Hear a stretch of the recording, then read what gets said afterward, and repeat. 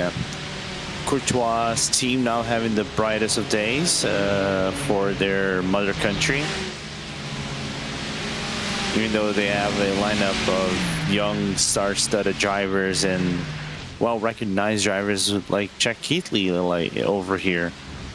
Someone with lots and lots of not gonna say a racing experience, but sim racing experience in general. I would say more than 10 years driving on top level. So you could see him back in top split action more than anything else.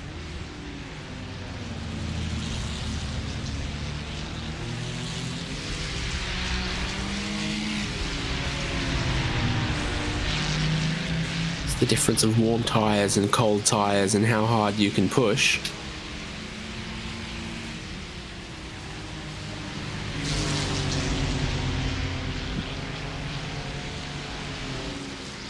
Keithley sharing his car with Baptiste Timoneth and Abel Torres.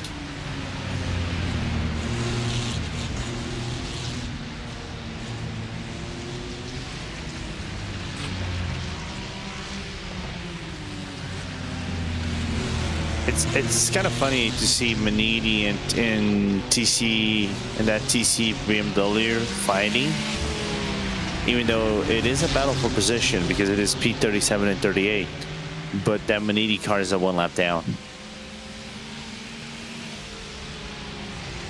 Gap between Coanda Esports 018 in 10th and Gianni Vecchio BMW M Team Redline 22 in 11th. Has shrunk massively over the last couple of laps. Now there's one car in between them. Trago Racing, who are a lap ahead of them. But it's underneath 1 second in this battle for 11th place. Oscar Pye still with a damaged car. Gianni Vecchio very lucky to avoid any damage. Full head of steam now towards the top 10. Ooh. Coanda Esports not wanting to let Drago go by. Drago very clearly ready to make the move, but there is time loss going on for Coanda, and so Gianni Vecchio will also take a move down the inside of the bus stop chicane. Oscar Pye won't give this up easily, but surely with the amount of damage he's carrying, he might get a little bit more as there's a hit check. Exiting the bus stop, Oscar Pye stays ahead of Gianni Vecchio, who is fully side-by-side coming into the bus stop. Tiny bit of contact on the exit. That won't go down well, but in a straight line up the Kemmel Straight, Gianni Vecchio, the BMW, should be able to absolutely roast the damaged Porsche. We'll wait and see, but it's nothing that Oscar Pye and Coanda Esports are going to give up easily or for free. Run over the crest at Radion, mega speed to Vecchio. Either side of the road, he can steamroll past up towards Lacombe. He has the overlap and the look to the inside and the guts to outbrake and move ahead and into the top 10, atoning for his sins on pit exit. Don't worry, that sin he committed on the exit of the pit lane will be banged upon his head for the remainder of his life. Trust me. Knowing the community, I know they're gonna pick on they got material to pick on Vecchio for the remainder of the week after that one. But now you can see Vecchio clearly running away from Oscar Pye right there. Nothing much the Coanda driver can do, right, to fight against the German driver. And it is what it is. Now they're gonna get overtaken by another BMW. I think that's the Chick Hicks team that just overtook him. So the day is going just from bad to worse for that 18 Coanda Porsche driven by Pye.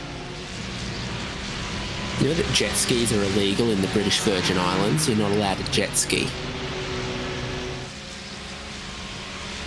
Really? Yeah, it's a unique quirk of the Caribbean is if your yacht's got jet skis and you want to drop your jet skis out into the Caribbean, you can do it in the waters of Barbados, US Virgin Islands, but not the British Virgin Islands. No jet skis there. basically what you're saying is no fun allowed in a certain sense of a way. Well, if you've got a serene sailboat and you want some undisturbed and relaxing waters, then that's the place to go. Johnny Vecchio into the top 10, just settling back into the rhythm now after the pit stops, the cold tyre laps, the offset strategy. Red line 22 into 10th place, 10 seconds behind PGZ P1 Docs, who are 4 seconds behind Ferrari Esports, who've got their tyres back up to temperature. Mahler in 11th seemed to be mostly back up to pace. So it's really just the Coanda 018 still in contention for a top 10, but with damage. The last lap from Ascari Arena, 2:16.5. Entirely comparable with what the number 50 Ferrari's doing, with what the PGZ Porsche is doing. Gianni Vecchio gets a clean lap. He's a bit quicker than that. Taking a look at some of those gaps, particularly PGZ Porsche, the next one up the road for Vecchio, caught 7/10 last lap by the looks of things. So if he keeps that up, 12 laps, he'll be there. But I think he would have gained even more were it not for the way that he had to battle with Coanda. Yeah. Because I keep looking at the apps right here, right? You said that Oscar is back to pace. It's kind of funny that if we are to compare full pace between everybody, right? The red lines doing, the leader red lines just did a 16.0, but they've been on that 16.0, 15 points is 7, between 7.7 and 0.9 for them.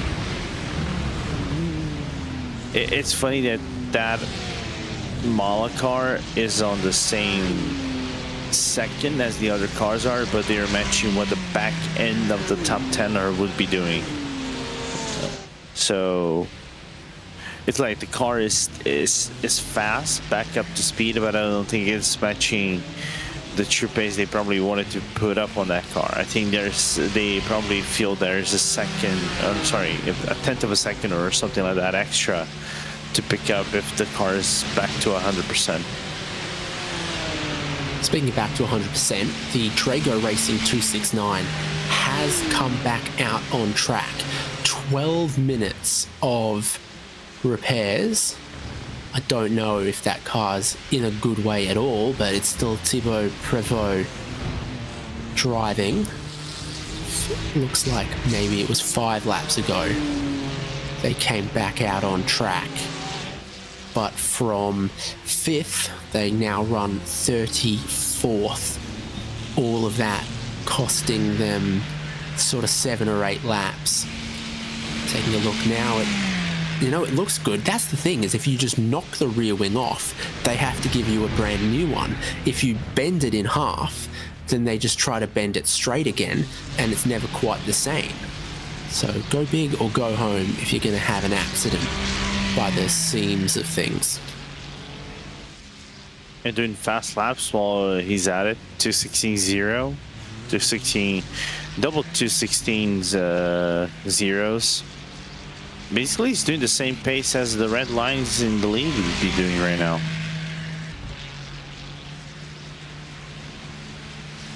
Be very disappointing for Prévost and Drago Racing that had to happen. You want to win this race. Everyone's preparing and striving and aiming to take the win in this race.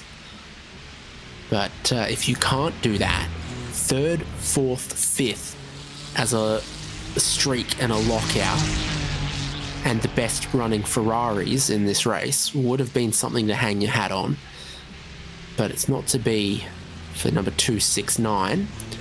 The team still has 169 in 3rd, 069 in 4th, and still have the best running Ferraris. Ahead of, I'm going to call it the factory car, number 50. But for all of the talk about, track conditions, which car is best, which is its strengths, where you've got BMW's first and second, but then Ferrari's third, fourth, Porsche in fifth, Ferrari sixth, BMW seventh. So this is the best Porsche with Mitchell de Jong and the Coanda Esports 08. And I mean best in terms of where it's running, not best in terms of how many body panels it's still got. But look at it the other way. Second-hand values, this is the one that's done the most miles. A Porsche? Yeah, I mean, it's at least a mile ahead of the next one, so it's done 1 mile more. Oh, yeah. Okay. Yeah, fair. Really be dropping its resale value when it goes to auction.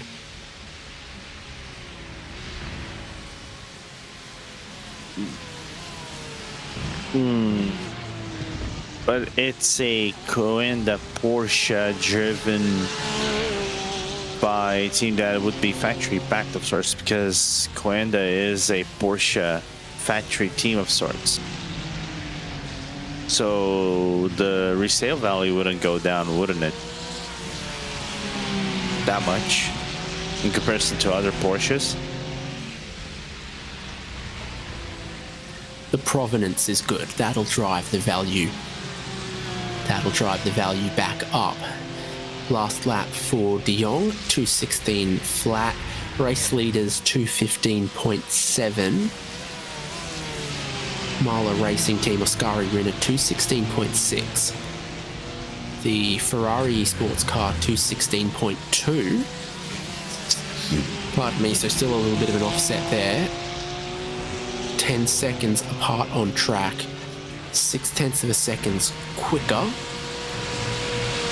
2:16.2 from PGZ P1 Docs Porsche. 2:16.2 from Gianni Vecchio BMW M Team Redline.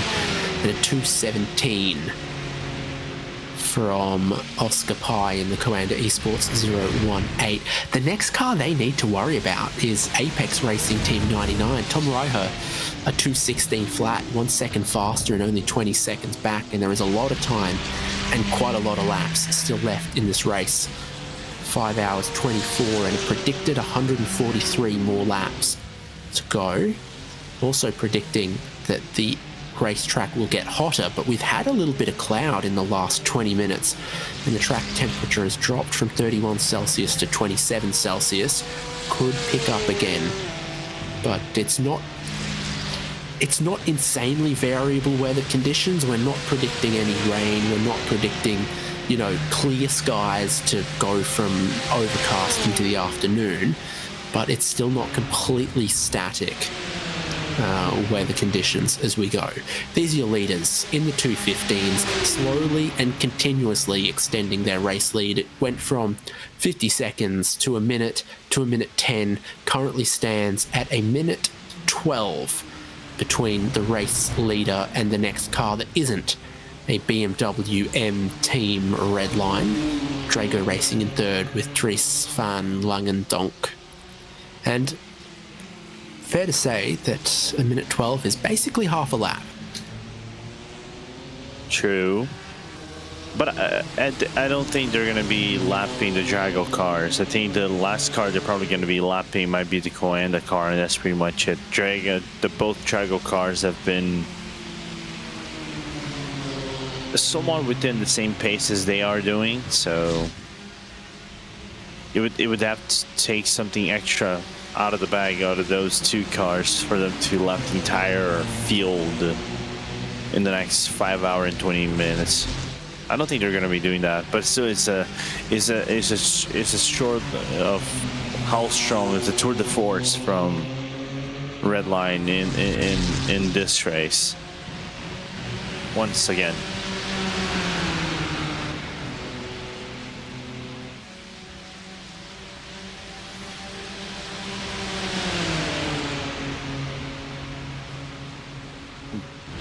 Gustavo Ariel from Brazil, Diogo Pinto from Portugal, Is it Vai Brasil?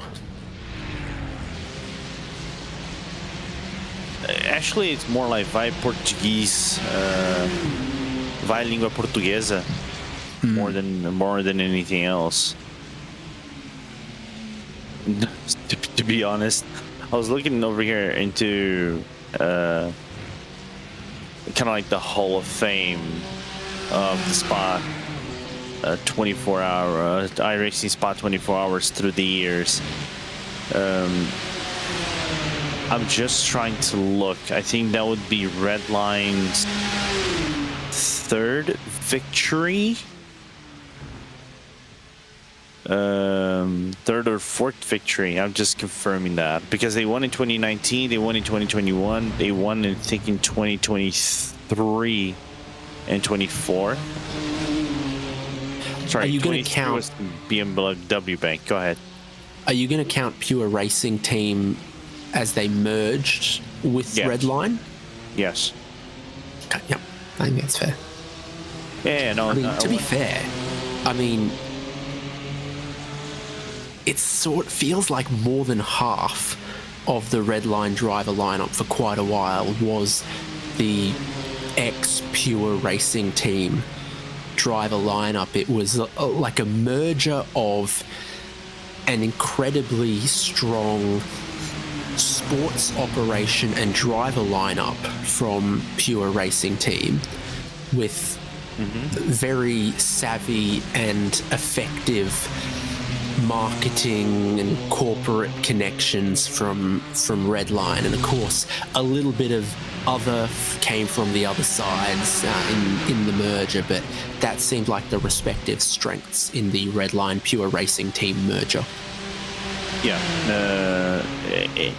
it's kind of like crazy to think about how fructuous the partner that merge came to be, right? Because you align what was back in the day two of the strongest teams. I would say if you grabbed right the top teams in iRacing within the top five, if you grab two of those top five teams together, and you formed up a super team after 2019.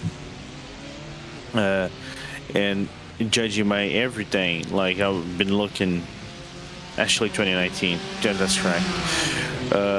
That's 2019, 2021, 2024 they won, because 23 who won it was the Team BMW Bank, which is basically a BS competition. They won that in 2023, so that would be their third victory as Redline. If you consider Pure Racing Team as well, part of Redline, the Redline body, that would be the fourth win.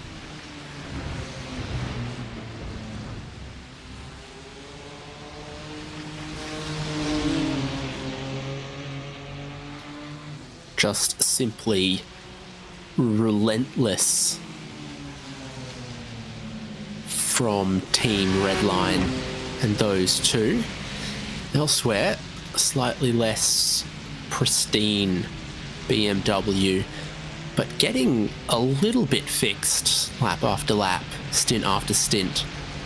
The Marla Racing Team number 10, they find themselves up in 7th after damage also to the 018, damage to the 269. Car that, with its damage, could have dropped out of the top 10, finds itself in 7th, but not holding on to it especially strongly, just slowly lacking a little bit of the pace that the 50 Ferrari esports car has got. The 50 Ferrari esports car also with a significant strategy advantage means that they're going to take a perhaps 10 to 13 second shorter stop at some time between now and the checkered flag compared to the number 10. So the closer they get, eventually they'll either jump them on track or they'll jump them in the pit lane, driving themselves into a more competitive position. Lap after lap is the number 50.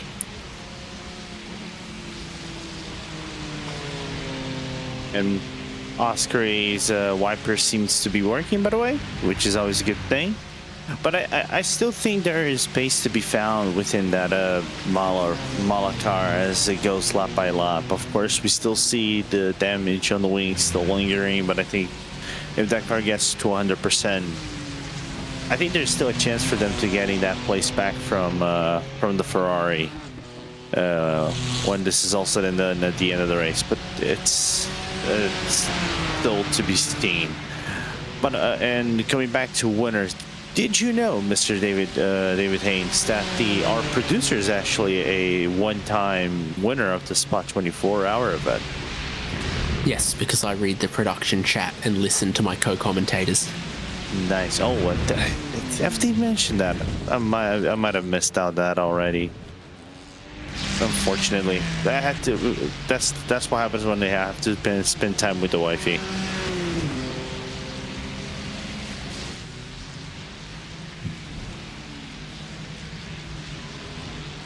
Another lap completed for Rinner, a 2:16.5. Another lap completed for Lorenzo Manfredotti, 0.4 of a second quicker. The gap moves from 8.6 to 8.2 seconds. And the Ferrari from the factory esports team continues to pursue Marla Racing Team.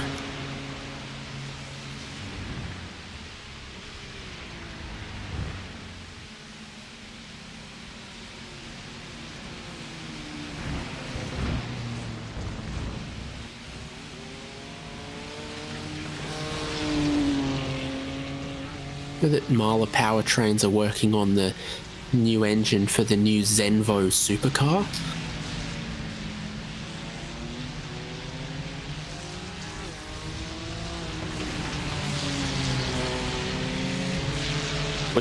Which car they actually are making this time within that Danish brand? I know the ST1, but I know that it's not the newest car. Is that the TSR or the Aurora? I might be thinking of the Aurora, but I'm not actually completely confident. I just saw something on social media recently about a Zenvo being tested and perhaps various Marla development stuff was involved. And so I thought of it. I saw Marla Racing Team.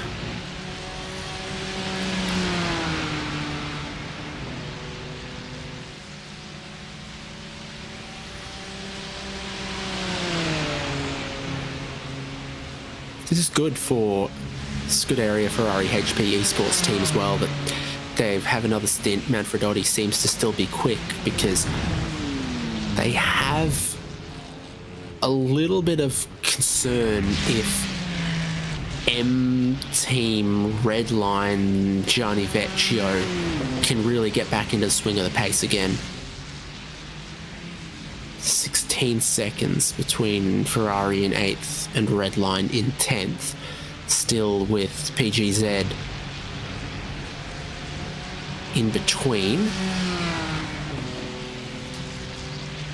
And last lap, really impressive from Apex Racing Team 99, Tom Reiher, a 2:15.9, means that they caught Coanda by over a second. Means that they caught Coanda by 1.3 seconds. So before too long, you might see that damaged Coanda 018 lose another spot, and Apex Racing Team's best car could go up another spot. Another one of the teams that brought a couple of cars. There's Apex Racing Academy 98, Apex Racing Team 99.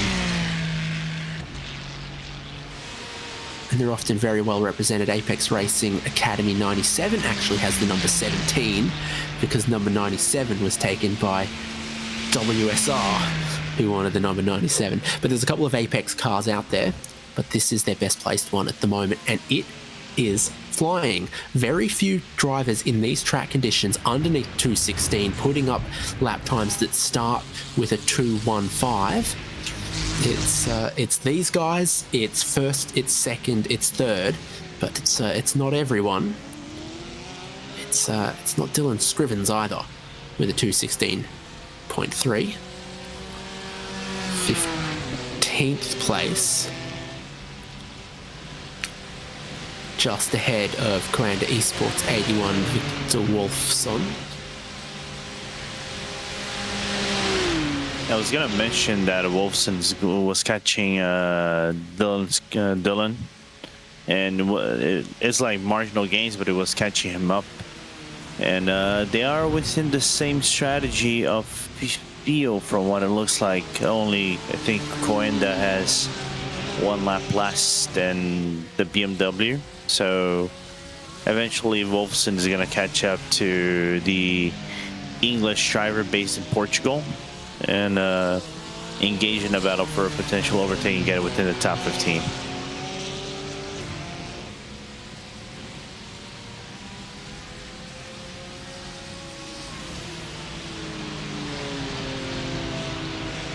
The other drivers in the 14, Nicholas Laubisch, Alexander Peregrina, and Kevin De Nooijer, who we saw earlier. And in the 081, I need to scroll. By the way iRacing calculates it, they are numerically the last car on the entry list. Leading zeros go to the end, and they are 081. Victor Wolfson, Malte Johansson, Lewis Belecki, and Sean Terra. Denmark, Sweden, Germany.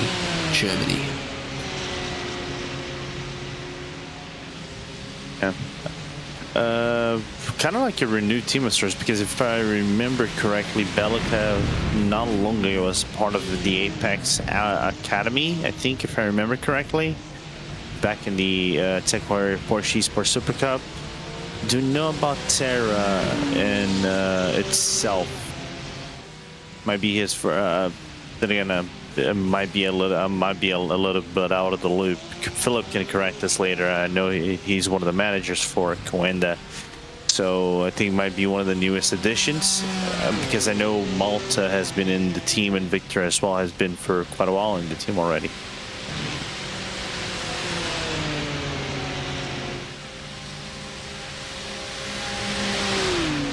One of the strengths for the Porsches all race has been over the top of Radeon.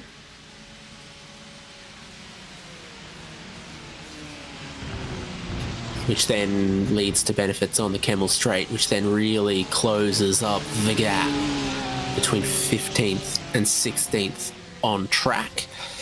A little bit of an island themselves, though. They are a fair bit of time ahead of 17th. Almost half a minute behind 13th and 14th, which is 2 Simify Ferraris glued together. Last lap and the first half of this lap have been very good to the Coanda 081. What does the B stand for in Dylan Scrivens? Bobo. It isn't Bobo in reality, right, David? But we always say Bobo. Whether he likes it or not, he's already used to it. Middle sector very strong for Dylan Scrivens. Pulling out a little bit of advantage, but then fell through Blanchimont, and then through the first sector, Wolfson will gain some of it back.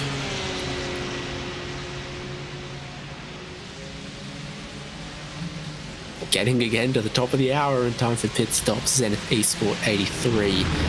Sergio Ignacio is in. Ahead of this lap, the graphic will update in the battle between 15th and 16th. There's the timing line where Barney stands on watch, 24 hours and 3/10 to the advantage.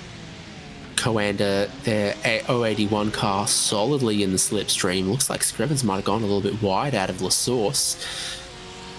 This is a chance, if you want to pass, to be just 2 car lengths back, coming up Radeon. Get a really good run.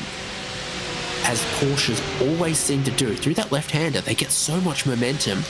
Wolfson will think about pushing, and then look to the inside, and then drop in and remain 1 car length back. Interesting decision making from Wolfson, showing what risk they're willing to take and what their priorities are at this phase of the race. They don't want to risk it. I think they are gonna feel safe maybe a lap or two and find the opening maybe at the end of the lap to do that overtake on the bus stop. And I wonder how contentious will be Dylan on the bus stop if in case that move is actually done by Wolfson coming into the corner.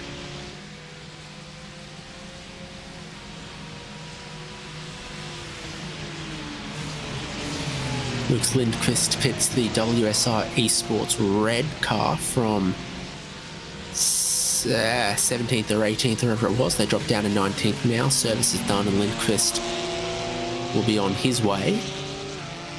A couple of others we'll see soon. Gianni Vecchio at the end of this lap. Just inching another 30-40 seconds closer to the top of the hour for the number 22 BMW M Team Red Line.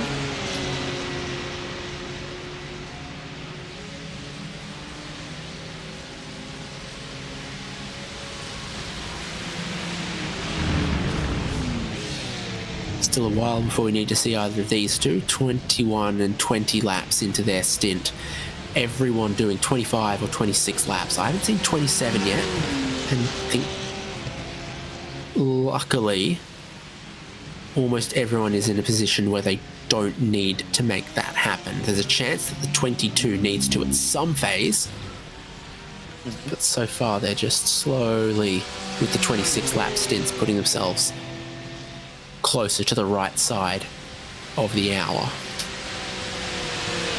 What about this time? Wolfson about the same distance back, about the same run over Radion, and about the same decision making behind the fiercely forward yellow car, just halfway popping out for some fresh air and then dropping back in behind.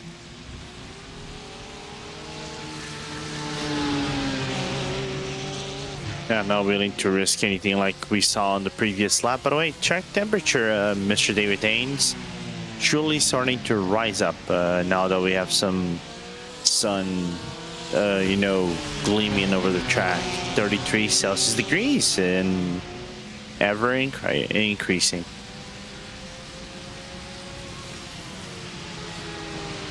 Yep, getting hotter. Time in sim has just passed midday.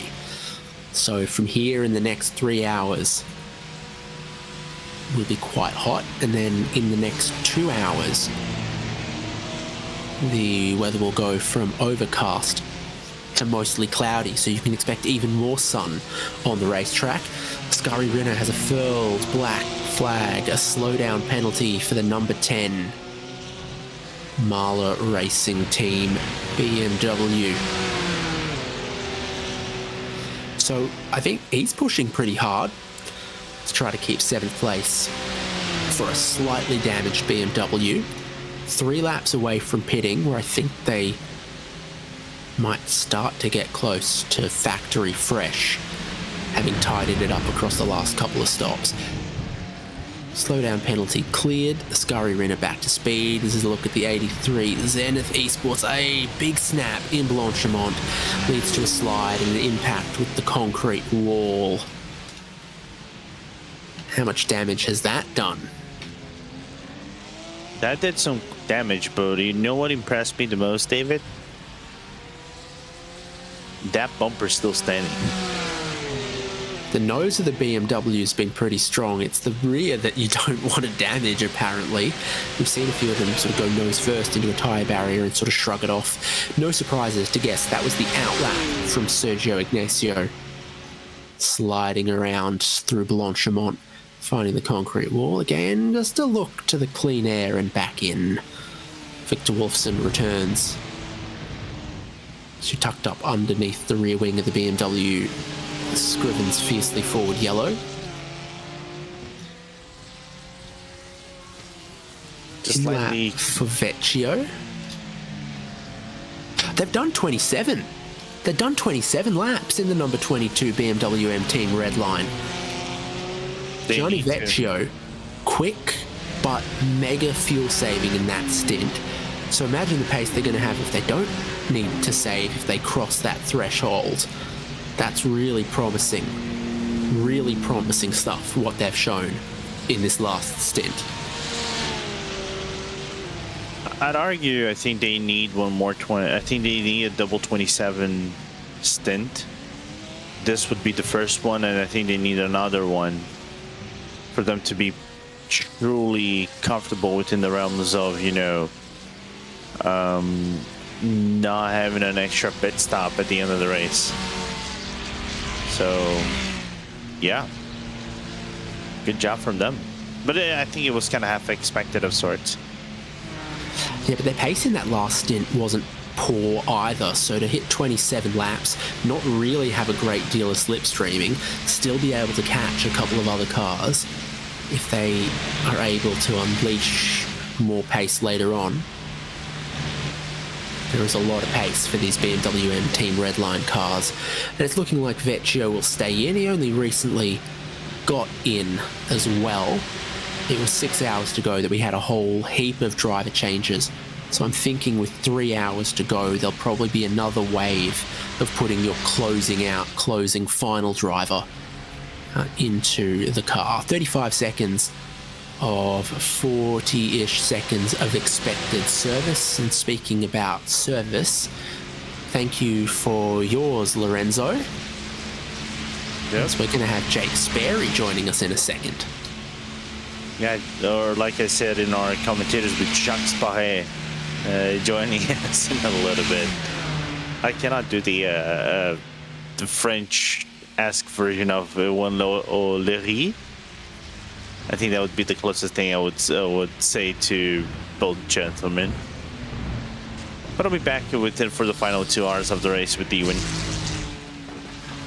So Gianni Vecchio with the cold tyres, out on track, trying to get the temperature into them, trying to negotiate pit exit cleanly, which it looks like he's done a relatively good job of this time after the previous embarrassment. Oh, good morning. It's the morning after the night before. I'll jump myself in here and say we are in with the final 5 hours of racing action here with iRacing and with RaceSpot TV. I feel like I've walked into a fever dream hearing my name in French out there, but at least for the moment, it has been dominance personified at the front by the 2 Team Redline BMWs out there. There is Dries van Langendonk on screen right now, the 169 for Drago Racing, currently running around in 3rd position, a minute and 12 off of the race lead currently, and working hard to try and stay within range in the middle of the pit stop cycle as your 2 leaders, David, decide that they want to jump down in to pit lane. Ariel and Pinto, just 1 stint in the car each. They come into the lane, so we expect that they'll stay. Their recent installments in the leading 21 and 20 BMW M Team Redline. Drago Racing cars will follow them in. Coanda 08 will follow them in. Marla Racing Team will follow them in. And we'll see if Ascari Rinner can get a little bit more damage fixed after his pit out mishap. It seems like each stop they just get that 10 seconds fixed and it'll nearly be a pristine perfect BMW, but it's not there just yet. No, and this is what we see quite a bit when it comes to racing like this. You get to these sorts of hours and it's very rare to find a car that is working at 100% as intended. There's been a few bumps and scrapes and bruises here and there, which have caused problems out there overall. And of course, in the last couple of hours, as Van Langendonk jumped into pit lane, Oscar Irene also in the number 10 Marla car to make a stop. What you tend to find is that if you've got a car that's still clean at this point, you are in heaven and you are dancing around the room in circles, whereas if you've got a bit of damage, you're always there looking for how much repair can we get of optional, how long is it going to take, how much can we tick off at each stop, and you're just trying to mitigate as much damage as possible. And so when you got the Drago Racing cars currently 3rd and 4th, of course we saw a couple hours ago what happened to the car that was running in 5th, the 269 outfit, retiring out from the race at Blanchemont Corner, which has caught so many out. You've really got to be on your best game to keep the car pointed and in the right place. And speaking of cars that are pointed in the right place, number 50, Scuderia Ferrari HP Esports team, Lorenzo Manfredotti behind the wheel. Wonderful job from them to just slowly climb up through the order. Yeah, I've been impressed with the strategy on this car and that little advantage they've got in their back pocket of a shorter pit stop that they'll be able to cash in later. But then also over the last 2 stints, the pace has been strong in the battles that they've been involved in. So that is a really lethal combination to keep the number 22 at bay, to try to pick off a couple more spots. So they've got this phase right now where a couple of their rivals are going to be going onto the cold tyres and they get a good chance to overcut them. It's all, swings and roundabouts, because then it comes back the other way when they're on the cold tyres. But you're sort of about to have a little moment that might flatter them. I saw a moment that didn't flatter the number 20. They were warming their tyres on the Kemmel Straight, and a car at full speed was approaching, and it had to take avoiding action from what I saw. Yeah, that's not ideal.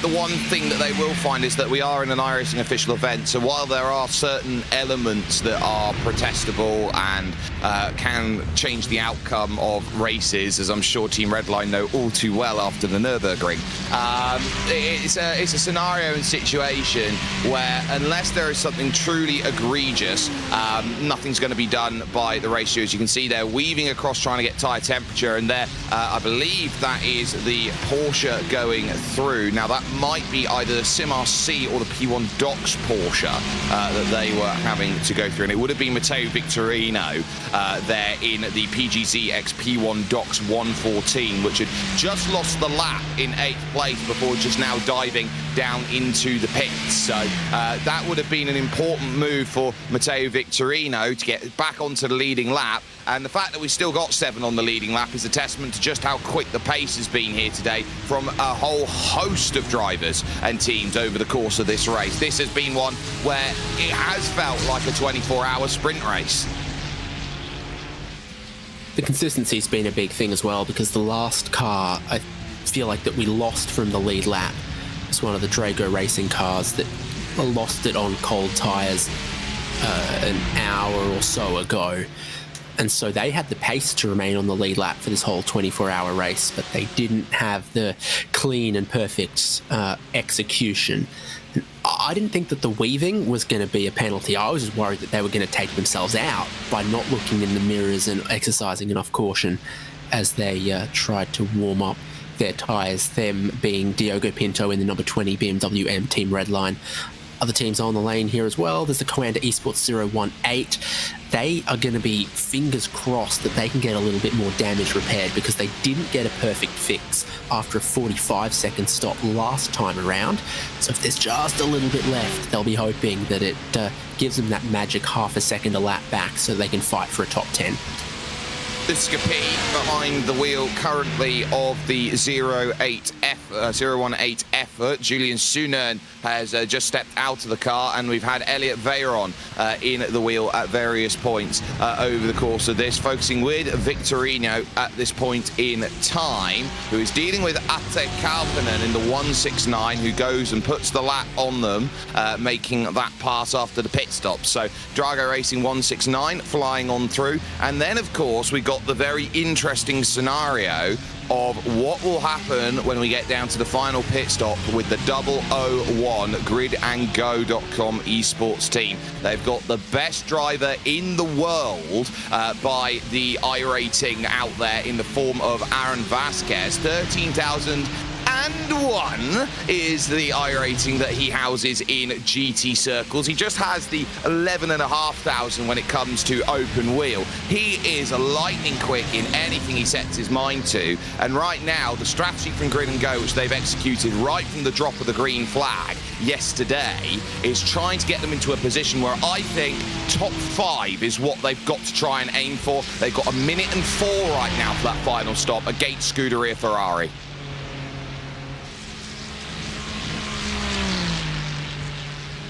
Yeah, I think best of the rest behind Redline and Drago is the fight that they've got. So that kind of also pits them against the Coanda Esports 08. Coanda Esports 018 has just served a slowdown on their outlap, and that's further around than Radeon. So I think 018's just had a little adventure on cold tyres.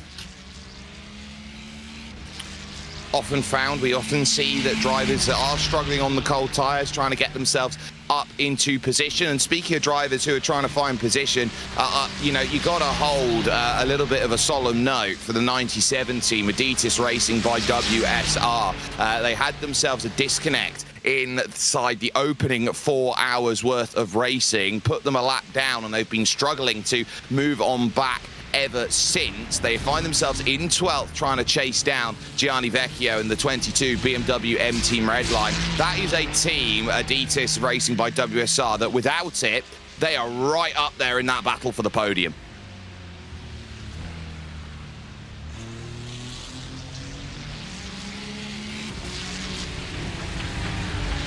So a normal outlap is 3 minutes 31, and the Coanda 018 had 3:37.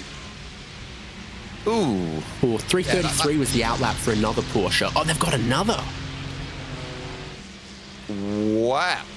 This then for Uska P is not great, and this time this will come up the Kemmel straight, and so he would have picked this one up going through Radion corner, just being a little too aggressive over the curb. So right now, slow down central brings itself into play, and if he's a little bit too liberal with the limits, that he could fall under pressure with the 100-point instant limit cap that they have.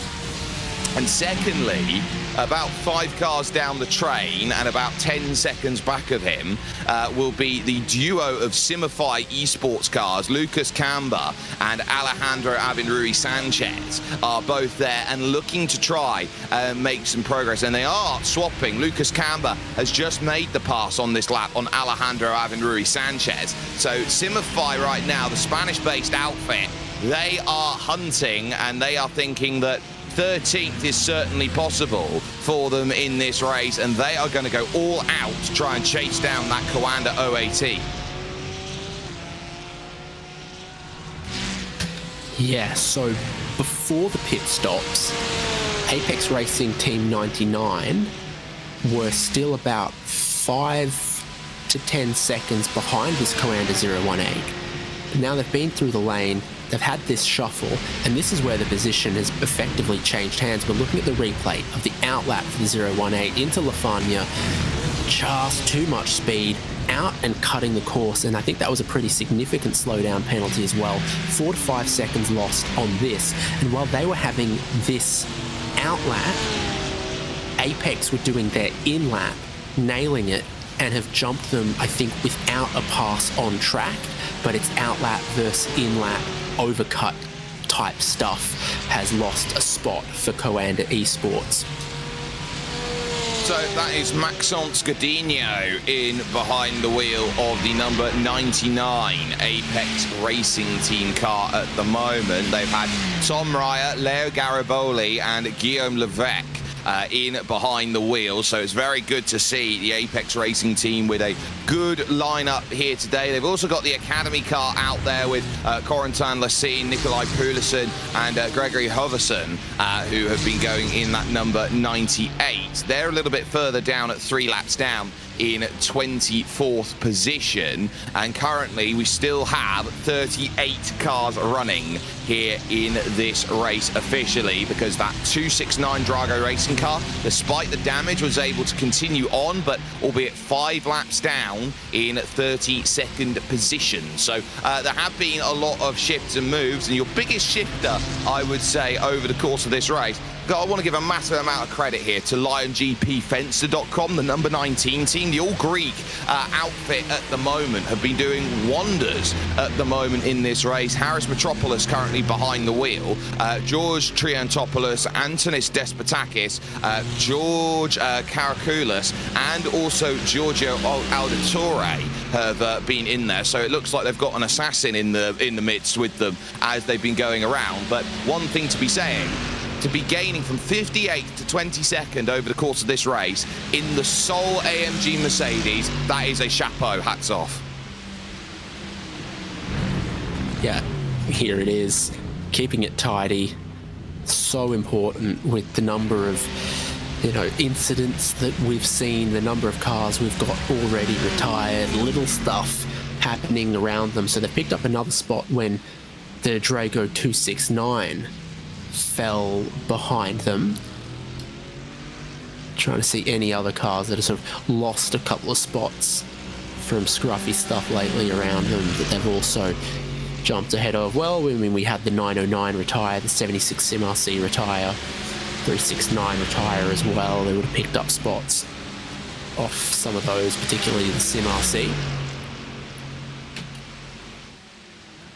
So and because we've seen the likes of Sim RC dropping that time as well in a couple places there, so we've been keeping an eye on the teams who have been out of this race. David, sorry to jump across you there a little bit, but we have seen some pretty dramatic retirements from the race. Of course, the Burdosid Plus competition car was fighting for a top 3, and they found themselves out of contention. The number 89 team, Veloce Thrustmaster, were in and around the top 15 as well.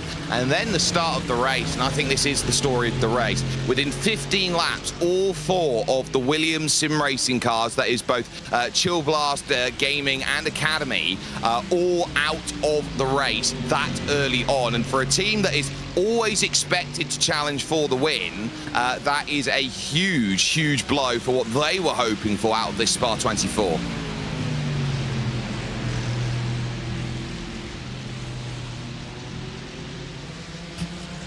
Winners and losers, isn't it?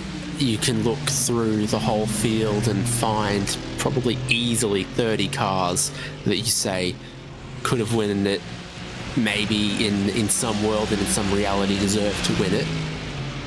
But we're really down to just the 2. There's heaps of great battles between incredibly strong lineups still to play out with strategy in these remaining laps. Number 50, this is going to be their in-lap for the Scuderia Ferrari HP esports team.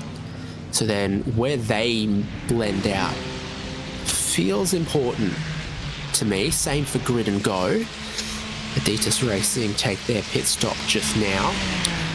5 laps into the stint, and Ascari Rinner just had a slowdown penalty in the number 10. So things are still going not perfectly for the number 10, but I think each stop they are fixing the car just a little bit better. And here comes Manfredotti. What a line share of racing he's done. These last couple of stints have been very impressive. He's moved the car forward, no doubt. Yeah, he's had to be a workhorse at this time of morning. It has to be said. He follows in Corentin Lassine, into the pit. So Apex Racing Academy will also come in and make their stops. But for Lorenzo Manfredotti, at this moment in time, this is just about trying to get that team home. And this is a team that has had a very up and down sort of season, but it will always be a team that sort of lives and dies by the sword, because they are locked to Ferrari in any which way that they go about because of the team affiliation and link. So we saw them at Daytona pick up the victory, but ultimately get disqualified from it for having the quick escape planned out by Early Steinbroughton. Speaking of which, hello Early Steinbroughton, into the car you go. But they really have been one of those teams that can contend on their day, but the question is, when is their day? This is a good effort, but qualified the car a little bit too far down to make early inroads, and then the gaps just sort of opened up from there. Still like the strategy that they've got going. You compare them to your race leaders, for example. They're pitting 6 laps later here. They're going to need 6 laps of fuel less at a later pit stop. So, well, where's the blend? Coanda 08 have already gone past them. Marla Racing Team, I think they're going to be ahead of with the time lost by Rinner. It'll be close. Again, don't overpush that pit exit. You'll lose more than you'll ever gain. There's Marla, hot tyres at speed, so I don't think Steinbroughton will be able to keep them behind, but it will be close, and it will be a battle for 7th between this Ferrari on the cold tyres and that BMW with a little bit more confidence underneath it for the next lap or 2. Yeah, the number 2 car will also jump into the pits at this moment in time. That's Altitude Frame Esports from 28th position. Matthias Pirhanen is in the car currently, but there might be a change there. So Steinbroughton now right out of the frying pan and straight into the fire. out there at this point, with Oscar Irene now breathing down his neck in the number 10 Marla car. Now he's got tyres up to temperature, thinks about a move at double goes. Will he throw it down the inside? Yes, and gets the move. So Early Steinbroughton prioritises the car with that pass and very much hit the brakes and lifted out of it early to say, you know what, you've earned the inside there. If you're going to go for a move at the most loaded corner on this circuit, I'm going to let you have it. Yeah, no chance of being able to fight that either. We've seen cold tyre outlap spins by drivers under far, far less pressure than that. So that's the smart thing to do is, okay, you got more speed through the previous corner, you had the momentum, you're going to look to the inside, you don't want to lose the time behind me through a medium to high speed corner. So I've just got to let you go. One of the other remaining danger zones is trying to carry too much speed through Blanchimont here. Seen some wiggles end up in the wall there. That's a decent enough outlap. Not easy getting around the traffic for Rinne just there.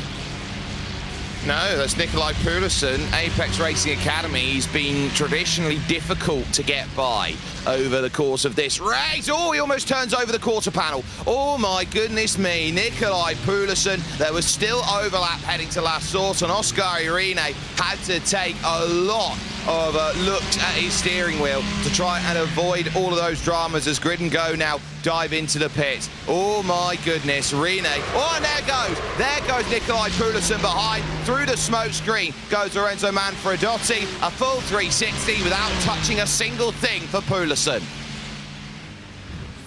Well, was it red mist after the contact at La Source? Just doing too much behind the Marla car? They're going to get past. Be very, very lucky that that car still goes. When you have a lose at big speed at Raidillon, so often it does not end well. Important pit stop for Grid and Go Esports 001 right now. Yep, Diano Cook is going to jump in for the 001 team, and that is a change out from Aaron Vasquez. We take a look. I just think he gets caught in the dirty air a little bit, so loses a bit of downforce over the front nose, and the car having that massive turn through the right there, the part of Raidillon. That is just about as easy as it goes to get the front turned around. The balance of these cars are sometimes a little bit highly strung. You can get caught out in some of the most inopportune positions. Jake, I need you to drive through the smoke. And I think just too close to the rear wing of the car in front. You often see cars that are going to follow another car up Raidillon, deliberately drop back another car length, give themselves the space, give themselves the visibility. And if you are going to get a really good, really quick run up Raidillon, you don't actually want to be at the top of the hill directly underneath their rear wing. You want to have more speed and momentum, but be 2 car lengths back, and then get that run, that springboard onto the Kemmel Straight to make your pass or prove your point or whatever it is that you think you're doing when you simply refuse to concede a lap down position. So to be that close to the rear wing of the car in front, you lose your markers, you lose your downforce, you get too much of the curb.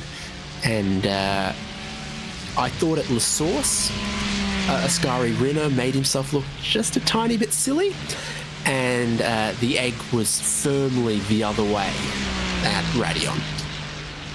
It swings and roundabouts, isn't it?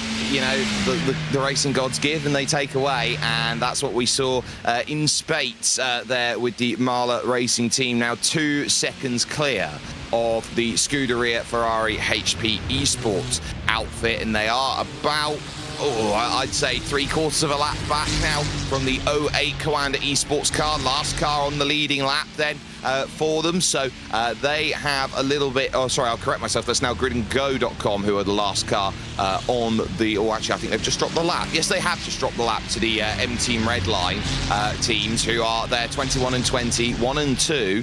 and they're only about 5 seconds off of Tristan Iglesias, so that would mean just 4 cars on the leading lap, which would be the 2 BMW M Team Redline BMWs, and then of course the 2 of Drago Racing Ferraris of 169 and 069. To be fair to Drago Racing, I think this is their application race to say we are a tier 1 sim racing team, and I think on the back of this result they will be accepted. Yeah, I mean, the time there where they had 3 cars a lock for 3rd, 4th and 5th, they're the next best to a dominant, all-conquering BMW M Team Redline. And then you look and you go, well, they're the best running Ferraris, and by a margin as well. They're showing Grid and Go and Ferrari Esports, you know, how to do it. And so on that, that's the most you can do. Yeah, the best they can with the machinery they've got, with the drive they've got. And of course, there is a custom balancer performance here in play, and we've seen a lot of hits to every car in some way, shape or form. So there is absolutely no way to say that every car is running at 100%, which is a unique position to put in. I would expect that you'd keep at least one car at 0%, any changes to make it a baseline, but they've obviously thought that if you've had to fettle and tinker with one, you've had to fettle and tinker with pretty much every other car in the balance of performance. I know that the Acura, which has been so all-conquering at almost every circuit, took the biggest hit here in the balance of performance, and that has really made it a non-starter for most of the teams here today. But I think what really does show in terms of how you go and get the best results in these series, I think what shows the best is that you have the ability to be adaptable. You can do your best with the car that you've got, but if you can adapt and drive multiple GT3 styles of cars and find a way to get great pace, I think that makes you a real weapon as a team and a driver going into wherever you need to be towards the end of the season. Each car will have a different characteristic as to the way that they drive, and so you've got to really understand each and every car to go to these special events and be competitive every time. The tyre temps are just starting to come up for Steinbraten, and Rinner's not getting as far ahead. It was so clever, so well measured, because I've seen some less clever, less well measured things recently, to let Rinner go at Pouon and say, you know what, you can go ahead, you can use your hot tyres, you can build a little bit of gap on me, because I won't be making any rash mistakes. I'll be biding my time for when the shoe is on the other foot and you take your next pit stop earlier and I get to overcut you on the hot tyres later on. And if in the middle of the stint I can manage more speed as well, then it'll all wash out with hours and hours still to go. But not that many hours, approaching 20 done, 4 to go. Yeah, so looking at around 24, 25 in terms of a stint, and we've seen some teams go up to 26 or even 27 in terms of putting a stint together of length. So that's where we've been keeping our eyes focused at the moment with them, as Steinbraten here in 8th position looks behind. That is the 3rd place Drago Racing car there directly behind. Then it's the P1 Docks car, then it's the other Drago Racing car that's there behind them, and they are looking in front, trying to get back up to speed to catch that Mahler BMW. Now, the BMW has certainly been the car that has worked for the front of the field at the moment. Just looking through the characteristics of your top 10, they do have currently sat 4 BMWs in the top 10. You've got 2 Porsches there, and then 4 Ferraris as the composition makeup of the top 10. But 3 of those BMWs are the M Team Redlines that find themselves there. So what is it about that BMW that sits down and says, it is doing a fantastic job? Is it just the way that it goes through the gears and the way it climbs up to speed? What is it with a car that's so big, so bulky, punches its hole through the air, you think, David, that makes it so strong? I think it's the 2 to tango situation. I mean, the whole time I've been watching this race, you have almost never found more than 0.2 of a second between those two cars. Stint after stint after stint, lap after lap, they're perfectly in sync, and it's that together that allows them to hit a fuel number, hit ferocious lap times, and then 22 also doing a very good job of it, Gianni Vecchio. And of course, that Gianni Vecchio 22 BMW M Team Red Line was up there. It was 1-2-3 after about 2 hours worth of racing, but cold tyres caught Enzo Benito out at Blanchimont, and that put the team back into 9th position with damage, and so they've been in and around that top 10 ever since, trying to keep themselves somewhat in play out there as the number 4 car is down on lane. That's SDR Sim Racing. Dino Filippa is going to be jumping out of the car, then potentially, or will stay in for another run through. Looks like staying in the car for the moment with the number 4 team. They could have gone to Juan Manuel Gomez or Marcos Saavedra, the Argentine team, SDR, looking to try and make some progress. But I do think that the BMW M Team Red Lines have done really well in how they've gone about it, but the amount of concentration it's taking to do what they're doing, it's not that they're just sitting back and around 1 and 2, they are pushing effectively, well, time after time after time, with a bump draft on the straight each and every lap. It is a massive piece of progress there. And speaking of progresses, that 018 of Oscar P is really struggling because both Simify cars now have meandered their way on by. 12th and 13th now. They both go. Another 2 is better than 1 situation with the Simify Ferraris. Their pace decent, but that Coanda Esports 018 not able to get back on pace, rectify the damage that they found themselves with from a misjudged pit exit, sideswiped the whole right-hand side of this car along the wall at the top of the pit exit. That's what did the damage to the bumper in front of the right wheel, the bumper behind the right rear wheel, and the right-hand end plate of the rear wing. Basically, 3 places and different pieces of damage on the right-hand side have all culminated to, it seems, be costing a significant amount of straight line speed, is about where the second 1.2, 1.5 seconds per lap is going for this car.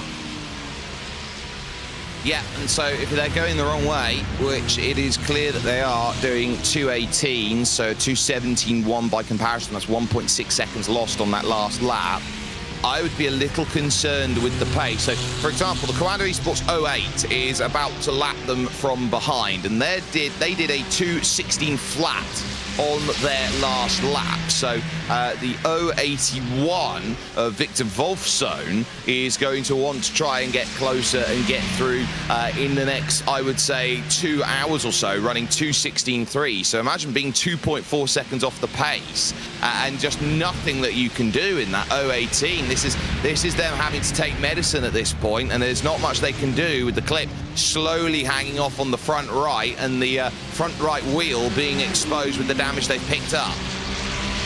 They even took a 5-second longer pit stop 2 pit stops ago that I thought, and maybe they thought, was going to rectify it, and doesn't seem to have moved the dial on their pace. So, yeah, again, I said at their most recent pit stop, are they about to do the magic thing that's going to give them their speed back? Are they 10 seconds of damage repair away from, popping the guards back in to shield the tyres from causing extra and unnecessary drag? I don't know. And so you'll be looking around at what everyone has been struggling with damage-wise. The fuel numbers get hurt, the straight line gets hurt. The moment you pick up damage, it is a case of just add up all the buffs that are gone, the debuffs that are all there in play. It's a very, very tough scenario to constantly put yourself in. We've been focusing with Early Steinbroughton here for the last few laps or so in the number 50 car, and they find themselves still in 8th position, trying to hunt down the Mahler Racing team to no avail, as they did take 4/10 on that last lap, as they now sit on the back of Ate Kauppinen. This is a really clever strategy, and you see it quite a bit in endurance racing here, David. Faster car goes through, hitch your tow rope to it, and drag yourself along to the next car. Yeah, make the lasso, give it a good throw, pull it tight, yeehaw. We're off to the races. This isn't my first rodeo. Is it your second rodeo? Yep. I know what's up. This is my second rodeo. So, yeah, down to 1.8 seconds. So I think the maximum it got to was 2, and then it's sort of stabilised. Now it trends back the other way. There was always going to be a fuel weight, tyre temperature type of offset between Rinne that was going to flatter the Mahler Racing team initially, before then Ferrari Esports get back on top of it, which they have, gapped down to 1.6, as that slipstream on the Kemmel Straight is so valuable. That's where you gain the most following another car, between about the top of Radion and the breaking point of Lake Coombe.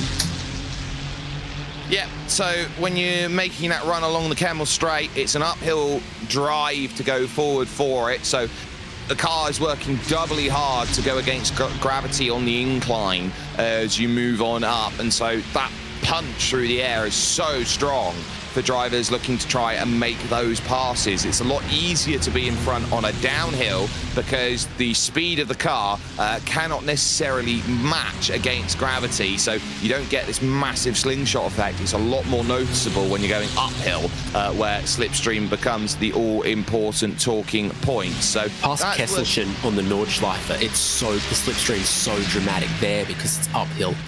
Yes. No, you're absolutely right with that, David. And so when you're sitting with those uphill sections, a track like this, it's built for an overtake at Lake Coombe. And then the funny thing about it is, the moment that you drop down the hill again, you don't really have many places to go and pass downhill because it's so steep when you come over the top of Malmedy and into Bruxelles. Ironically, the uphill is the downhill skiing. 1.4 seconds, 1.5 as they cross the line. So another lap where Ferrari Esports begin to continually just chip away. I think even without the car in between, I think the Ferrari's got the pace to catch the slightly damaged BMW. The BMW's been repairing itself pit stop after pit stop just a little more effectively than the Porsche has for Coanda 018. But here's another opportunity. 2 minutes and 20 seconds later, we are headed uphill on the Kemmel Straight again.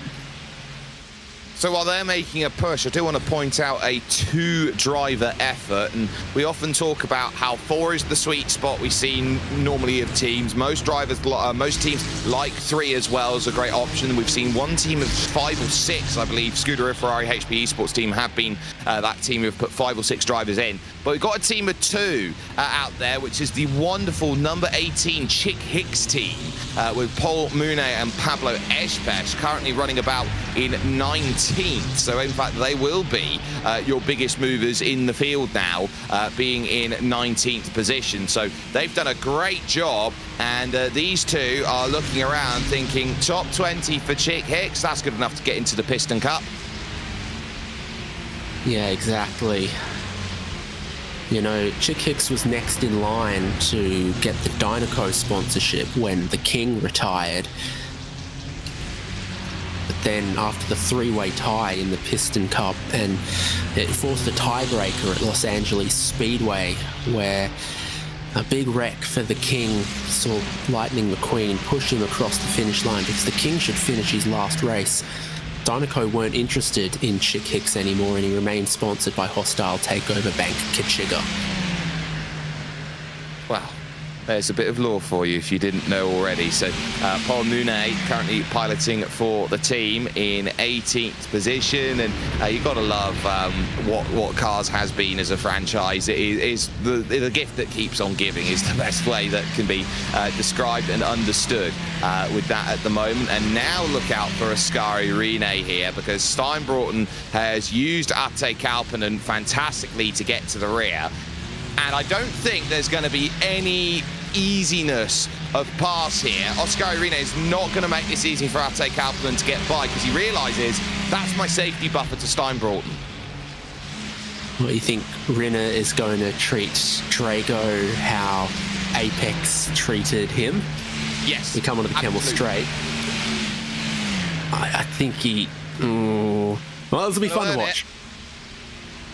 On the outside, but does lift out, knowing that the corner's lost. So Ate Kalpanen, right place, right time, but suddenly, here you go. Early Steinbroughton now has a chance to take that place back, going through the gravel pits of Malmedy Corner, and then looking down the hill through Bruxelles. The mid-sector of the lap is going to be important, but I think they're going to have to wait potentially for a second to be broken by Ate Kalpanen before they've got that license to start throwing haymakers at each other, because it's such an equalising thing to have the slipstream of the car in front, and Ascari Rene and the Marla Racing team are going to love it. Yeah, and if there's still just a little bit of damage on that BMW, then even better to pick up a little bit of slipstream to mask the faults and the damage and just make it a little bit easier for you to defend. But I still think he's not following the car length closer. He's got to look more behind than in front, because that's where the closer red Ferrari is. Yeah, so with that crossover, you are starting to think about where can you find that extra little emphasis that is there. So you have got to be picking up every little section you can to go and gain that advantage. There's slipstream for Kalpanen in front in the form of Johan Smithers there, who is trying to make the charge. Irish driver there, Smithers, at the moment. And then so you're sitting down, you're looking at Ate Kalpanen here. You've got Rene trying to hold on, but this is where early Steinbroughton's going to have to be committed to the move. You can't be, I'll 20% make a move, or I'll 40% make a move. In a position like this, you've got to 100% commit to whatever move you're going to try and do, right or wrong.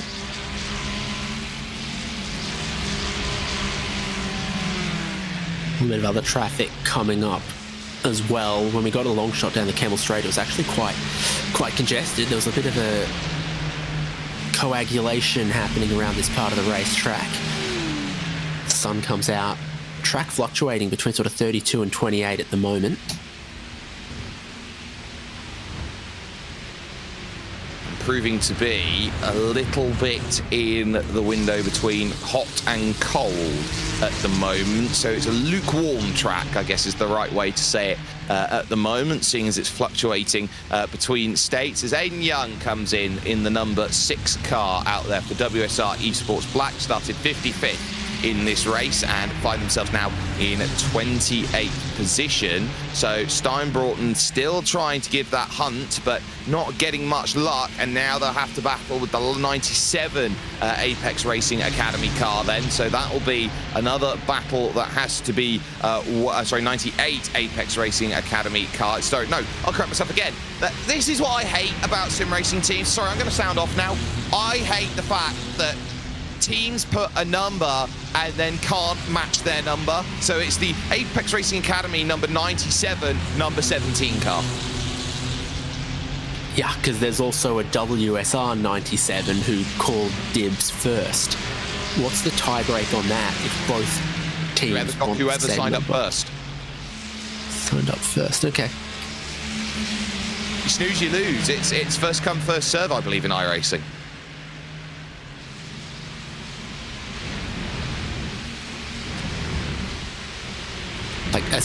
So whoever registered first, because then there would have been the registration window, and then the server would have assigned the splits, assigned both teams to the same split, and had to only give one of them the number. Which brings an important question. What's your race number, David? Often 320. Any particular reason for 320? Not really. Team Huge Ass's number is 337, so that's for everything, and then sometimes use 237 or 37, but I raced the last time I raced with them, it was 337. So keeping the double threes in play, then with the three-digit number.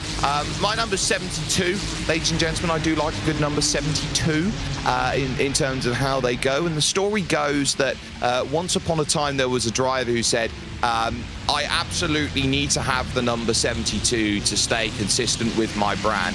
And that driver decided he was going to absolutely, lose his lid over the fact he couldn't get the number 72 for this sim race. And so I decided, right, my number's now going to be number 72, just to spite.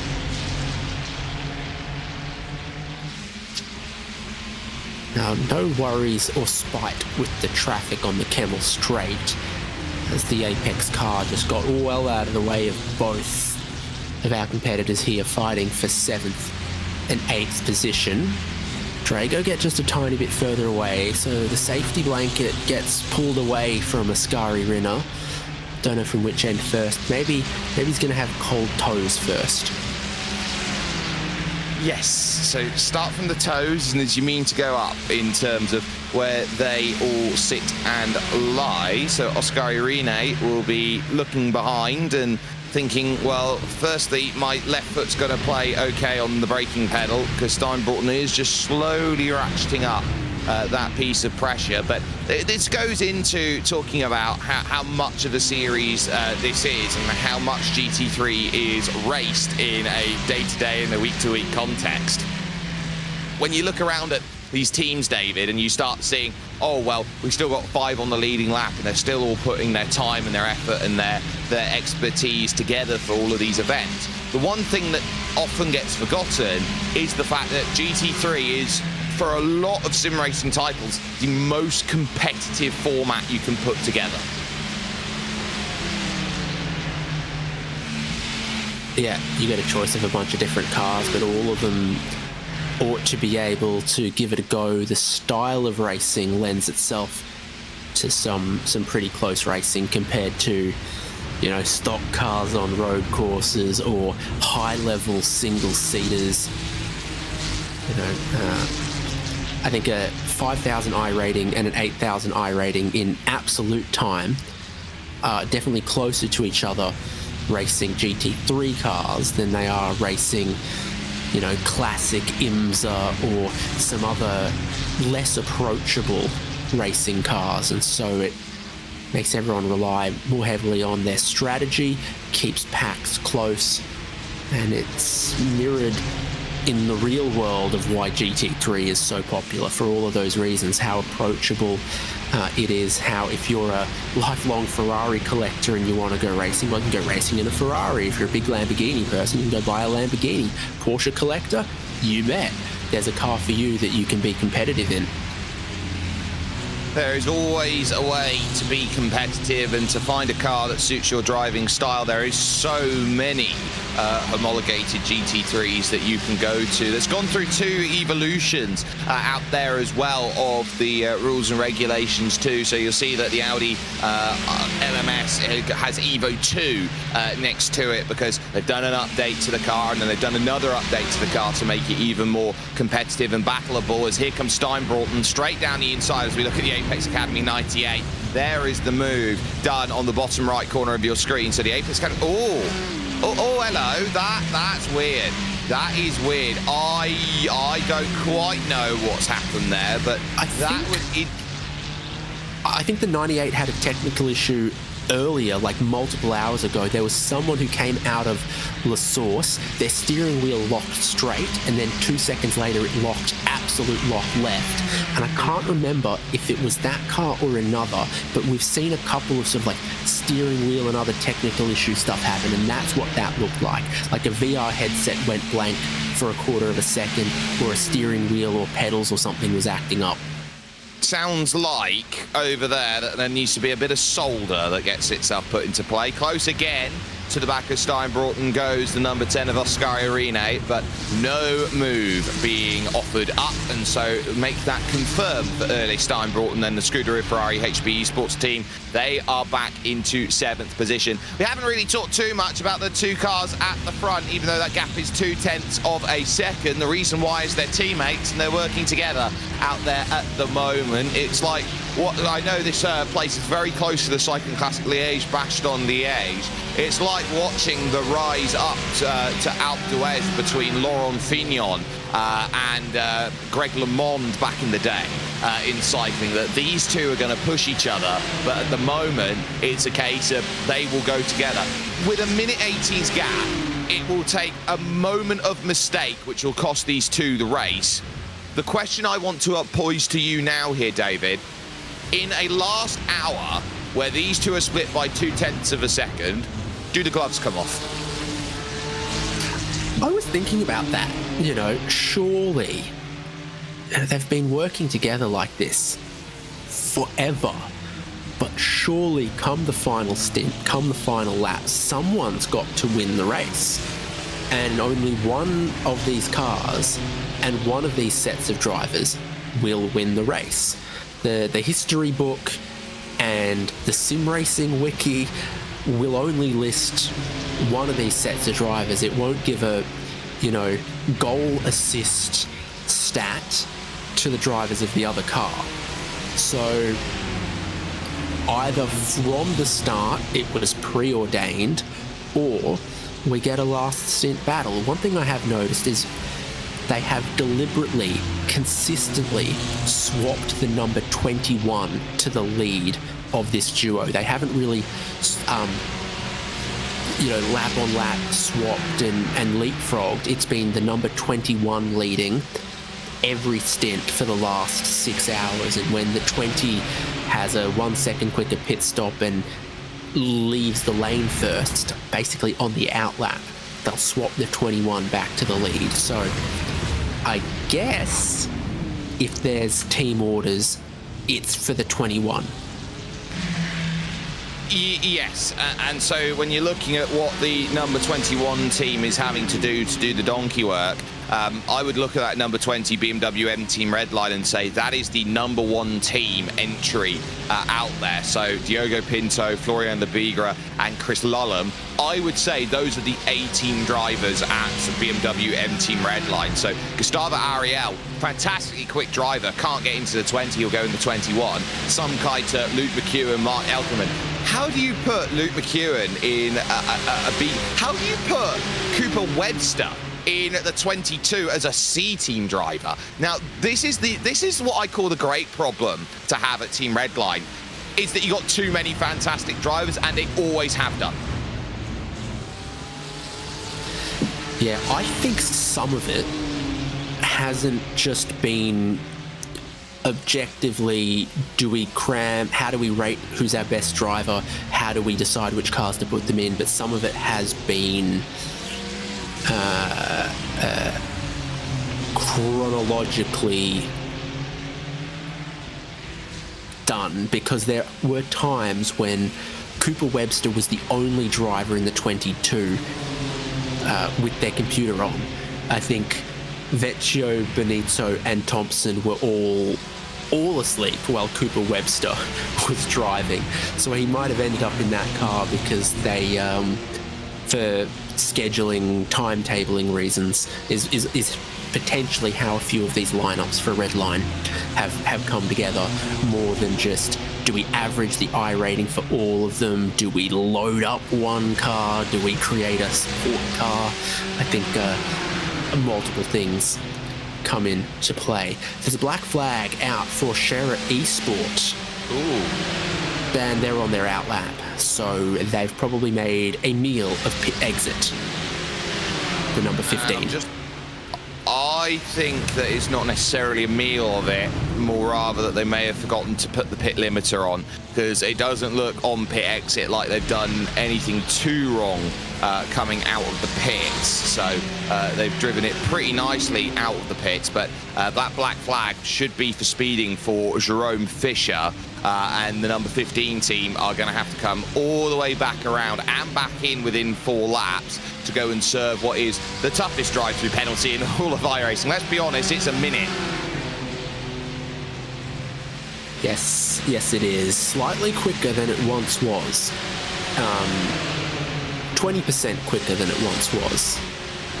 At 72 kilometers an hour rather than 60 kilometers an hour through the pit lane, but still one of the longest, probably still the longest pit lane transit of any. There's a few of the ovals that have double-sided pit lane, and you can just lap and lap and lap in the pit lane forever. But I guess we can't count that. Lucas Lindqvist then jumps in the pits. No, I don't think you can count that as the longest pit lane. If you've got an infinite pit lane, it doesn't have an end point, so to speak. But Lucas Lindqvist in for WSR Esports Red. One of the biggest travesties, I think, in some ways, of the pit lane here at Spa is that they've opened up the divide between the last source hairpin and the endurance pit that's gone through. I used to love seeing a compilation video after every Spa 24 hours of however many teams deciding they're going to do their best Austin Powers. Yeah, because back when you had the completely enclosed hairpin and it was 60 k's an hour, if you got the line exactly right, you could take the hairpin at 60 k's an hour. Now, at 72, everyone is slowing down for the hairpin. You cannot take the hairpin at 72. You could take the hairpin at 58 with the pit lane speed limit at 60, and everyone would push that. Whereas now, I think people actually, because they've got to back it off, they back it off enough. Yeah, so if they're able to back off and go through the corner without actually having much of a concern, I would say that, you know, it makes life easier and you see a lot less drama come along down the pit lane here at the Circuit de Spa-Francorchamps. Martin Siratek is now in behind the wheel, and Jerome Fischer back in again with a full stop of 16 seconds then.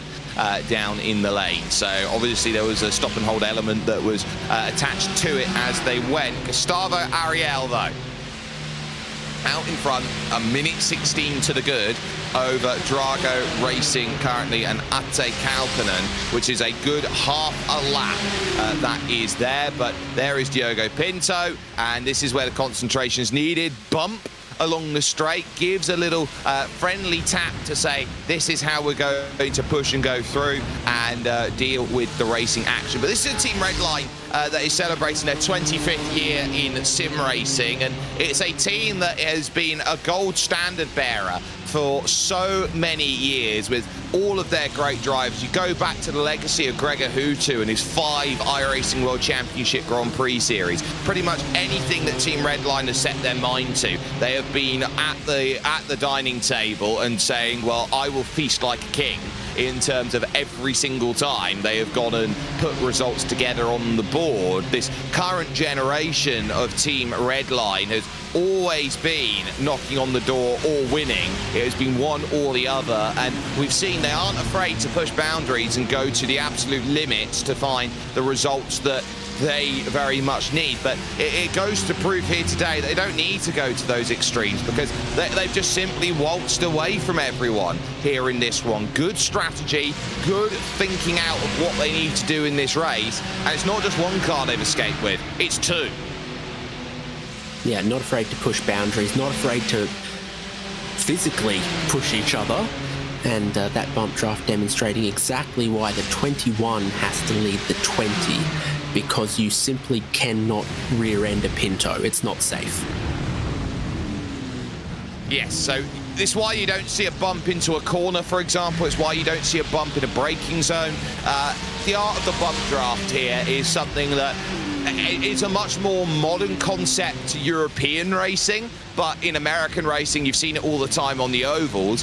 What constitutes a good bump draft? square hit, get out of the throttle a little bit so that your initial impact isn't hard, and then once you've got contact, get back into the throttle.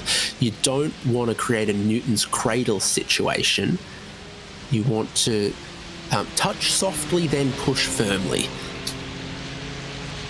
Yes, so that will be the art of how you make a good push, and there is the third of the team red line cars for the BMW M Team red line, and that is Gianni Vecchio currently in behind the wheel. Only 7 seconds off of PGZX P1 Doxon Mathieu Victorino.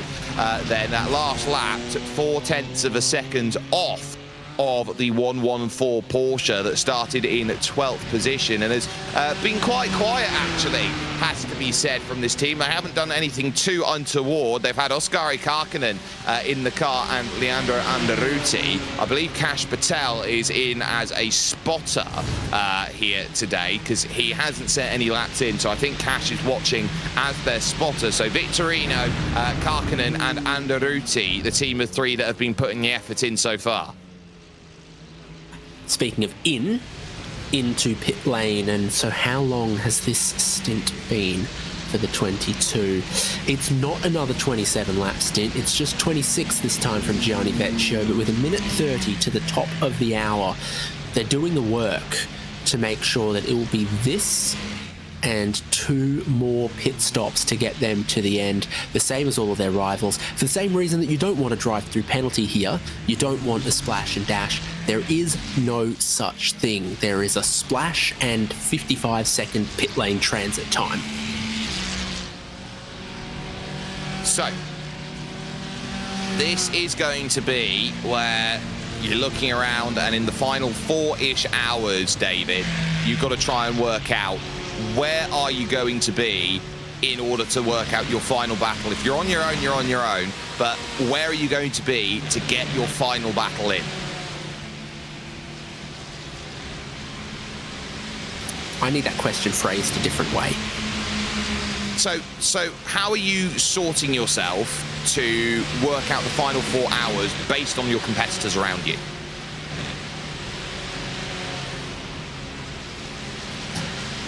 So there will be a lot of cars that have, done some extended stints, saved a little bit of fuel, and we will get a slightly more complicated pit window for the final stop. Some teams like number 50 are going to have a short final stop, so how do they make that happen? Do they save that sugar rush for the final pit stop of a quick one, or do they take their next 2 or 3 stops just a little bit shorter? It only takes 22 to 23 seconds to change 4 tyres. What it takes 41 seconds for is to completely refill the fuel tank. Not everyone's going to have to do that. So I'm thinking in a couple of these team situations, I do start slightly short filling by about 2 hours to go. That's how I try to position myself to break some slipstreams, have a little bit more track position, perhaps avoid a little bit more traffic by, if I can exit pit lane ahead of someone that I would have then been behind and needed to pass on track. Yeah. So, just ticked under 4 hours to go here in the Falken Tyre iRacing 24 hours of Spa. My power hour is done and dusted. I've got to go to church to be told I'm allowed to get married. But in my place, taking over on the Team Redline show, it looks like at the moment, Ewan O'Leary. Thank you, Jake. Thanks very much for the power hour, as you say, and handing me over for the last 4 hours of the race. It's going to be the dash to the finish from here at a rather overcast Spa-Francorchamps this afternoon. Just over the other side of another hour, and as expected, we are seeing pit stops once again. Good afternoon, David, again. It is, as you say, a race bubbling up now where strategies are going to start to really come to their conclusion, but it's pretty clear who is, sometimes in 24-hour racing we're not quite clear who's leading in terms of the way strategies are working, but I think we're pretty clear this year. Oh, it's very clear. It's the 21 and the 20 BMW M Team red line. in lockstep two BMW M4s. Does that make an M8 or an MM44? How do you expand the combination? But together, they have both been unstoppable, inseparable, and incredible. The best battling that I've got my eyes on, watching the lap times, the pit stop times, the driver swaps, is sort of this battle between about 6th to 10th. There's so much possible intrigue there as we get a double driver change from the leading cars. Yes, Sam Coulter is going to get into 21, Florian Lebigre into 20. That might be the penultimate driver change of the day for those two cars, and there they go again. Like clockwork, they exit the pit lane absolutely together. I mean, I was mentioning last night, just as the sun was rising, how iRacing special events have changed and how it's suddenly feasible that you might be able to do a 24-hour race without a single mistake. I mean, correct me if I'm wrong, but these two cars at the moment are on their way to completing something pretty extraordinary here, doing exactly that, just a whole 24 hours without really putting a foot wrong at all. It's been absolutely incredible, really. Yeah, helped by the weather. Last year's Spa 24 had some very, very heavy rain. It's basically just overcast, 0% chance of rain the whole way through. So what that means is not particularly cold overnight, not particularly hot during the day, very close to 24 hours of relatively static conditions. So I think that helps. I don't think you'd be able to do this, or this would be the good strategy, if we'd had a dumping of rain at midnight. I think you're probably right. Any final thoughts, David, before we let you go with about 4 hours to go here? Thanks for the overtime, by the way, in this race. But is there any final comments before we let you go with about 4 hours to go? Chick Hicks was a fair and genuine Piston Cup champion that was overshadowed by the twisted morality and fan service of Lightning McQueen. Thanks for that. That's relevant to someone who's seen that film, I guess. But thank you very much. That's David Haynes, who was, as I say, saved us on at least 2 occasions this evening with a little bit of overtime. So a big thanks to him, and of course all the commentators who've come before me here in this broadcast. There's been a lot behind this 24-hour race, as there so often is. But taking you through the next 2 hours of the race, it is myself, Ewan O'Leary, and Nathan Richards going to be joining me for 120 minutes or so, bringing us to about midday in this Spa 24.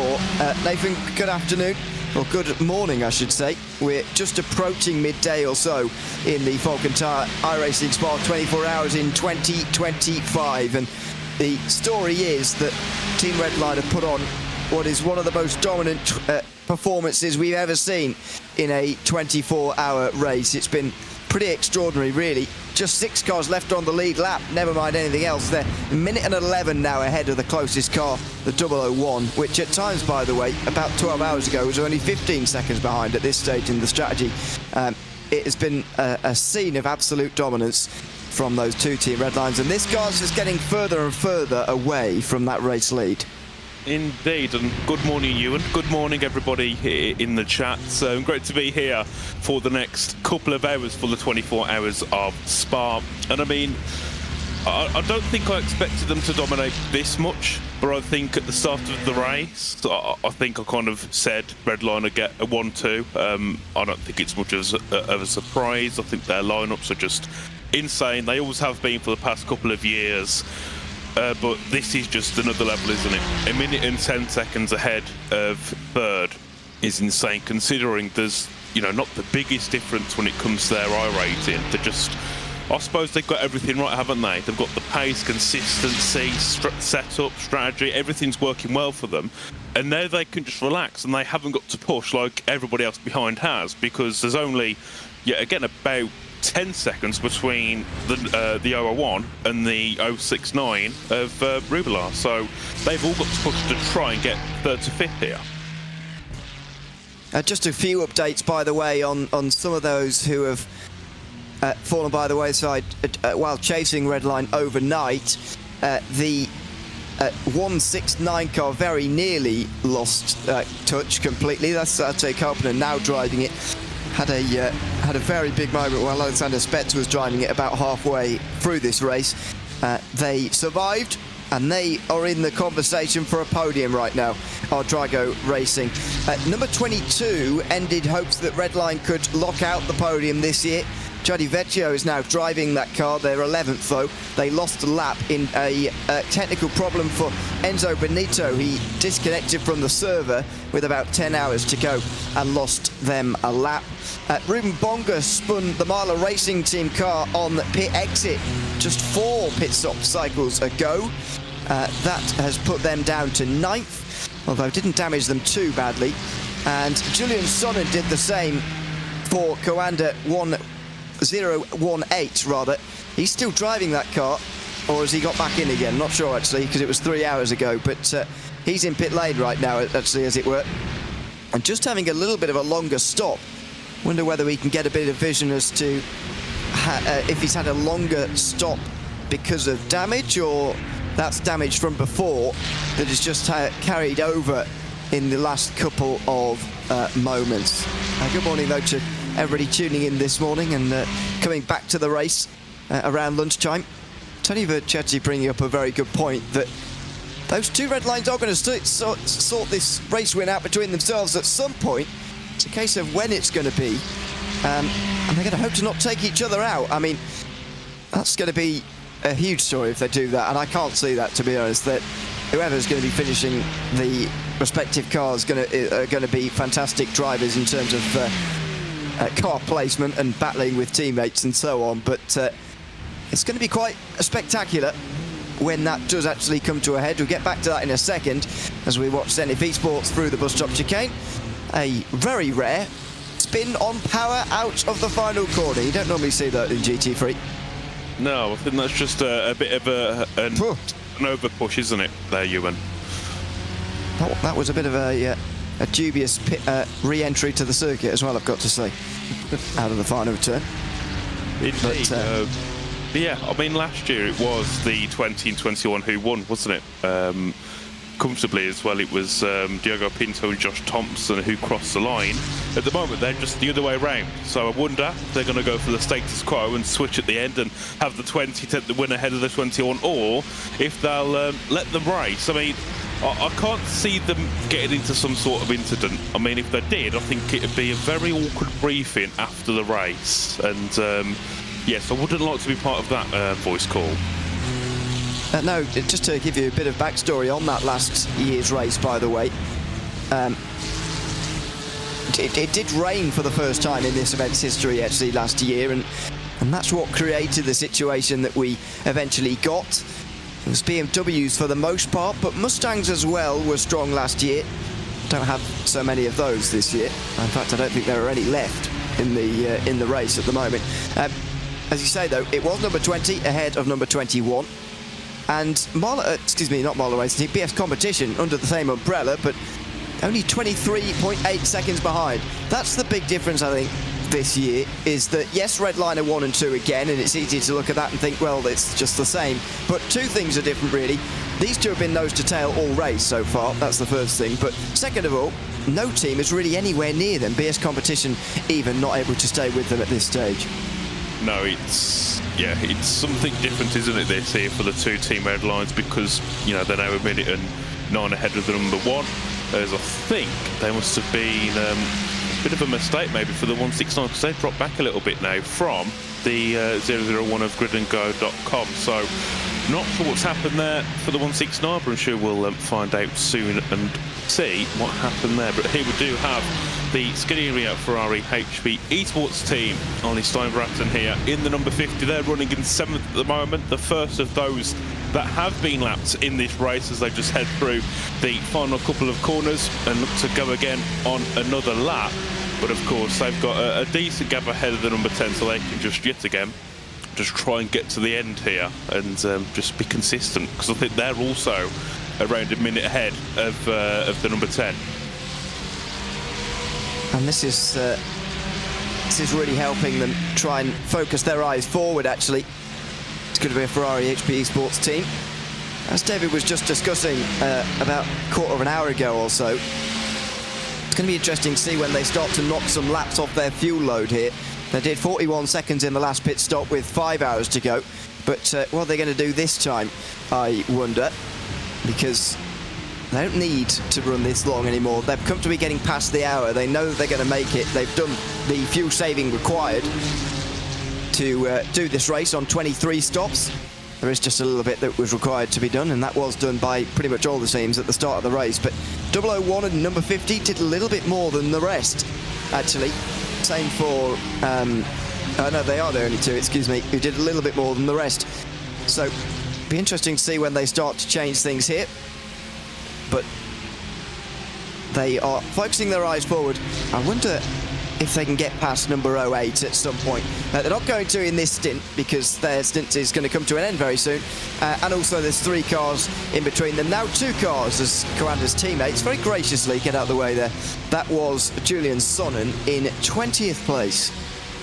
Indeed, and I'm sure the number 8 was the one that started on pole with Tristan Iglesias as well, and now they're over 2 minutes behind Redline, and of course it could be under some pressure soon from that Ferrari team, because they are, as you said, very close together, around 2 seconds separating P6 and P7. So it also won't be long until the number 8 will get lapped, and there'll only be 5 cars on the leading lap here, which of course is the 2 leaders, the 21 and the 20, the 001, the 169 and the 69.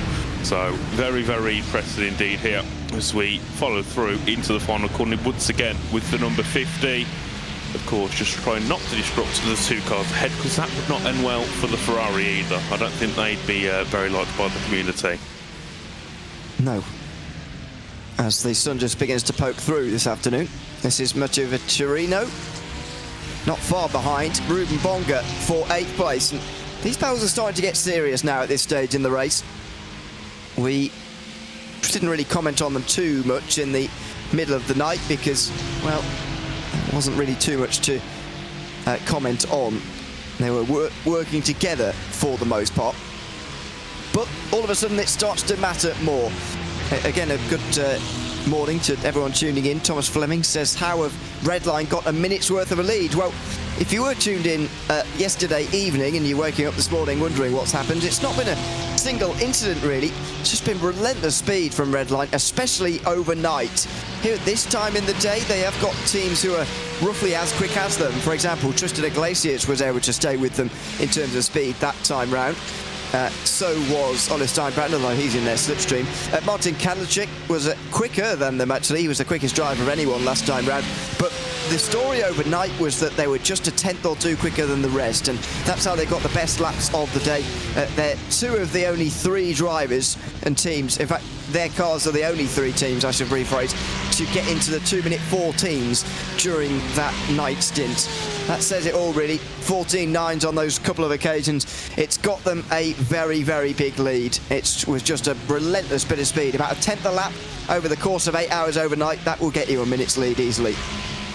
Yeah, certainly. And it's about that consistency. And they've done a brilliant job. I mean, I think it also goes into account that their lineup, no matter who they have in the car, is always going to be a top-notch driver. Sometimes some of the other teams further back kind of, I suppose, they have a bit of a, sometimes more of a loose end, someone who isn't at that peak pace, who will jump in, do some laps, could lose them a bit of time, and then of course that can counter in, and some of the drivers there might go in with a little bit less confidence, and so on and so on, and of course that can affect you a lot over a 24-hour race. And of course, with just under 4 hours to go, there's nothing that anybody third and below can do to challenge Redline. So you've got to kind of erase that from your mind completely, unless the 2 red lines make a big mistake and end up in the barriers. But the chances of that happening, I really can't see that happening at all. But it would be a twist, that is for sure. So those third down to 5th, they can worry about that podium battle, because that can easily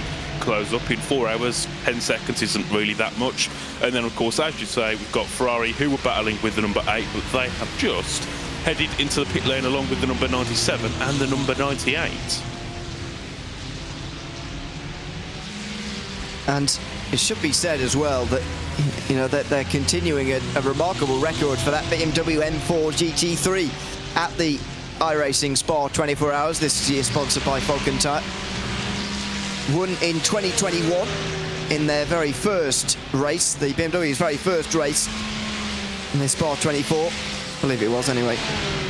Team Redline were the drivers of the winning car that year. Vieira's Coanda Simsport returned and responded the year after with a Porsche victory, while BMW was forced to settle with a top 5. But since then, it's been 2 years in a row, and they're looking to make it 3. 2023 went to Team BMW Bank, run by BS Competition, winning by 23 seconds in 2023, and then last year, just 13.9 seconds for Team Redline. And Diogo Pinto, especially, who does a special shout out for last year's race victory, because you may remember, you may not remember, 12 months ago that Florian Lepigra had some internet problems in the latter end of last year's race. Chris Ludham had a minor injury towards the end, and Max Verstappen was racing a Formula 1 Grand Prix. Can't remember which one it was, but it was he was busy, and so Pinto did 8 or 9 hours of that race in a 4-driver team, which is not a particularly ideal way to split your strategy. All 4 drivers did do the minimum drive time pretty comfortably, but not comfortable, especially towards the end of the race when you're already tired, to be forced into doing a longer stint, because all 3 of your teammates, and that's quite unlucky for him, all 3 of his teammates fell by the wayside for one reason or another in that race. I mean, that's commitment, isn't it? 8 to 9 hours. I mean, I think you've got no choice at that point, but it's a fact that you can still cross that line in such a good position after driving for 9 hours. I mean, I've done a few of the 24 hours myself. I did the Daytona one this year, and I got 2 hours in, and as soon as my stint was over, I was like, oh, phew, I can relax, because it is tiring. You know, there's so many things you've got to focus on at one point. I mean, of course, that race is multi-class, and you've got to focus on GT3s and P2s, but you've always got to focus on lapped cars, you've got to focus on your lap times, gaps ahead and behind. It's not just the fact that you get in the car and drive. There's a lot more to it. So to drive for 9 hours, when you've probably been up most of the 24 and still win is insane. That is brilliant. But luckily, this year, Redline have, I believe, all their 4 drivers intact for the final 4 hours in case. Yeah, that's quite close, isn't it? Bonga and one of the Drago cars. Which one is that at the moment? I think it's Rubelat, Nicholas Rubelat in the 069 as Jono Kopp comes into pit lane after another 26 lap stint. Unsurprising that another 26 lap passes and another stint comes to a close. And there he is actually on pit lane. Oliver Steinbrenner and Ruben Bonga will take those places. Thank you very much. Oh, excuse me, they'll just unlap themselves. Rubelat will take a place though. And Tristan Iglesias will as well. But Bonga's got a decision to make here. Does he keep that human shield of Nicholas Rubelat right in behind him, or does he let him go to get him out of the rearview mirror? No, he doesn't let him go. So Bonga wants to keep Rubelat there, and you can understand why. With Matteo Vittorino closing, he doesn't really want the Ferrari to leave that place and allow him to come under attack from that PGZ Porsche.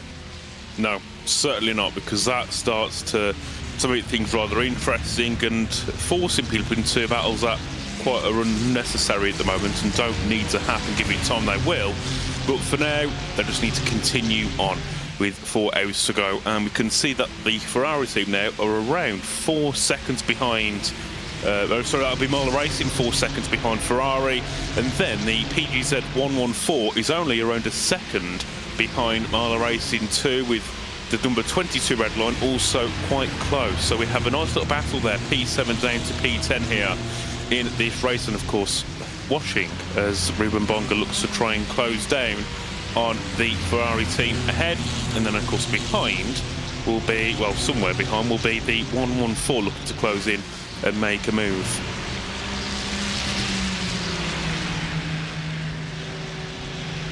Yeah, it's pretty congested part of the field actually, so will be good to watch for the last 4 hours or so of this race for sure. And again, Bonga actually closing into another lap car. Looks like a Manici Ferrari just up in front of him here. I think that might be the last running car in the race, actually. Number 79, Davide Lanzini. 8 laps down now on the race lead, but still going. And remarkably, by the way, I've had 4 hours away from the broadcast booth, but no retirements in that period of time either. Effective Relations is still the latest car to fall by the wayside. That is approaching 9 hours ago. A great record for everybody. But, you know, to be fair, at this stage in the race, if you have an incident, you are more likely, and a bit of damage, you are more likely to carry on, to be honest, because you've got so far. You might as well continue on to the finish as it gets congested on the Kemmel Straight here. Ruben Bonga is going to get through here by the looks of it. Vitorino is flashing his lights, but he's only going to see more lap traffic in front of him and between him and Ruben Bonga. Indeed, as they're making their way through Les Combes. I believe my mic has had a bit of a change because apparently I was super deep, but it should be back to my normal voice now. I had to just re-plug into my interface, so my mic should sound a lot more realistic.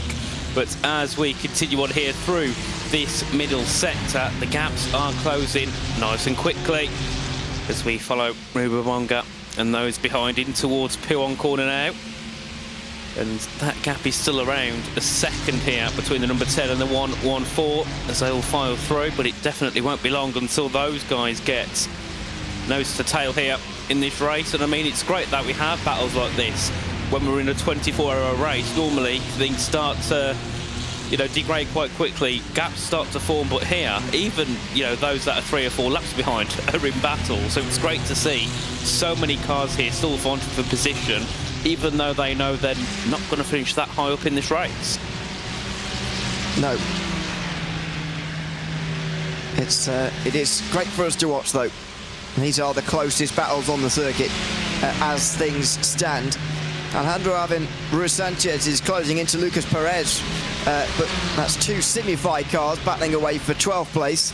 That's not going to be much of a battle. There's another flash of the lights from Vitorino and another unsuccessful attempt to get past that Ferrari into the bus stop chicane. Looks like is that the Grid and Go 001 car in the background as well? Maybe. Jarno Kok, who's just fresh out the pit lane. Maybe it isn't, but certainly a similar livery.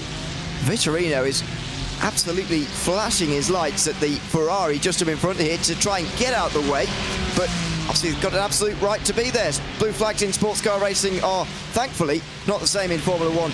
They can stay there, and pretty much it's on the car behind to try and overtake legitimately. And Nicholas Rubelon might do that just now. Or is he going to use Ruben Bonga? He is going to use him. He knows that he's got decent pace, and now he's going to use him on the Kemmel Straight. Will he? Just looks to the right, doesn't go for it. Meanwhile, Vitorino does, and he gets now just 1 car between himself and that 8th place. Indeed, and the Silk closing up further behind as well. And yes, Rubelon seems, I think, not too happy that the Marla Racing car's ahead, but at least they're not slow. At least it's not that they're losing too much time with that number 10 being ahead. But of course, for the Marla Racing team, they can't be affording to pulling over to the left or right and letting people through, because they've got a battle on their hands, which is also very close and only around a second back. So they can't afford to be just letting cars through. They've got to have that car behind making its way through, preferably into one of the more heavier braking zones, such as maybe turn 1 or the Les Combes chicane, or even the final corner, somewhere where you haven't got to lift, somewhere where you're just on the brakes heavy anyway, as they just head their way through the end of this middle sector into the double right-handers. And yeah, so far so good between these two, but sometimes when you have a lapped car and an unlapping car, things don't tend to end too well when there's a bit of mixed communication between the two vehicles. But yeah, so far they're making it work quite nicely. And then of course further back we have got the 114 that is also looking to close in on this battle. That gap now just over 1.2 seconds, so has gone up slightly, but of course the lapped car's in the equation there as well. And again, interesting to see the different lines between the manufacturers down there at the bus stop chicane. You see the BMW rather monstering the curves on the inside line of the bus stop chicane there. The Ferrari skirting around them as to not upset the lower slung Italian machine. Now out of the Lassour's corner and down towards the Eau Rouge and Raidillon section again, the most famous corners in all of motorsport. Spits him out onto the Kemmel Straight before Rubilar's got another choice to make. Is he going to be more bump drafting or finally a pass? Does he believe he can go quicker than Bonga or not? Well, maybe he does, but he's not actioning it at the moment. He's not going past. And it's got to be annoying for Vitorino. But Rubilar sees this as the quickest way round. Last time round, Rubilar did a 16.3. I'm not sure I would agree with him that it's the best way round, because he was nearly the slowest car inside the top 4. But anyway, he still believes this is the best way to go. Indeed, I mean, the 1.6 time was only around a tenth quicker, but then the 2 red lines, at least the number 20 was around 4.5 tenths quicker. I mean, it doesn't really matter compared to the red line, but in the battle for third, it does matter when you're not the quickest car in that top 4 and top 5. So interesting tactics here for Nicolas Rubilar, and not making that move ahead of the Marla Racing team. But also I've noticed that the number 10, the Marla Racing, has also gained in on the Ferrari by around 1 second to make the gap only 3 seconds to Olestein Bratton. So give it another 15 laps possibly, we could have a battle start to brew between the 50 and the 10 once again. Of course, last time I think it was the number 10 who was ahead and the 50 was a little bit behind. Obviously pit stops have happened, now it's the other way around. And it's time for the number 10 to start to close in and make moves. And luckily, hasn't got to worry too much about the unlapping car behind, because they're not actually looking to make a move. But here is Gianni Vecchio in the number 22 red line in P10.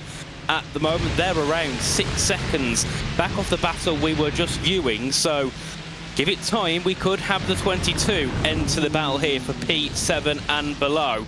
But of course, with a 5.5 second gap, they've got to be ultra consistent here. And look at this. Gianni Vecchio is joining the fun as well in the number 22 car after their disconnection about 7 hours ago. They are rebuilding the pieces here, and they're getting back into the top 10, knocking on the door maybe the top 5 as well, though that's going to be difficult to get. 7th place may be their limit in this race, but Gianni Vecchio is closing. As you can see on the last pit stop lap, he maybe has a bit of fuel saving to do, because he was not able to go quite as far as the others last time round by a couple of laps or so. Probably needs to fuel save, but he's not going to be able to do that this stint with him driving on his own. That's going to be a concern to Vitorino as well. Not only the fact he can't get near Bonga right now, but the fact that he is being caught by Vecchio, as you can see on those last 3 laps, by about 1/4 second a lap. Indeed, with that gap coming down quite nicely, 5.5 seconds now. When we was talking, it was, I think, 6. It's shooting down here between the 114 and the 22, so that could easily be a battle in a few laps' time. Of course, pitted on lap 518, so I don't think that was that many laps ago either. So, still a long way to go in this stint here for the number 22 Gianni. And then, of course, Vitorino pitted on lap 521, so 3 laps later than the number 22. So I don't think that makes that much of a difference here at the moment in lap time, in pit stop laps. But of course, we'll have to see if the 22 can catch up. And then, of course, yet again, we have a battle further behind actually between the 2. Well, it's not really a battle, but the 2 Signify Esports cars, the 3 and 9. Doing a red line, but instead for P12 and 13 as here we have the Williams Sim Racing Academy number 8 exiting the pit lane. Oh, we'll get a bit too heavy on the throttle, Ewan, and well, that's into the barriers. There are those bumps again. We saw them last night. We've seen them a couple of times this morning actually as well. And the Williams Sim Racing Academy car heads into the barrier head first. Now then, how much damage has that actually done to their car is the next question. Not entirely sure at the moment. Was that last night? Yesterday, was it? Because I don't know about you, I don't see a Williams Sim Racing car still in the race, and I haven't done for nearly 500 laps. So, no. And you'll notice we're only on lap 521. We're hearing from Philip Stam, our producer, they wanted to restart, come back again, and they crashed straight away. So they tried to come back out onto the circuit, and they've just gone headfirst straight into the barriers, back into pit lane again.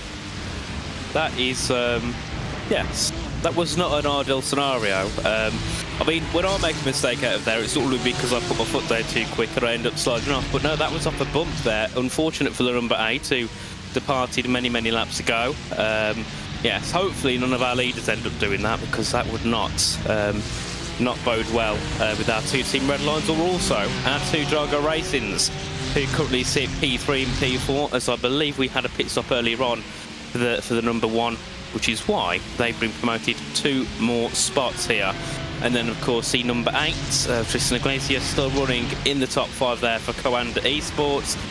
I think it's been a disappointing race for the number 8, considering they started on pole position. They, at least for the first couple of hours, have had a very good lead, or at least second place. And then, of course, as the race has gone on, things have happened here and there, and they've just slowly dropped back more and more, and now sit in P5. Certainly under pressure, I think, from the gridandgo.com car. He's only 15 seconds back, and they've already made their latest pit stop. A little bit off schedule with the rest. We've already spoken about the other battle, by the way, between the semi-fives, although it's not a fight. Nicholas Laubich is catching up to Lewis Belicki, actually, in the battle for 14th. That's fiercely forward, catching Coanda Esports. So that's only a second apart. Julian Solent catching Nicholas last as well. Yannick Lapchan is not far away from Alex Cohen at the moment, so there is plenty going on up and down the field, away from this fight between Bongo and Vitorino, which is still stuck at a second apart. Vitorino, frustratingly, can't get on terms at the moment. I think he probably is quicker, but Bongo is now enjoying the slipstream of Nicolas Rubelar, the Chilean, who's sort of, towing him along, really, in that Ferrari 4th place at the moment. They're a lap apart, but good speed, obviously, for Rubelar, and it's helping Bongo. Indeed, and there we can see, of course, Mathieu Vitorino in the 114 has no longer got a lapped car or unlapping car there, and of course Rubelar's made that move. So now the number 10 and the number 114 are together here on track, and they could start to have their little battle that we've been waiting for around 20 minutes time here. So we'll have to see what goes on here in the battle for 8th place. Of course, they're both in the process of catching up to the number 50, but also in the process of losing time to the number 22. So still lots to be untold here between 50, 10, 114 and 22. But of course, with 3.5 hours to go, I'm sure we'll have to get an end to that soon, but it'll be in around 3 hours time, and we'll get to see who actually comes out in the upper hand here in this battle. As here we have the battle for 50, the number 14, Nicholas Laubich, in 15th place in the fiercely forward yellow car. He's looking to close in on the back of Coanda Esports 81 here, Ewan. Yes, and he's doing a good job of it as well. Relatively newly a fiercely forward driver, just over 6 months spent there. Been on the fringes of the top 10 in the Sebring 12 hours and the Daytona 24 hours this year. Top 10 came at Sebring, 12th at Daytona, and spent 2024 as part of the Jory Sports squad after leaving Urano, after that team folded at the end of 2023. He was one of their talisman, really, the Urano Esports team. But sadly, that team became no more. Spent a year at Jory Sports. Now he's spent 6 months or so at Fiercely Forward,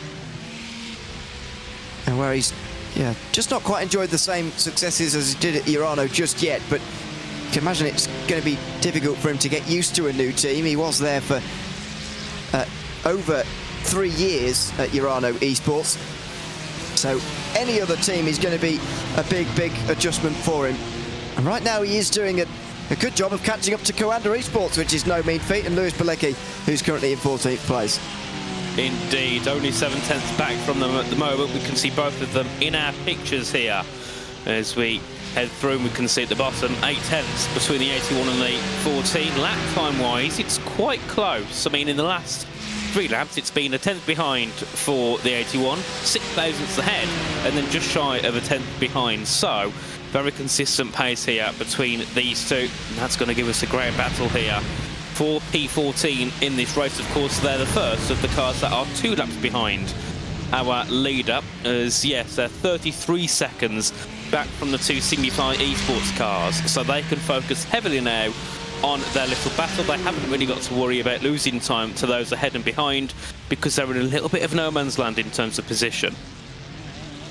And there's certainly some space around at the moment. Now then, Bilicki's probably not close enough this time round. Oh, sorry, Laubish not close enough this time round.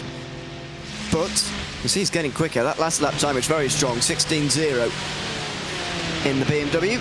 He's certainly going to have the slipstream, and just watch that gap in the middle of your screen there come down and back again here to about half a second, a bit less maybe. Yeah, much less than half a second it's going to come down to.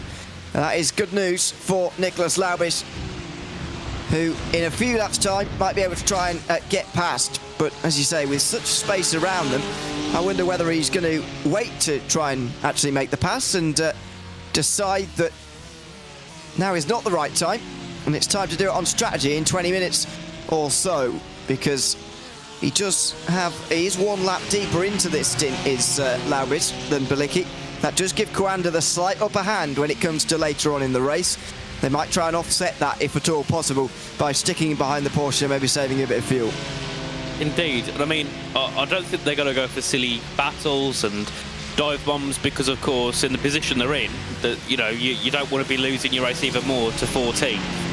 So I presume it will just be a matter of making the move if there's a clear opportunity, or if you say, or as you said, Ewan, under strategy, which certainly could be a way to get past. If you've got good engineers and a good team, strategy, it can reward you in so many ways here in a 24-hour race. And that gap now 4.5 tenths of a second between the 14 and the 81. Of course, it is the 14 Nicholas Laubish who's closing in on the number 81 as they head their way through Blanchimont down towards the chicane, and well, a bit wide there by the 81. This could be an opportunity. Down into the bus stop chicane, he's not close enough this time round. It would have been a lunge anyway. It's surely going to be at Lecombe. If you just end up making a move down there, you're only going to get passed again on the Kemmel Straight, I think. So he's got to wait here as Laubish, and he is going to. Down into La Source, this is where the exit's required, but the Porsche will have good traction. The engine hanging over those rear wheels, just helping out so much with that traction.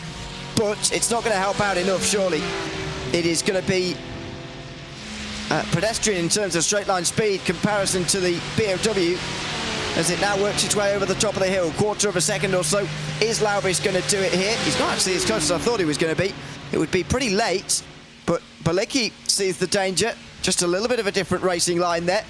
It's going to be late for Laubish if he does it, and no, I think that was quite telling. Lifted off a little bit towards the end of the straight, and maybe that's going to be the case for the next 20 minutes or so. Yeah, indeed. Happy to sit behind the back of the 81, but the good thing as well is that's going to put Coanda under so much pressure here, because they've got a car right behind them at every single corner, and even on the straight, right there, even less than a tenth behind down the back straights. So this is, pressuring times here for the 81, as here we can see again Laubish right on the rear as they head in towards P1 corner, only a couple of tenths separating them. And of course last time it was a bit wide through Blanchimont, which gave an opportunity, but which is an opportunity not chosen to be taken just yet. Super close, these two. Look at this. Laubish through the middle sector, looking very good. Crawling all over the back of that Coanda Esports Porsche in the 14th position at the moment. Out of the curve for Fred, a little bit of gravel kicked up again here, and it's just not the ideal place to be if you're Laubish.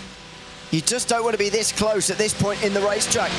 Look how close they get now in towards Blanchimont. There's just no way through, at least not at this stage in the race. You don't want to be making a move quite like that. 2 tenths of a second, he backs away, he lifts off, load of fuel saving. But again, he's just not catching in the ideal places. At the end of the Kemmel Straight is where he needs to be that close, not coming out of the curveball for it. No. Yeah, being a tenth behind heading into Blancpain is it's a recipe for disaster in many occasions as they head back down to La Source at turn number 1, and they still follow through nicely. What's the gap as they exit?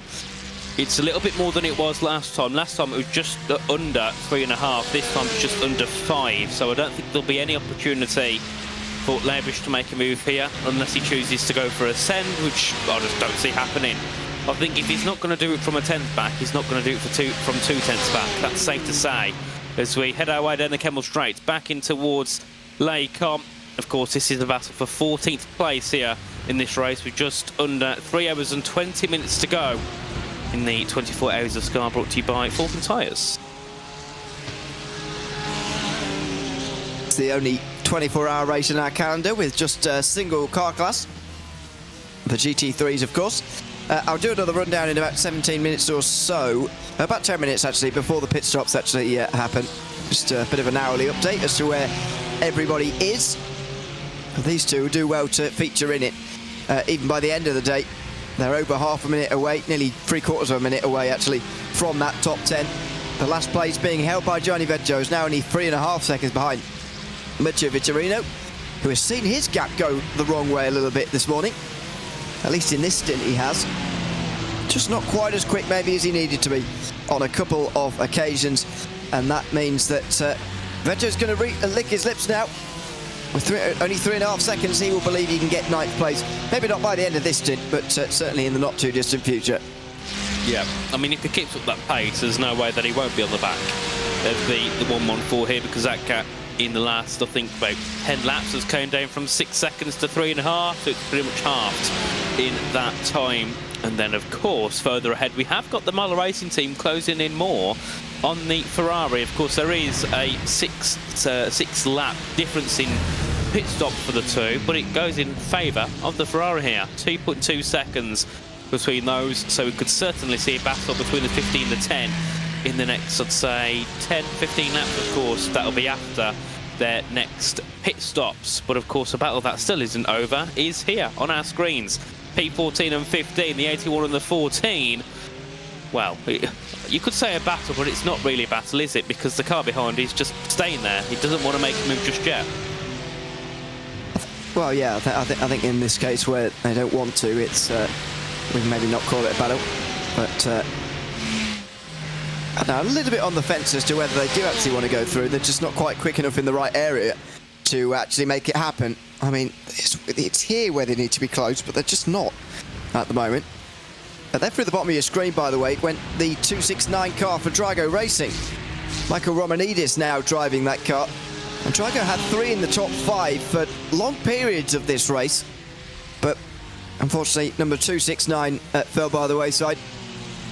Again, we're seeing many cases of almost perfect 24-hour races, but for some of those big contenders, they have had trouble. That 269 car lost 6 laps in the end, and they're now outside the top 30, trying to recover some positions. Michael Romanidis is currently trying to catch up to Matej Mihalides in the Chassis eSport number 90 car, but it's for 32nd place, not what they were aiming for this afternoon. No, certainly not. I think you're looking more at 2nd place than 32nd for the Drago Racing team down in 33rd spots. Not ideal, but of course, I think in a race like this, there's always going to be one of those powerful teams that should be near the front, drop back and spend the whole race at the back. I think it's always destined to happen in a race like this, and unfortunately, it was the 269 that was voted for that one. Well, I suppose this morning at the moment, down in 33rd, and here we have Ola Steinbraten in P7 in the number 50, catching up onto the back of one of the Mercedes, who I believe is a lap ahead here, or a lap behind, one of the two. Yeah, yeah, they're not on the same lap, that's for sure. It's the Line GP car, the only Mercedes left, actually. I think the only Mercedes to start, but certainly the only one left. George Triantopoulos. Apologies to their members for getting their names wrong all race. They are quite difficult names, and just running in front of Ola Steinbraten at the moment in that Line GP car. Only 11 seconds in front of Verasius 315. 22nd place is a very respectable place to be running in the Mercedes that has been there or thereabouts in a couple of years, actually, at the Spa 24 Hours. been a long time since they've won this race with that Mercedes, or anyone has won this race with that Mercedes. But this year is not going to be the year. It's going to be 22nd place finish, and for a car that's not well used anymore, it's great to see at least one team giving it a go in the Mercedes. It's like those who used to drive the Ford GT long past when it was actually a good car. Used to just bring it to this race and think, well, why not? Let's give it a go in that car. And they certainly are doing that. Line GP, 22nd, a respectable place to be at the moment. I mean, that's quite a shame, because the Mercedes is my favourite GT3, always has been, probably always will be. And when I used to drive iRacing around a year ago, before I decided I was too slow and it's not even worth it, I used to drive with the Mercedes all the time because I like the sound of it, I like the way it drives, and well, it seems now it's not very good. So maybe if I do get back into iRacing, I should leave the Mercedes be, otherwise I'm going to be a lot slower than I already am at 1.5 iRacing. I hope that's 1,500, not 1.5. Yes, 1,500. Crikey. That's a big achievement. 1.5. I mean, I've seen some very low iRatings in my time, but anyway, yeah, I'm at about the same, to be honest. So yeah, I mean, at some level, I think, you know, at our level, I would say, of driving, it sort of doesn't matter really. Yeah. How slow the car is. You know, I remember when I did the Spa-24 2 years ago, and you know, the manufacturers that won our split, because we're so far down, were, you know, way different to what we saw in 2023. You know, in top split, where it was BMW all the way. You know, we had the BMW, but we were by far far from the fastest team in the race. Yeah. And you know, it was, if I remember correctly, there was a couple of Mercedes who fought it out for the win in our split, actually, out towards the front. So, you know, if you're watching this and you are not one of these top drivers, not likely to get into top split or even second split or third split, I wouldn't be put off by the manufacturers that these top guys are not using, because you can very much get the speed out of the car, and at that level it doesn't matter necessarily what is the fastest car overall. It matters what is fastest for you and how you can get a comfortable 24 hours out of it. That's far more important when you get out of those first few splits. Indeed, and if you're new to iRacing or haven't driven it before, each car is so different. You know, they are closest to the real spec, IRL, as they can be. Of course, there's a box, so things do change, but you know, the general characteristics of the cars are the same as they are IRL. They're so different. You can jump into one car, possibly a Porsche, and then jump into a Ferrari, and you're like, am I even in the same class of car? Yes, you are. They just feel so different. So that's why sometimes we tend to see some cars always at the front, or why we see some cars being used all the time, such as there's I'm sure a lot of BMWs in this race, a lot of Ferraris, because for these guys, that like 1/10 difference per car makes such a difference to those over 24 hours. But if you're like me and Ewan, and not the greatest at the game, just drive what you find most comfortable, which for me is a Mercedes. Yeah, there you go. For me, it's the BMW, which I think is almost impossible to crash, actually. It's even for me, it's a very, very stable, solid platform, is the BMW. You know, I don't think it's any coincidence that is played a factor in the fact that if Redline do go on to win here, there'll be 4 BMW victories here at this race in the last 5 years. You know, I really don't think that's any sort of coincidence.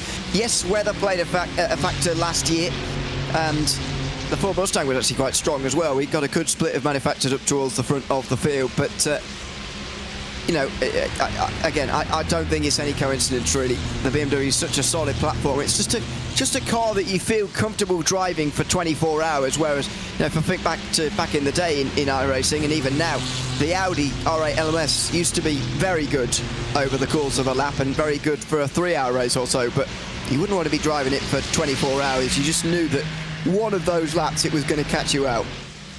Indeed, and I think at the moment though, one of the best cars on a whole is the Acura, but the penalty for that car is rather heavy. 15 kg weight penalty, minus 1.5% power and 97% fuel. So if it was everything as normal, you probably would go towards the Acura, but that penalty is well, the bottom on it is hard because it is a very good car.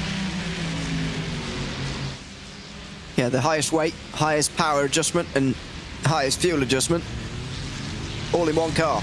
That's why that car has not really been chosen around, which is a bit of a shame.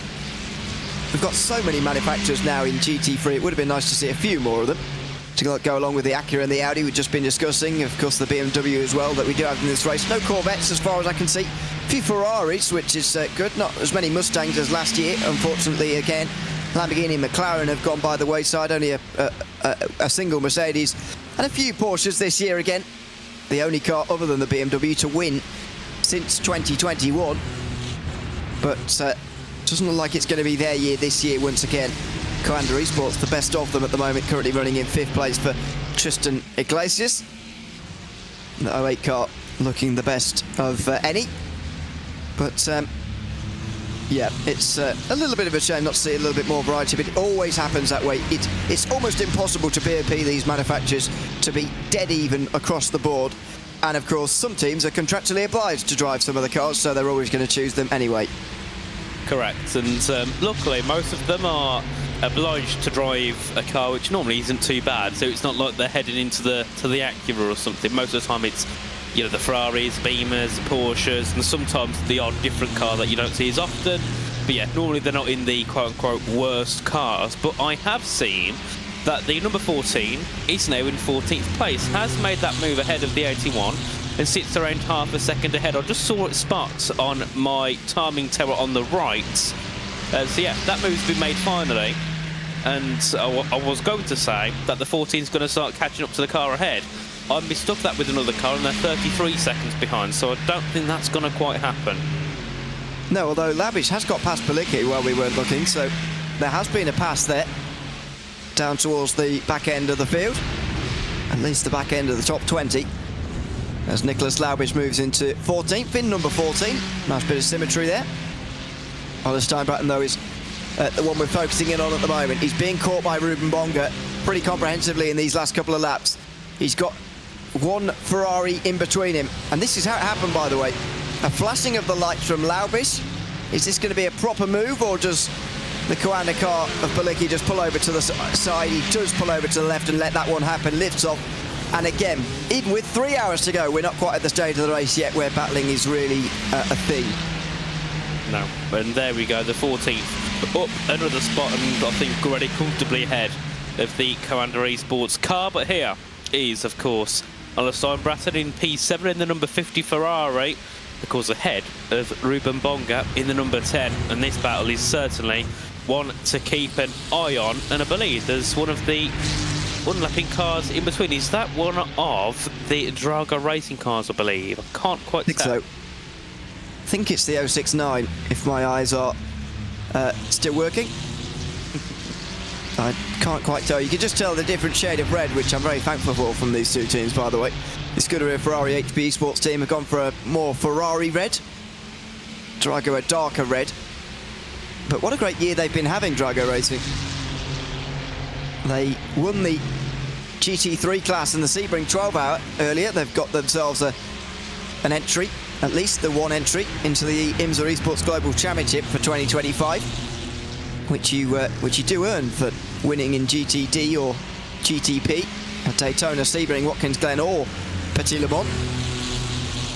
They will have at least one entry. You'd imagine they'll be able to qualify through the other channels, at least one other car, because they're starting to really become a force in sim racing.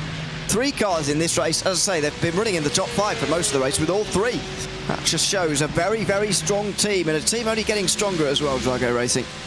Yep, indeed, and of course, unfortunately, one of them is near the back, but of course, I don't think much fault of their own. Of course, Marco Romanidis, very, very well-known driver, has been around for a long time and still is up there with his top pace, just trying to bring that 269 car home. He's around 8 seconds behind the back of the number 90. So yeah, so we'll just see, I suppose, if he can catch up. If not, still going to be in that position he was earlier on. But yeah, great job so far by Kempinen and Rubelar in 3rd and 4th. And then, of course, Redline, who we haven't really spoke about much because there's not much to talk about, apart from the fact that they're now 1 minute and 16 seconds ahead of 3rd. which is just another level of insanity. That is insane by our top two. And I don't want to say too much because I don't want to commentate curse it and then have an issue or end up crashing and we end up seeing them finish third and fourth or something. Yeah, absolutely. We won't say too much for the moment, but one thing I will say is that I am hoping for a fantastic final hour between them. Let's see what we get, though. As there was a bit of a change in front there. Steinbrenner had to let Nicholas Rubelar through, and that puts Ruben Bonga right onto the back of him now. So 2 battles to keep an eye on. Not only this one between Vittorino and Vecchio, but also for 7th up ahead as well. There could be changes afoot here towards the end of another stint, and maybe with the final laps of these stints so close, they might well just decide that the battles aren't worth having right now, and they might well just delay them to the other side of the pit stop phase. But Bonga is crawling all over the back of that Ferrari now. Certainly, and getting a lot more sunny out on track, that's for sure. I'm in a dark room and all of a sudden my screen's lit up. The sun's out here around Spa. 3 hours and 2 minutes to go here in this race, and I mean, it's been an enthralling 21 hours so far, but we all know that that final 2 or 3 hours is where things really matter. I think things matter anyway, but here, this is where it's all key, because what happens here is definitely, or most likely, going to affect your racing position at the end, which of course most drivers want to be the higher position than they are right now. And here, of course, with the number 69 in the middle, we have the 50 and the 10 having a battle. Oh no, sorry, the 69's got ahead. So now we have the 50 and the 10 on track together, having their battle that we've been waiting for, I think, since I joined the box around an hour ago. Yeah, pretty much. The thing for Bonga, though, is that while Steinbrenner's got the slipstream of the Drago racing car, it's going to be hard for him. This is Gianni Vecchio in, though, just a minute short of the hour, so he needs to save a lap of fuel somewhere, I think, if he wants to be comfortable to make it to the end of the race inside the top 10. If he has to make a splash and dash, he will drop outside of it, and Apex Racing Team will get their top 10 back. But let's see about Ruben Bonga here, over the top of the hill, 0.3 of a second at Radion. I don't think he's close enough, to be honest, but let's see if he is in towards Lecom this time around. No, not quite for Ruben Bonga. He is not far away at all, but with Steinbrenner getting that slipstream from a fellow Ferrari, it's going to be super difficult. It certainly will be. This is a difficult battle here for the number 10. The 50, of course, as you said, has a car ahead they can use for slipstream, whereas the number 10 has got to either sit behind or go for an audacious pass here, because that gap is consistently around 2 or 3/10 of a second here, as we have got the number 22, Gianni Vecchio, is in the pit lane here, has dropped down behind the Apex Racing Team 99. That's going to be Max and Scadinio, who's now jumped up into the top 10 temporarily, but of course will also have to make a pit stop soon. So with the 22 pitting a bit earlier, and with this battle still going on, this could be an opportunity here for the 22 to catch up a little bit more and bring that gap down once the others make their pit stops in, I presume, maximum 2 laps time. Yeah, this is lap 25 for these guys, on the most part, apart from for Ola Steinbrenner and Jarno Koch, who are on different strategies, as we've talked about throughout this race, because they've been on different strategies for hours now. They are still, in case you're just rejoining us, into Blanchard. Steinbrenner's certainly not as quick as that Drago racing car in front of him, but he is being towed along quite nicely. Down in towards the chicane they go. Bit wide of the apex, but again, different lines taken by those different manufacturers. So interesting to see through the bus stop chicane. They are able to go on for another lap as well. So not only have they made the hour again, they're making it comfortable as well by going another lap, getting towards the end of this race. And if they continue to do 26 laps per stint, that's over an hour, and that is absolutely fine in terms of making it to the finish without making a splash and dash, which Redline will be nervous about. Yeah, indeed. If you want to avoid that at all costs, unless you're in a position which you're not going to gain and lose. But if you're in a battle, you want to make sure you maximise the most out of your strategies. Here we go once again, down towards the Lecom chicane. The gap's closing down, but is it enough for the number 10 to make the move? No, just sits back, headed into the braking zone, content behind the number 50. So yes, I reckon we'll probably, or most likely, see them in this lap here. And then, of course, we'll have to see where they come out compared to the 22, as our two leaders, the 21 and the 20, both emerge into the pit lane. And imagine it will be fuel tyres, but no driver change for Cote and Lebigre. They will continue to run at the front of the field with the dominance that they have done all race long so far. Seemingly the dominance that it is possible to achieve at the Spa 24 Hours, unlike at any other event in the year. Maybe Daytona, but we've not quite seen that executed. The fact that there's multi-class traffic at that race means it's easier to get split apart, which can be tricky for those in the lead. Although GTD class as it is there, but at this race there is no multi-class traffic. It's just single class traffic, which generally gets out of the way for both of them at the same time if they're coming up to the back of them. This battle will be taken to the pit lane as well. Ruben Bonga at least will be in the lane, and behind Matteo Vittorino will be in, and he'll be on a rejoin, a very close rejoin I'd imagine, with Gianni Veggio, who's dropped to 15th with his earlier stop. Indeed, and we do see the Ferrari continue on here as we head our way back down towards turn 1. So taking another lap in this stint, as we obviously do see the Milo Racing team head into the pits. We've got the number, the 07, we've got the number 4, the number 78, 18, who have all also made their pit stops. And then, of course, along with our third and fourth cars, the two Drago Racing, the 169 and the 69, both into the pits. So, yes, we should see the Ferrari be in around 5 laps maximum. They're 20 laps into their stint, maximum of around 25, 26, so they can continue on just for now. But of course, they've got to hope they don't hit any traffic, because if they do, that's going to lose them time, and that's not what they want to do. Yeah, I think they'll be okay for traffic by the looks of what we're seeing at the moment, although that's not too far in the distance, in fairness. Where then is Bonga going to come out in, Vittorino carries on for another lap, so we'll have to wait a lap or so for his rejoin with Gianni Veggio. That's going to be pretty close though, and look at that up ahead. Side by side battling in a right mess into Pouon, side by side into the turn. We don't see that very much, but you can tell we're getting down towards the end of the race. Look at that. 4 cars covered by a blanket at the moment, and that may have been for position further down as Altitude Freedom Esports 111 got past 07 Racing with Simrace Lab. I just wonder, yeah, that was a battle for position there. Look at the way Steinbratten's caught up there. A proper battle side by side for multiple corners there through the middle sector at Spa. That is, I'm surprised it ended well, because when you see 4 cars that close together, heading into Pouon at full speed, you start to think that something bad is going to happen, but no. They all made it through, and now we can see the number 7's like move, move, move. Sorry, the number 50's like move, move, move. I want to get through. We can see the Lamborghini pull over, so does the Ferrari, on presume, as they head into the braking zone. That being the, I believe, 07 there, the 07 Racing Sim Race Lab, and then ahead, I presume that would have been the number 2, possibly. It's hard to work out at the moment, but one thing that's easy to comprehend is the fact that this is bad news for Ole Steinbratten in the Scuderia Ferrari HB Esports team car. That much is absolutely clear.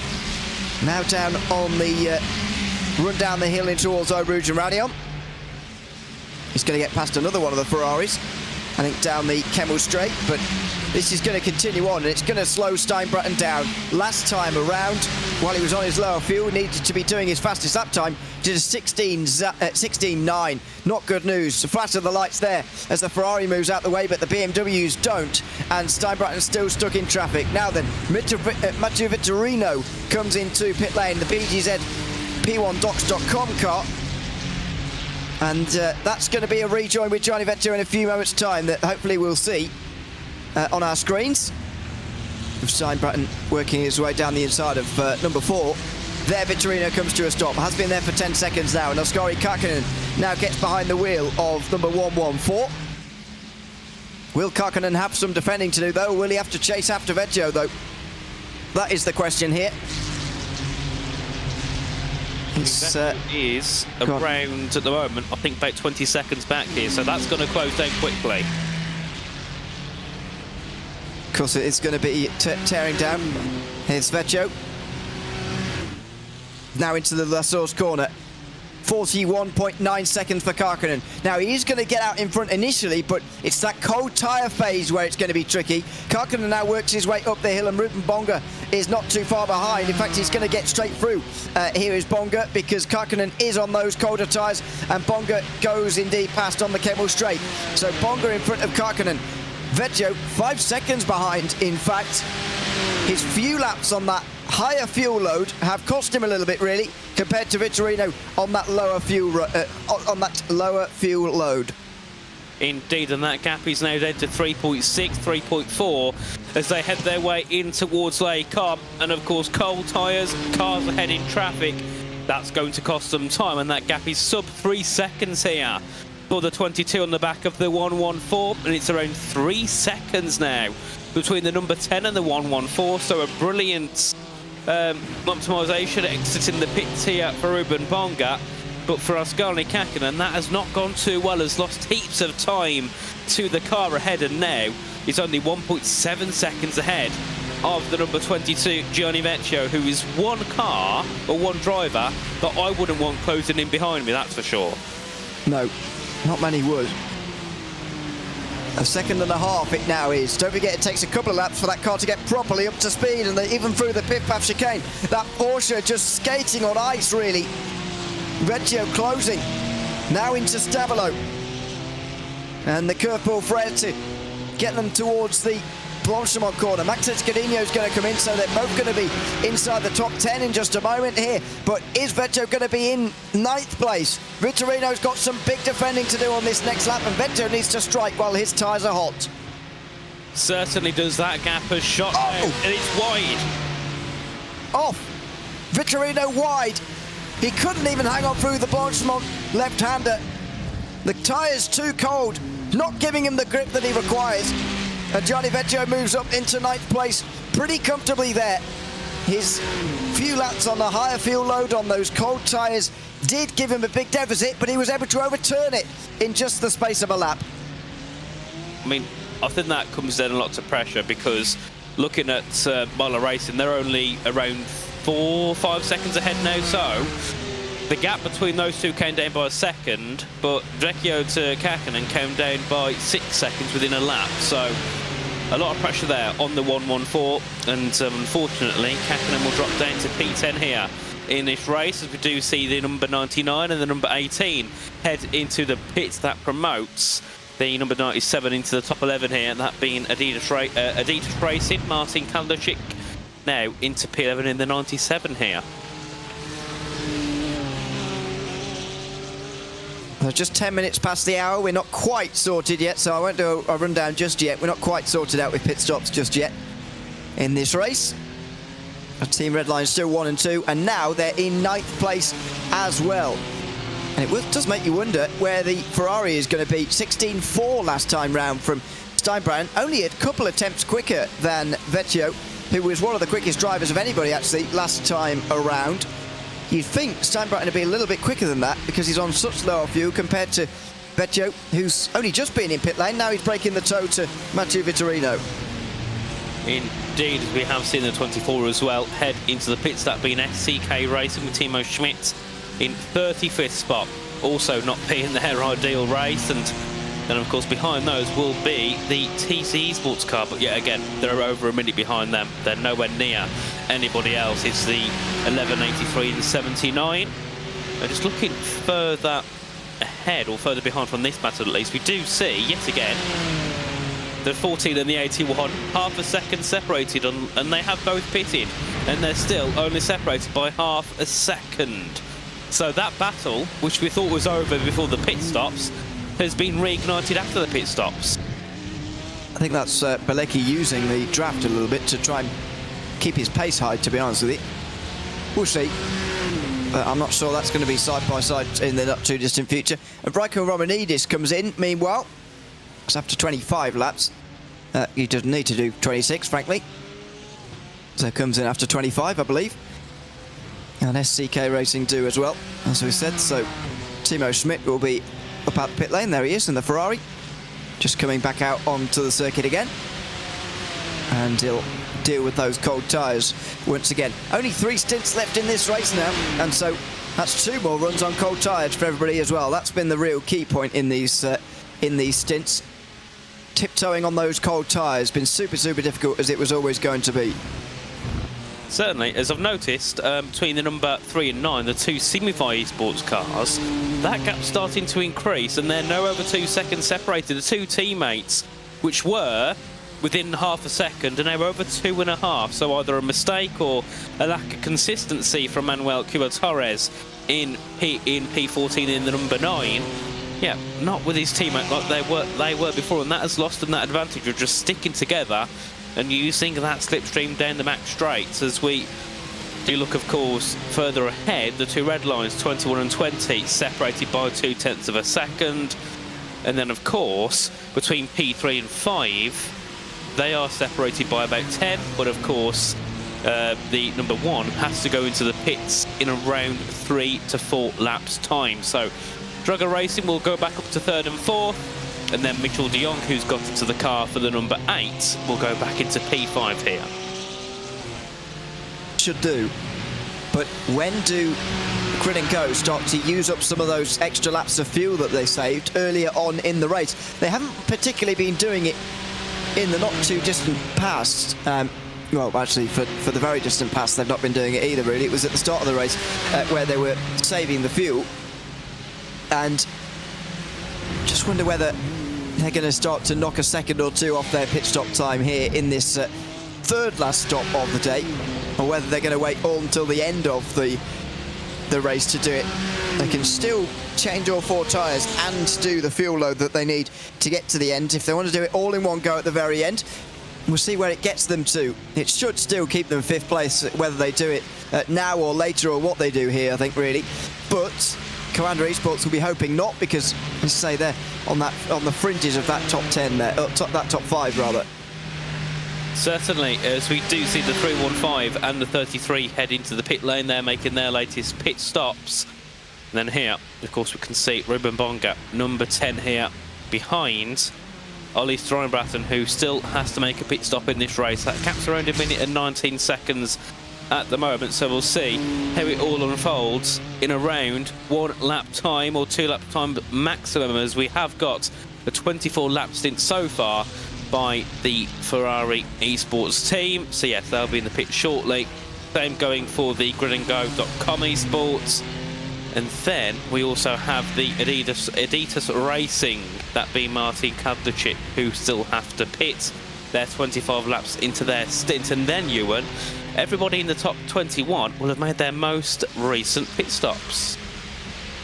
Yeah, at which point I can finally do a rundown of the order, because it makes sense.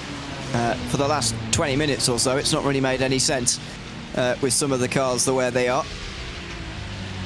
That's just the way of endurance racing, though, and the general strategy that goes on, the different times of pit stops. But remarkable that so many cars are still on the same strategy at this stage. 6 of the top 8 are pitting on the same lap Team Redline are, and have done throughout this entire race. It shows you that that's 6 of the top 8 who've had absolutely no problems at all, and or not done any fuel saving, or at least not any more than Redline have at the front end of the field, which again gives credit to Redline and their speed over the course of this race. But also the other teams as well, gives credit to them, because they've clearly not had any major problems either. It's just the speed that they've lacked compared to Redline. They've kept out of trouble, though, over the course of the day, which is not always something we can say this deep into a 24-hour race. Yep, certainly. With 3 hours to go, well, just under 3 hours to go, we've got to be careful of what we say, because things tend to change quite quickly once we mention something that has or hasn't happened. But no, for now, going quite nicely. Of course, yet again, still on board here with the number 10 of Ruben Bonga. So we should see the Ferrari in soon. And I think at the moment, Bonga might... It's going to be close, isn't it? But I think there'll be like 3 or seconds in it. But I think the main thing that factors in is that cold tyre phase for the number 50. as long as they've got a driver that can deal with that well, they're fine. But you've seen so many times, whether it's here or in any other events, some drivers can't deal with these cold tyres, others can drive with them fine. So they need someone who can get in, get straight out of the track and just deal with it as soon as possible, as we do see car number 15 to the pit lane here, Ewan. But there is the picture-in-picture. That's live pictures in the main part of your screen and down the bottom as Scuderia Ferrari esports team come in. This is going to be the big rejoin between Bonga and Steinbratton, whether it is going to be Ola Steinbratton who returns to the racetrack in that number 50 car. And now come through the inner pit entry, or the inner pit lane rather, through the Grand Prix pits and now to the endurance pits down the other side of the hill. Thankfully now there's cones there on the outside rather than a wall, which is better for everybody. Steinbratton now runs down the right hand side and pulls into a stop up on the jacks immediately. No mistake in terms of braking too late or whatever for his pit box down the hill. And he is going to get out of that car. This might be his final driver change of the day as Lorenzo Manfredotti will drive that car to the finish. Indeed, and we'll have to see whereabouts he will come out compared to Ruben Bonga. So he's in the pits now, having all of tyres, fuel, whatever needs to be changed on that car sorted.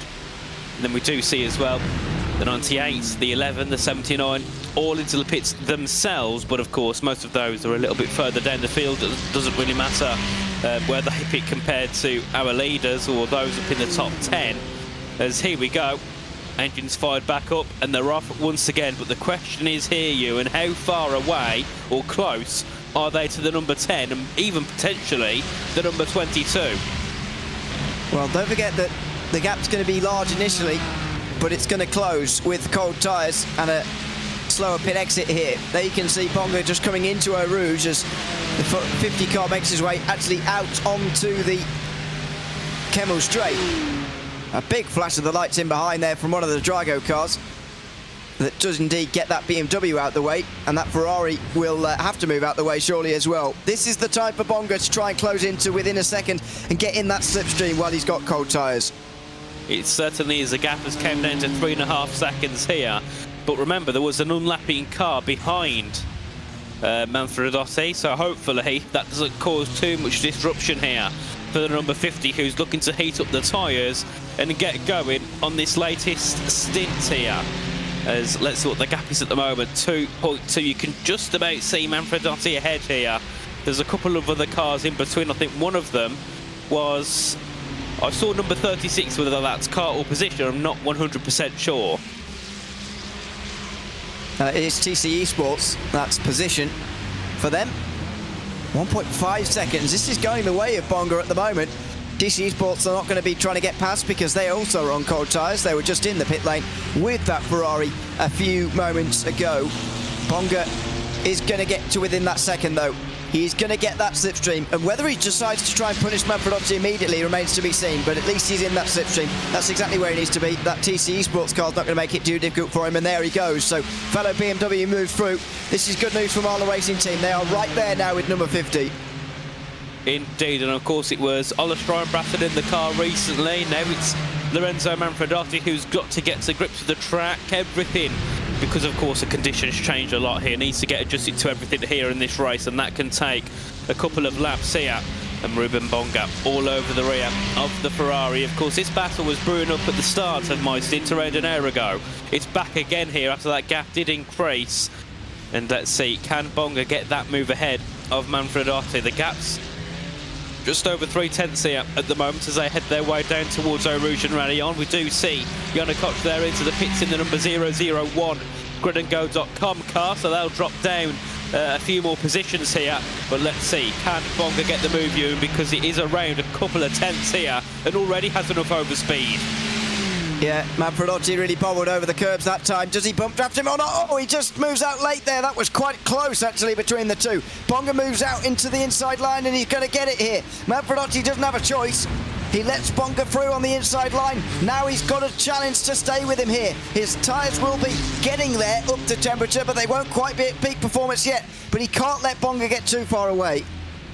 No, he's got to keep in grips of Bonga here. Use him for slipstream. Of course, you can get quite a lot of, you can gain quite a few tenths with that slipstream around here in these cars. So as long as Manfredotti can have around, I'd say, a gap less than a second. It should be fine to get some slipstream here and stick with Ruben Bonga, but that pace so far here for Bonga looks insane. Has been very quick since we saw them in the car earlier on, and now he's just looking to pull away from the Ferrari.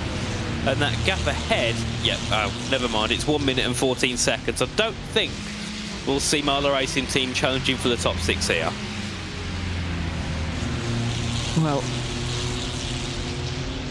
it's unlikely, let's put it that way, very unlikely. But they will hope for some sort of problem maybe that could help them. This is the Apex Racing Academy. Been off through Blanchimont. Oh, huge slide, it snaps the other way. And they do hit the barriers, and that Ferrari disintegrates as well after contact with the barriers. Number 98 in the fence, and that is going to send them further down the field. Unfortunately, they didn't decide to come into pit lane. That's an odd choice, especially when you consider the amount of damage that they've got. That's Gregory Hovson, who has just been in oh dear. And brace yourselves for this, Eau Rouge. This was not a smart idea from Gregory Hovson, I'm afraid, to continue on. And wow, oh my word, that was TC Esports, I think, who just went really close, really close. Baptiste Jimenez, I think it was, who just about avoided a really big crash there at the top of Radion, a crash that really shouldn't have happened. That was insanely close there. Oh my, I don't know how the TC Esports car avoided that, because it just happened in the blink of an eye. And luckily, the only car to come out with some damage was the Apex Racing Academy car. As we go back to live pictures here, is the Marla Racing Team, of course. Behind is one of the unlapping cars, I believe, as we have seen Manfredotti lose a lot more time. That gap there over a second between himself and between Ruben Bonga as we head back down towards Pouan, and I believe the TC Esports car there is behind Manfredotti as well, so they haven't got to worry about getting through on another lapped car, as there's only one of them ahead. Yeah, so TC Esports at the time were running right behind one of the Drago Racing cars, which got a bit lucky as well there. And they've now dropped behind these three, but Bonga certainly sealed 7th place with that pass and a few good laps. Johnny Vecchio not too far away from Manfredotti now either. 18-0 from Manfredotti last time round. We'll see a proper lap time at this next lap. But yeah, this is just getting away from number 50 at the moment. Certainly in these last couple of minutes, it's been getting away from them. And it's getting interesting in the midfield here. Certainly in the mid part of the top 10. Some of these fights come to a close. Haven't seen too much of this overnight, but now that we're in the morning, it is ramping up again, ramping up to a finish here once again in the iRacing Spa 24 hours. And again, Scuderia Ferrari Esports slowed through that bus stop chicane with more traffic in front of them. Indeed, as well, let's see what happens here as we head our way back down towards La Source. Of course, this is the 98 again, this time through Blanchimont, who yet again snap off the rear and off into the barriers. That car, I don't know how it's still continuing on. 3 heavy hits into the barriers for that pole number 98, and I mean, that's just what we saw, never mind in that middle and third sector. I think there could have been a lot more spins and barrier hits for that car, but I suppose they know at this point their race is more than over. Of course, they were running up into the top 20 and now dropping down to 33rd, 34th, and the shameful part is the other car in the bottom 5 is also an Apex Racing Academy car. That's Lewis Barlow. So it's not been the best day for Apex Racing Academy. For Apex Racing themselves, they are sitting P11, and then I think they have another car in the mix as well. So it's not been the best for Apex Racing, unfortunately, this event. Yeah, that car now down on pit lane and taking them some long repairs. So the minute and 20 pit stop that I saw before was clearly unrelated. I thought that they'd already, by the time we'd seen the replay, I thought they'd already been in to repair the damage and back out again. But that wasn't the case. They were still trundling around trying to get back to pit lane. But, you know, I know it doesn't matter particularly for Gregory Hosen. They're already outside the top 30, and this is only going to confirm that even more. But I just can't understand why Hosen crashed there at Francorchamps, saw the rear wing come off, the rear bumper came off, and all sorts coming off that Ferrari. Got to the end of the lap, saw the pit lane, and thought, no, I'll try again one more lap. Even though I've got suspension damage and no rear end, I'll carry on one more lap. That's the part I can't really get my head around.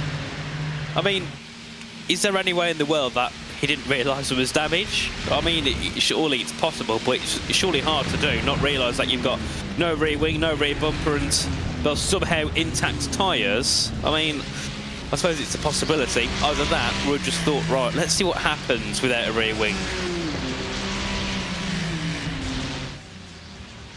I mean, I could have told him the answer to that before he did it, but anyway. Oh, dear me, yeah. That was an interesting one for the 98, but they are unfortunately down in P36 at the moment, still in the pits, so it could even be a race ender here for those guys, because that damage will be minutes of damage. It will. We'll hope that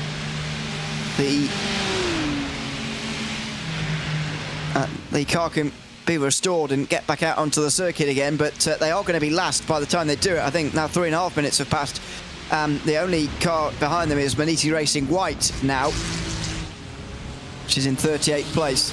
I wonder whether that is going to become 37th in the not too distant future. Last time round, Gianni Vecchio caught up to Lorenzo Manfredotti again there, 0.3 of a second. So while there is traffic between them, there may be a battle and another position on the horizon maybe for Team Redline in this sort of 2.5 hours to go of this race.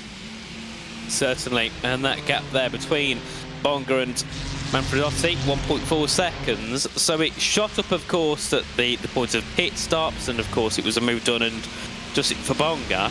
But now you can see Manfredotti has got some decent pace. He's sitting consistently with Ruben Bonga here, who I think has been very quick so far over these past couple of hours, has a lot of pace in that BMW. And then of course we do see in P9 Gianni Vecchio, who's actually gaining in quite comfortably on the back of Ruben Bonga, 4 tenths, a tenth, and then 3 tenths on the most recent lap.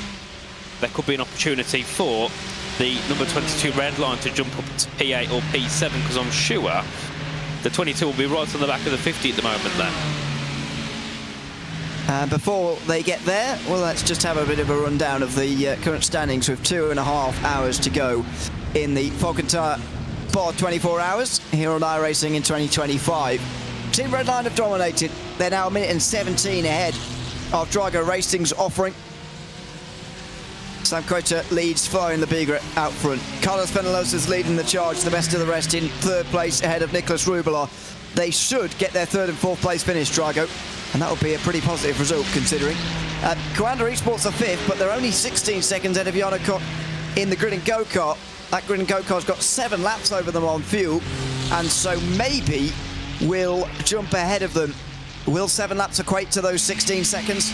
Maybe not quite, but it could be close in that final hour.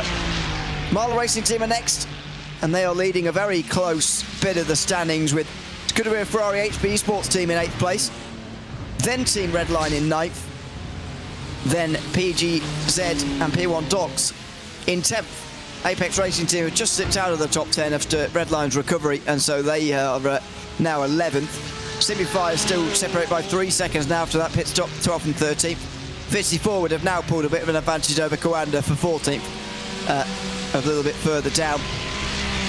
And that is pretty much the end of it as far as battles go. No gaps below a second at the moment, apart from that one between 1st and 2nd and those 2 Redline cars at the front end of the field. So I think the interest in the next half an hour or so, before these pit stops happen all over again, is going to be whether Gianni Vecchio can get past Manfredotti, and indeed Ruben Bonga maybe as well, by the end of this 3rd last stint of the race.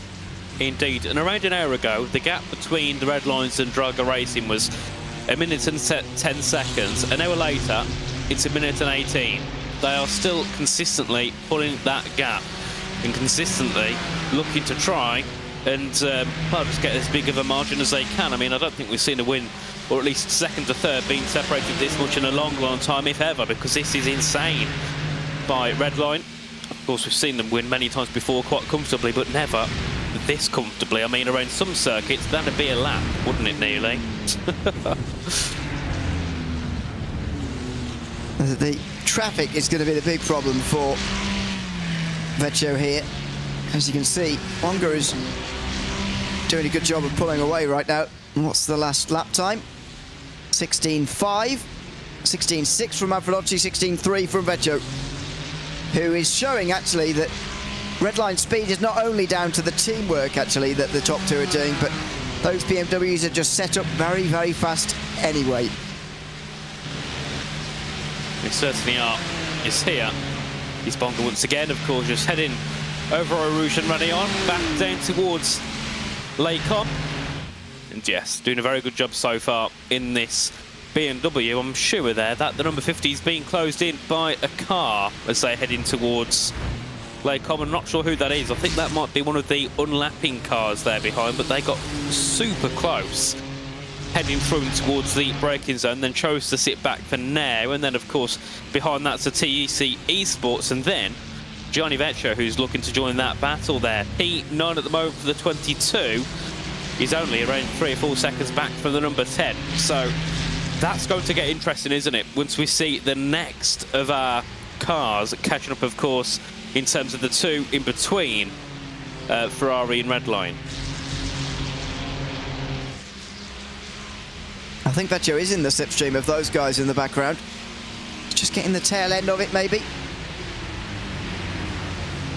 As TC Esports, one of them, I think, in the middle of this, and there's another Ferrari as well there at the moment that I'm not sure I can quite identify. Might be Altitude, actually. James Burmey driving again after his technical issues earlier this morning, very early this morning.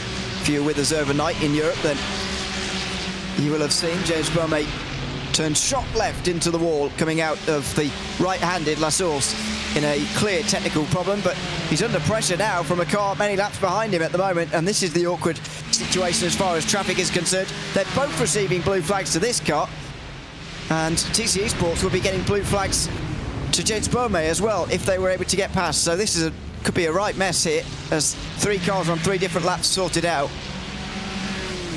Yeah, they've got to sort that out rather quickly, haven't they? Of course, Vecchio looking to make the move soon, wants to catch up as closely to the Ferrari as quickly as possible as we head in towards La Source. 2 BMWs and 2 Ferraris ahead of them here at the moment as we head our way back through to Rouge and Rayon. And let's see, the 22 you can see flashing the headlights. He's annoyed, wants to get through here. These 2 cars are starting to hold him up here. He's brought that gap down from around 6 seconds over the last hour, and now wants to be rewarded, but can't be because there's 2 lapped cars ahead at the moment, as that's going to be TC Esports moving out the way. And then the one ahead, I'm not sure if that's a lapped car or if it's actually a car ahead of them lap-wise. No, it is Altitude, I'm pretty sure. James Burmey. I think, 5 laps down now on the overall leader and 4 down on these guys. What's happened to SCK Racing meantime through the Kerpel Frere? Slide and a spin. Oh, and contact with the barrier pretty hard as well. The unprotected concrete there on the right-hand side. That's going to be some damage for number 24 to fix. Maybe even, it might wait till their next pit stop rather. But yeah, that's not an ideal moment coming onto the long flat-out section before the bus stop chicane at the end of the lap. No, certainly not ideal at all. But then again, we've seen a lot of cars making those mistakes. Sometimes all it takes is a little bit of a bump or a little bit of a loss of traction, and the car goes spearing off into the barriers. And of course, that requires you to be, in many cases, towed back to the pits unless it's in the final sector, and it just loses you so much time. So drivers just have to be wary at all times. Even those at the front, it can easily happen. They head over a bump a little bit on an odd angle, or they lose a traction, which is difficult but possible, and of course that is then race over in some cases. Oh, big slide for Burmey as well, just a little bit of a twitch there, and a flash of the light for Vecchio. Please get out my way doing that, and he does. So Manfredotti and Vecchio are now absolutely nose to tail. They are together in this battle for 8th position in the Spa 24. You imagine this is going to go Redline's way at some point, but how long is it going to take, and how much does Lorenzo Manfredotti decide to defend this one with 2 hours 23 to go? Well, we'll have to see as we continue our way on. Of course, now Vecchio on the back of the Ferrari finally can have that chance of a battle, chance of a P8 here in this race as we head our way up Eau Rouge and Rally onto the top of the hill, down the Kemmel Straight and down towards the Lake Com chicane. That gap's flying down. The question is it enough by the time they hit the brakes in towards Lake Com? He's closing in, but no, chooses to sit back for now. But I don't think he'll leave it that long here compared to what we've seen so far by other cars. If he can leave it as short as time as possible, he can focus on getting past and getting up the field after that as well, with only 2 seconds up to Ruben Bonga. It's really not a very big margin at all to try and come back with, but just look at this through the corners. He's just so much quicker. Last time round, he was the only man in the 15s. I get that there was slipstream involved in that, but just looks so quick at the moment. These Team Redline BMWs are set up absolutely wonderfully, and they look like they're on their way to a really good finish here in the Spa-24. He's got a little bit of fuel to worry about here, Vecchio, so that might be in the back of his mind throughout some of this stint, but not for now. He is crawling all over the back of the Ferrari. Can he get past maybe before this pit stop cycle, or does he just decide not to? Well, let's see what happens here as they head through in towards Bullfrere, down towards Blanchimont. A little bit tan wide there for the Ferrari. Does give the 22 an opportunity. Down towards Blanchimont corner. Let's try not to have a contact here, because that gap is so small, separated by a paperclip here as they head their way through. Down towards the braking zone. Now is the 22 going to make a move? Pulls to the inside. And we can see, I think it looks more like the 50 backs out there, heading onto the brakes. And it'll be P8 now for Giorno Vecchio in the number 22. Redline can now look to close down on the back of Ruben Bonga. That gap now is around 2.2 seconds here. That's a strange one. I was expecting number 50 to try and fight that, at least trying to stay in front for as long as possible, but just didn't seem very interested in defending from Team Redline there, really.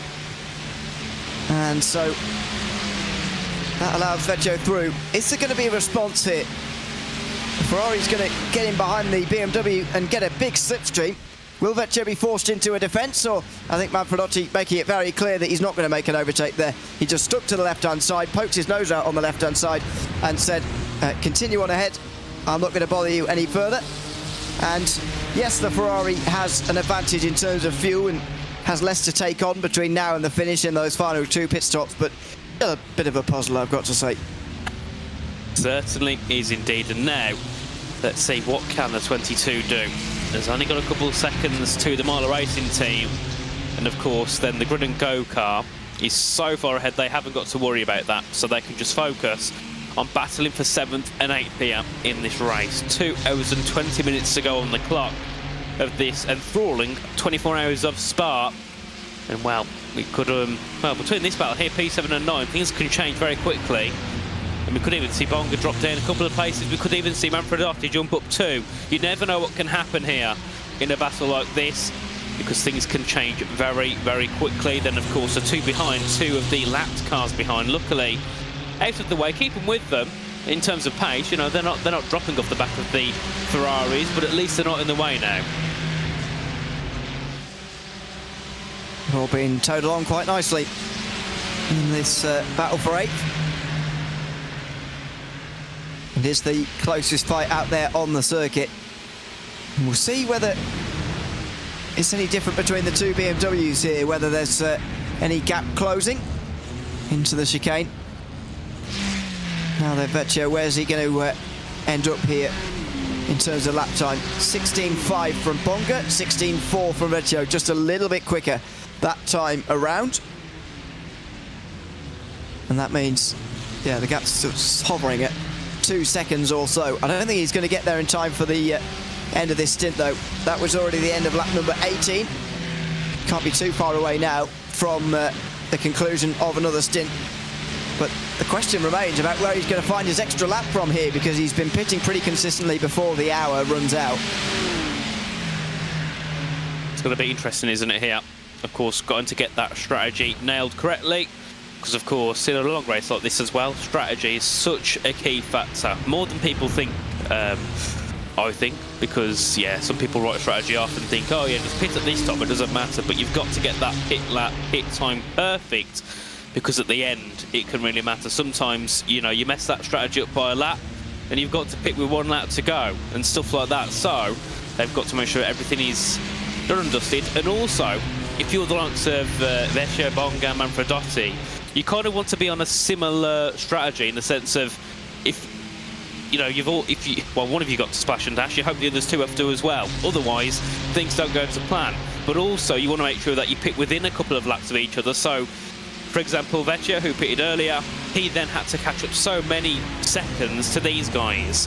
You don't want to have to do that if you've only got 10 laps to go. You'd rather be with them anyway and just keep that consistent spot rather than dropping back from pitting earlier / later and then having to bring yourself forward again.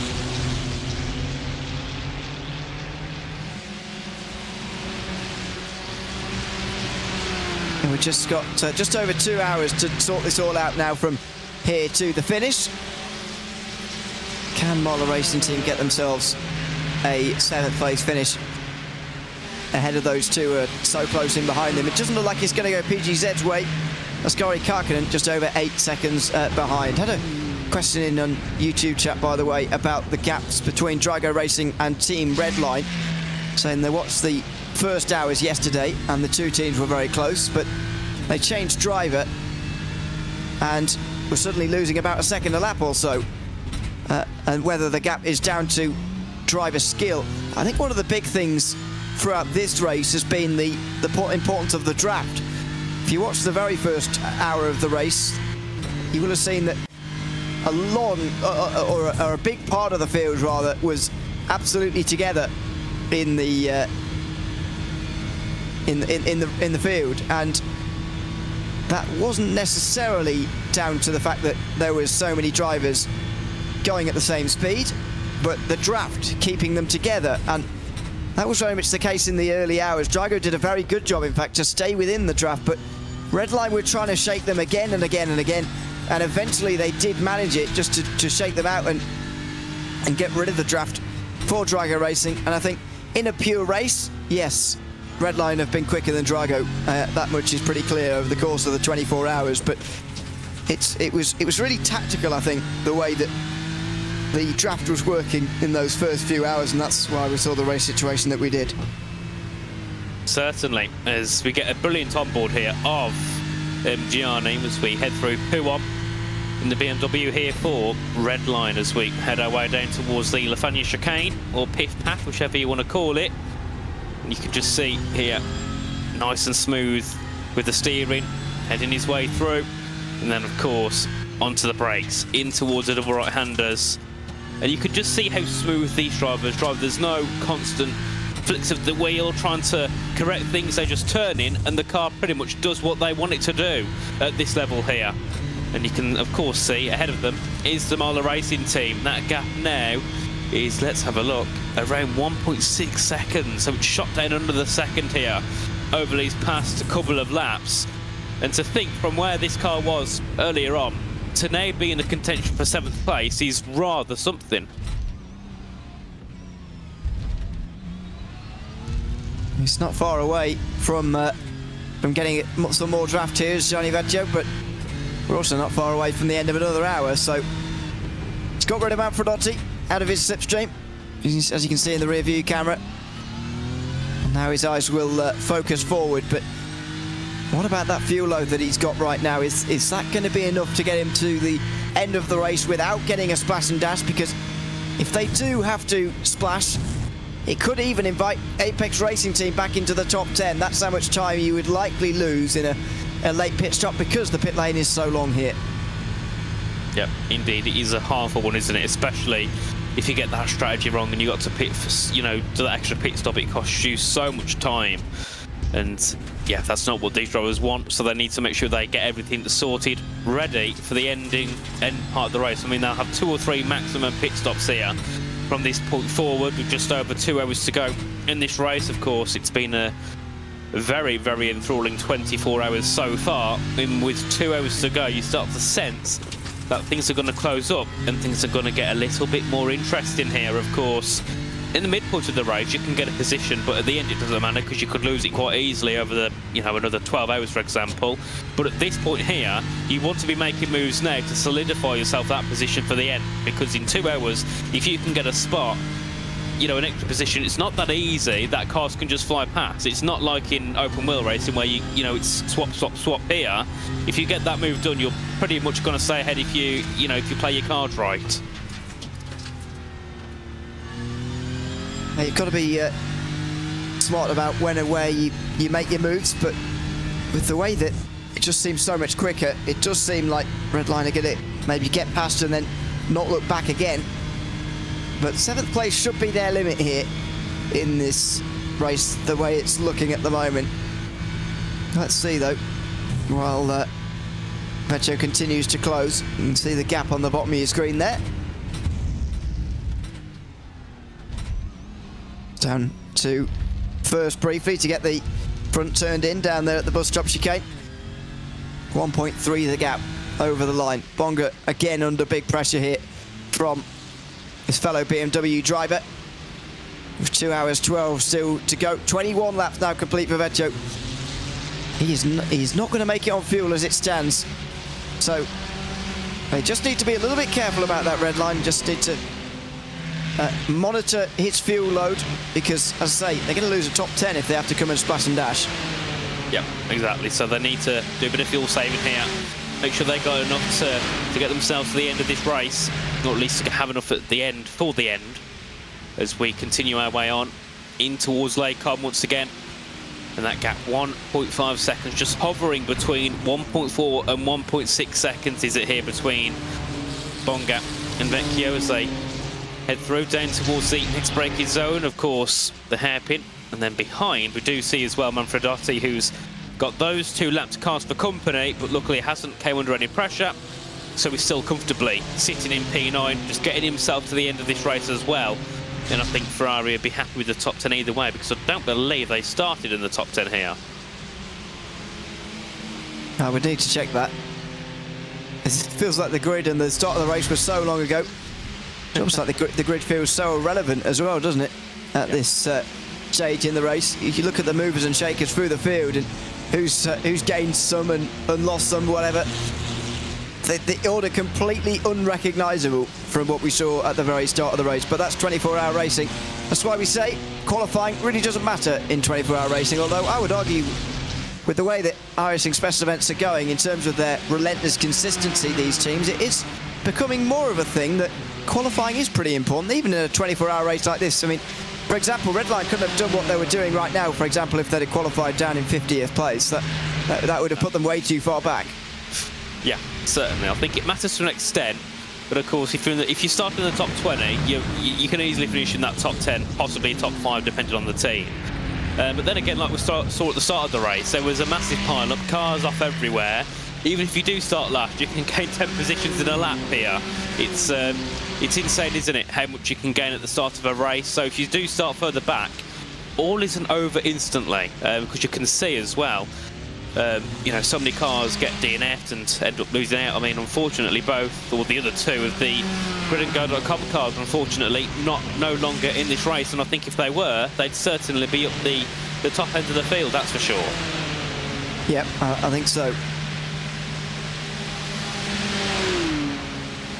We've seen the 001 certainly prove that GridandGo.com esports have some good speed, and they've shown that over the course of iRacing special events in 2025, taking the Daytona 24 hours overall, although that was in GTP rather than in a GT3 car like this. Still shows they've got the speed across the team to compete. So many big names taken out towards the start of this race on the opening lap. Both GridandGos, you say, the 003, 004, took about 100 laps or so for the 002 also to fall by the wayside, but also one of the fiercely forward cars dropping out early on. BS Competition seeing a car fall by the wayside. All 4 Williams cars dropping out early as well. Their 2 Academy cars and their main team cars as well. Impulse Racing, Falken Sim Racing, Solpec Precision Racing. So many huge names dropping out very early on in this race because of a very big crash. It feels like it happens every year, but there is so often a really big crash at the start of the Spa 24 Hours, unfortunately, which just take out some real big competitors.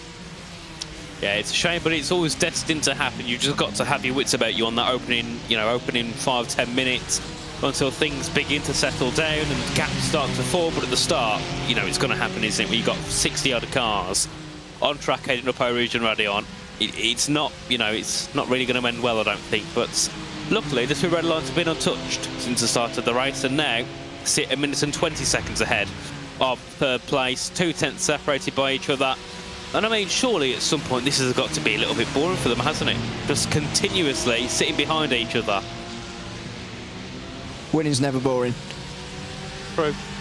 I remember as it used to be a drive myself, when I was driving, in the midfield, wherever it was, it's so difficult to concentrate. And as you say, just get a little bit boring, just riding around whoever. But if you're winning like this, you know that your team is dominating all of the others, and that's what this is at the moment for these 2. I think it's very, very clear that you're not going to be bored at this stage. You're going to be absolutely loving this out front. They're going to be really enjoying themselves.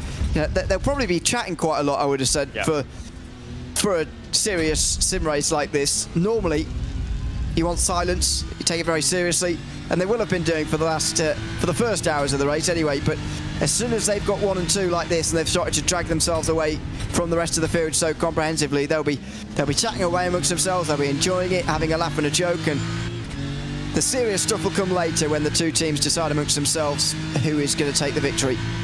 Indeed, and I do expect a battle between these. I don't think they're just going to leave it. I think they are going to have a nice little battle towards the end of the race, but I think we'll give each of them more space than other teams would, that's for sure, because they don't want to end their race, or at least end up losing lots of time at the end. As here you can just see, once again, closing in as they head down towards Lake Cobb, and then they both just head onto the brakes and continue on. That's all they've been doing for the past couple of hours. That's all they'll do until the remaining, I'd say, last pit stop, and then things might get a bit spicy. Battles might start to happen here between our 2 leaders. But, I mean, I'm noticing as well the gap there between 3rd and 4th, the 2 Drago Racings, Fenolosa and Rubelar, has also came down now. That gap's only 4 seconds between those guys, and it was a lot higher earlier on. So 3rd and 4th are starting to close in. The question is, do they, if the gap comes down enough, let the 2 Dragos go for a bit of a battle? Yeah, hopefully that will happen in the final hour or so as well. If you've just been looking in the rearview mirror, by the way, rearview camera as it is these days, that's Richard de Jong just in behind them for Coanda Esports. So now just 4 on the lead lap. 2 Ferraris, 2 BMWs, no Porsches on the lead lap anymore for Coanda Esports. But this is helping Mitchell de Jong drag himself away from Jarno Koch last time round, half a second actually, 5/10 of a second. So that Coanda Esports car is just putting itself in the situation where maybe a top 5 finish is going to be possible, even though they've got 7 laps more fuel to take on than the 001 in that last pit stop of the day. Yeah, certainly. We'll have to see what happens with that as we head our way back down towards the braking zone once again. And then we can see as well, I'll have a look whereabouts the battle is going between Bonga and Vecchio. It's 1 second as there. Oh, perfect timing. Straight onto Ruben Bonga, 1 second ahead of Gianni Vecchio in the number 22. That battle, I think, is one of those that'll stay like this for a while, but give it the last half an hour, things will heat up as long as the number 22 can at least get to the end without making that extra pit stop at the end. Well, yeah, they're on lap 25 right now, which suggests at the end of the next one, they'll have to come in. That would still be short for my money. They need to save a lap somewhere, in my opinion. But where are they going to manage that from? I just don't know at the moment. Yeah, not sure that's even really possible for them, to be honest. But anyway, 2 hours 4 still to go. Let's see how the battle resolves itself. I would still put Marlow Racing Team as the favourites to hold on, I would say, as we ride on board again here with Gianni Vecchio. Indeed, as they're heading their way through in towards Blanchimont corner, and that gap now, as we said before, just over or just under a second here between the two BMWs. The gap there, 0.8 of a second here as they head their way through, and of course down in towards that next braking zone, and that slipstream, if they can get it down towards the Lake Chicane, will be very needed and could bring that gap down to around 3 or 4 tenths here. Just that start of the slipstream now is going to start to really help that BMW. Let's look at the lap times again. 16.5 for Bonga, 16.3 for Vecchio. As a change for 19th place, Louis Carl comes out of the pit lane to be overtaken straight away by Tim Matsker, actually, in the Manichi Racing green car. It's the car that finished in 11th last year in the Porsche. Don't think they're quite going to repeat that success again in 2025, to be honest. 3/4 of a second for Vecchio. Now the slipstream starts to take its effect, but he should be coming into the pit lane at the end of this lap. Certainly, of course, as we know, a little bit out of sync compared to some of the others on strategy, that's safe to say. It's done 25 laps in this stint. Ruben Bonga, 23 laps in, so we'll be in a couple of minutes as well. And then, of course, the Ferrari of Lorenzo Manfredotti has got around 8 laps left on his stint, and then he'll be in the pits. And I mean, every time they pit now for the next, I'd say they have 2 more pit stops here. It's going to be interesting because you never know where these 3 are going to enter out, because they've got to get their pit stops correct, and one minor mistake here could put red line ahead, red line behind. Same goes for Ferrari and for Marla, because they're only separated by 3.5 seconds, if that. Yeah. Super congested at this part of the field, that's for sure. Well, we're coming up to about 2 hours to go or so. Been myself, Nathan Richards, myself, Ewan O'Leary, and Nathan Richards alongside me. We've not changed round. Nathan, it's been good to have you here for the last 2 hours. Just before we let you go, though, just give us your thoughts on the last couple of hours where we've seen some proper racing, some proper battling, which has been fun. And we're bubbling up now nicely to the final 2 hours as well. Just give us your thoughts before we let you go. Indeed, the battling's been great so far. You know, ever since I jumped in the box around 2 hours ago, there's always something to watch on track. Lots of key positions being made and lost, and then, of course, red line at the front. Absolute dominance. I don't think I've seen something quite like it ever, or at least for a long, long time. And, of course, a pleasure to be in the commentary box here on RaceSpot for the first time. So, yes, it's been a fun one, and hopefully I'll see you all around in the near future. Absolutely. Thanks very much, Nathan, for being alongside me for the last 2 hours of this race. Now closing in on the finale of the Falken Tyre 24 Hours of Spa in 2025. So we go to Drago Racing, running 3 and 4. Be pretty pleased with their afternoon, really. 3.5 seconds between their 2 cars as it stands. That is one of the closest battles now out there on the circuit in its entirety. Well, as the seconds tick by, delighted to say that myself, Ewan O'Leary, are going to be joined by Lorenzo Bonda for the final 2 hours of this race. Going to be fun to watch the conclusion of this one, Lorenzo. The 2 red line cars have dominated, and that's the big headline here. But which of them is going to win, and how are they going to sort it out? I hope, personally, there's going to be a great inter-team battle in the final hour. Maybe I'm wishing for too much, but they've got to sort it out somehow, and it's got to happen in the next 120 minutes. First and foremost, Nate, just like Agent Smith would tell Neo in Matrix, I am the sound inevitability, you know, I am back. And I told people I would be back. And it's the same thing for Redline. It's the inevitability. I think they're due to a 1-2 unless you in 2 hours of this race, because if that ever happens, I think they will hunt you down in England. You can tell I'm tired at this stage. Yeah, no, it's fair, man. It's we've been doing a lot. Yep. In fact, you've done more of this race than me, so there you go. We've got more reason to be getting things wrong in the next 2 hours, but I'm sure I will do it as well. another lap will go by, and the top 5 at the end of this will all come into the pit lane. We'll have a rejoin with the Marla Racing Team car as well at the end of this lap, maybe actually, as they come towards the end. We'll look forward to that. We'll keep an eye on that. We'll see whether number 22 can get into 7th place, but still concerned that they're consistently pitting before the hour mark. That's doesn't seem to be worrying them, but I'm not sure how they're going to sort of get by that, really. Same. I was having this conversation, I think, with David. Like, sometimes, especially for these teams that are pitting before the hour, I think at this point, I don't think they care about, you know, doing a 27 lap stint.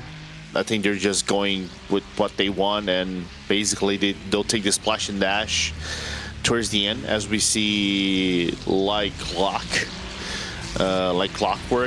like the British trains. We see St. Coitert and Lebigra into the pit lane for their second to last service.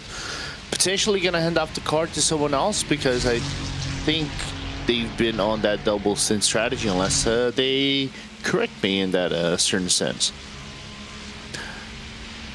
I think if there is going to be a driver change here, it'll be the last one of the day for any of these drivers. It seems like the right time to put your final driver in to me.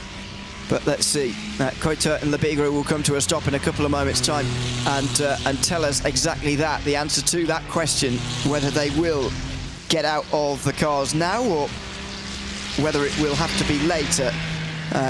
They do now come to a stop, and they do change driver. Chris Lulham gets into number 20. Picked up a small injury towards the end of last year's race, and so couldn't really contribute towards the finish, even though it was his car that took the victory alongside Florian Lebigra. He gets in this time round to go alongside his compatriot Luke McEwen, who said to me that he's targeting at this time of the year these couple of iRacing special events, 24-hour races that are going on at this time of year. Both of those red line cars seeing their driver changes, and that will be the last driver changes of the day, you would expect. Yeah, unless something dramatic happens, that mostly likely will be the case. But then again, it's Team Redline, right? Ewan, when was it the last time we saw dramatic with Team Redline? Maybe potentially pedals, connection, because they have a flair for that kind of stuff. See it very often from them. Yeah, in terms of those errors. Yeah, unluckily for them, they don't have a full lap advantage on the whole grid this time. No, I mean, that's unlikely to ever happen again, really, in an iRacing special event, I would say. Even in the rain last year, it didn't happen. Now then, this, I think, is live pictures of the 22 car, unless I am mistaken, with that BMW right in behind into Blanchimont. That's pretty nervy, but yeah, through the corner. They will now be chasing the Marla Racing Team, who have also come to a stop here. Lucas Herrmann will drive this car to the finish, and he will have some defending to do from Gianni Vecchio as well, who sees that BMW in the background going to the pit lane. Surely it's going to be the end of the stop in a moment for Herrmann, and this is taking a little bit of a while. When is he going to find it? There we go, 41.4 seconds, a little bit long, but anyway, now into Eau Rouge and up the hill. He is going to come out fairly comfortably in front, but those warmer tyres for the 22 car going to mean that it roars up to the back of the Marla Racing Team BMW, and I think actually he's going to roar past as well before too long. Yeah, I think it's gonna. I think at the point of this race that it is 34 Celsius degrees. It's not gonna take like 3-4 laps for you to probably start to get within the full rhythm of the car. I think it's about 2 laps. You probably build up the heat of the tires in the third one, and then truly you're feeling the true pace of the car feel alive in the third one. So there will be some struggles, of course, just because there are so many marbles around the racetrack. You can check, you can even see here on our live pictures how many marbles there are around the not the optimal lines. because you're on cold tires, the likelihood of you going to those areas, it's larger than normal. So the time, deficit could actually be higher than what initially is expected between Herman and Vecchio if Herman actually just goes to that line one single time. You can see that Vecchio also struggling with that cold tyre on the last lap. 17.6 is a bit slow, even at this stage in the race where the marbles, as you say, are all over the place and the track temperature has risen to 10 degrees higher, more than 10 degrees higher than what it was at the very fastest point of this racetrack. And very helpfully, there is a car in between them. I think it's one of the Drago Racing Ferraris that is in between these two BMWs, which is really helping Lucas Herman as well. Just keep that bit of a distance, although now he pulls over to the left-hand side. That's Romanidis, I think, if it is still him driving. No, it's Thibaut Pavreau, sorry, but 269 who just slips through, and now Vecchio's got a real chance. He's only half a second back. Yeah, like a big old shark. The fun stuff, I think, was, I don't know if it was Oscar sending him messages saying that he's doing too many stints in the car. Him, Johnny, because they joke around him being retired and everything. So poor old Gianni suffering, a little bit of mental pressure from the Mala car. And it's not going to get past this time. In fact, the Mala car is going to get the slipstream of the Ferrari a lot better than Vecchio gets it off of him. So that's a very nice gap that he opens up suddenly. Yeah. But it will close in again through the corners. This is where Vecchio's got to make the difference and get close.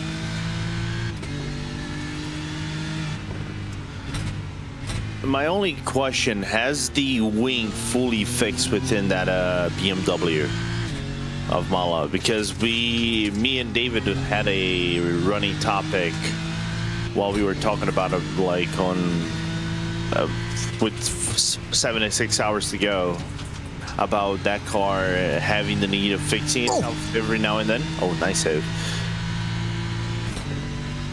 Big save.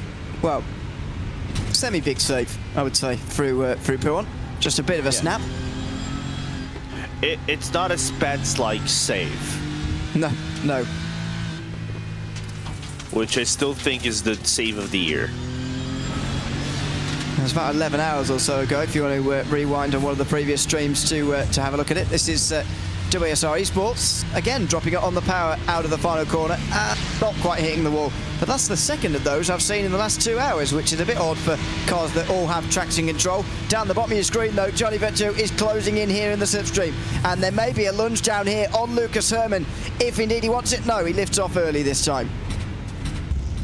Nah, he's going to cook Lucas.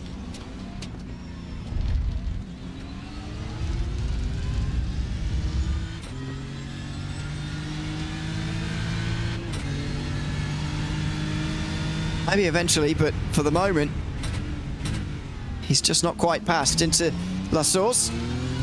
It's a good run from Herman on the traction, but may not be enough. Half a second.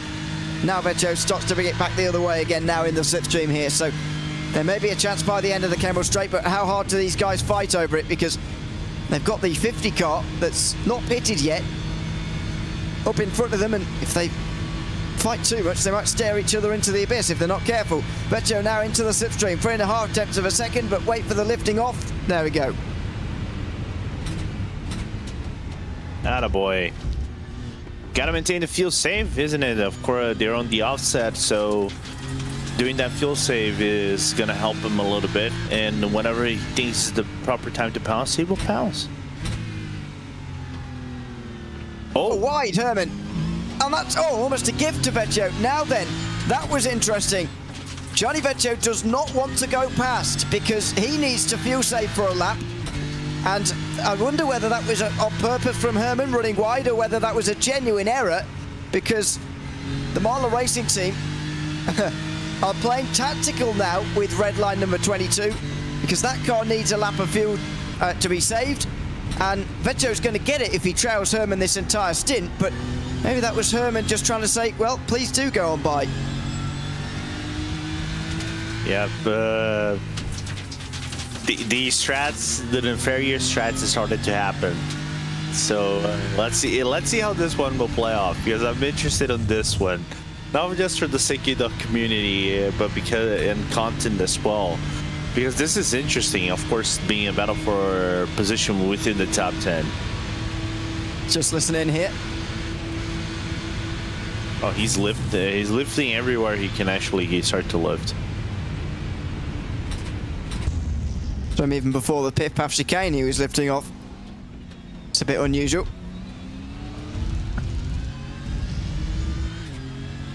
I'm trying to We've think. also had. I'm sorry.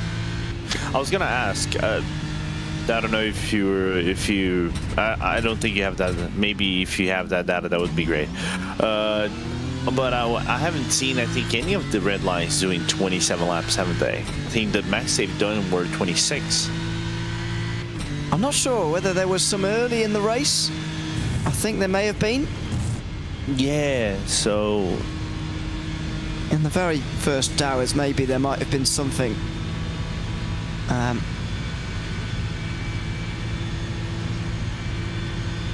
I reckon. Let's see again. Yeah, there you go. Big lifting off. I think they can get 27 if they save like this for an hour, but let's see. Drama for Drago Racing, unfortunately. Number 069 has been into pit lane twice in the matter of a few laps. Unsure why, but Ricardo Rico is now driving that car, and that's a real shame. Leaving just one bullet in the gun for them. It's Carlos Velosa, who I think is going to get his podium, but nevertheless, it's disappointing that Drago are not going to get 069 into fourth. In a bit of a puzzling moment for them, really. I wonder if Ricardo had any outlap shenanigans, because we've seen that happen with the 269 car right before Thibaut Prevost actually took over the car again. So it wouldn't be the first, most likely might not be the last, if they had something of that, and that prompted them to go into the pits.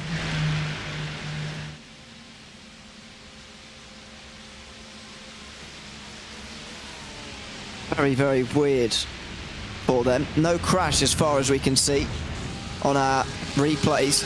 So unsure as to what's caused this at the moment, but it is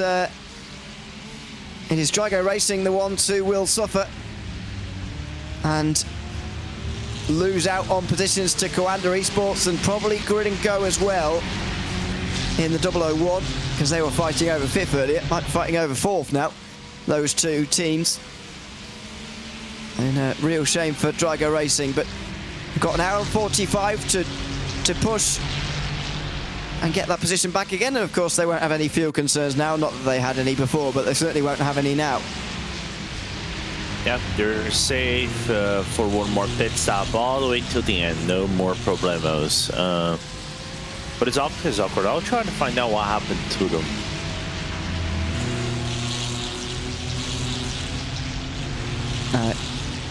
Yeah, we've investigated a little bit behind the scenes and seen no crash.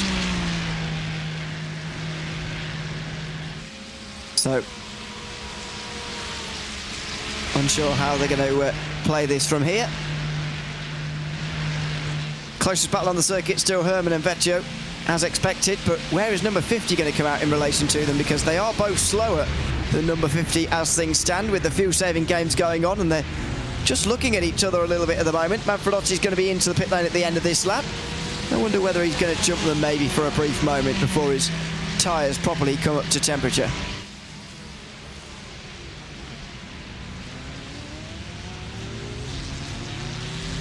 It's going to be interesting, because it's like the gaps are quite big between each other, aren't they? So don't know if that's gonna prompt to be the case for him to get closer and get funny around the racetrack. Manfredotti is going to pit at the end of this one to make it closer, but let's see afterwards whether it descends into anything else, any battle maybe, And a chance for the Scuderia Ferrari HP Esports team to get back involved in the fight for 7th, which they were involved in earlier on in the day. And then, of course, lost. This is the only Mercedes in the race, and Line GP have just pulled off to the side of the circuit. Now, will they have to tow? Should be a real shame if they do, but no. Just comes to a stop. Now uses the turning circle to get back around again. And into the race again. So that was a weird one for Line GP. Antonis Despotakis, who is now down in 22nd place, chasing a top 20, those guys right now. Yeah, and I saw people trying to push them or cheer for them to try to get within that top 20. Unfortunately, that makes the job a little bit harder. Although, good to see another car that is not a Ferrari or a Porsche or a BMW. Exactly. On the grid. I've enjoyed seeing them anyway out there today for this race. As Lorenzo Manfredotti comes into pit lane. And we'll get some answers on some of those questions in the not too distant future as well for the Marler Racing team and the Team Redline number 22 car as well. We'll see whether this car ends up actually out in front just for a brief moment while they're on cold tyres and on a lower fuel, or a high fuel load rather, as they go two of the Drago cars with a Porsche in between them. The number 50 comes to a stop on the right-hand side of pit lane and now will receive its service. Maybe a driver change as well for the last time this afternoon. Although Manfredotti not long into that car, so maybe we'll stay there. And there is live in the main part of your screen. There is another change. It's Oliver Steinbratton who's going to get back in for that final hour and 40.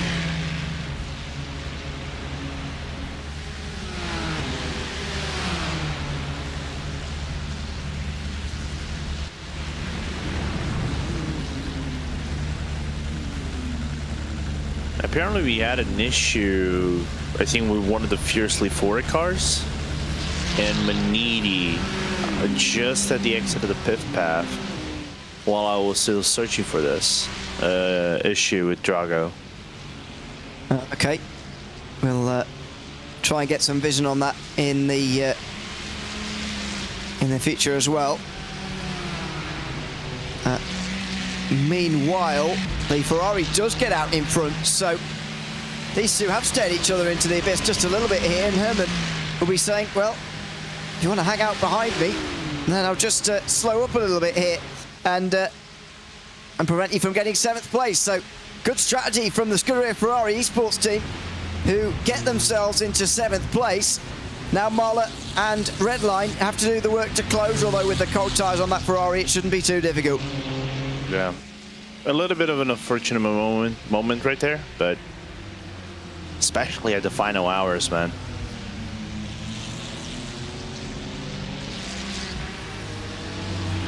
And don't forget, the Ferrari hasn't yet short fueled. They go 7 laps further than the rest, but they haven't short fueled yet, which would surely put them even further in front of these two. Yeah.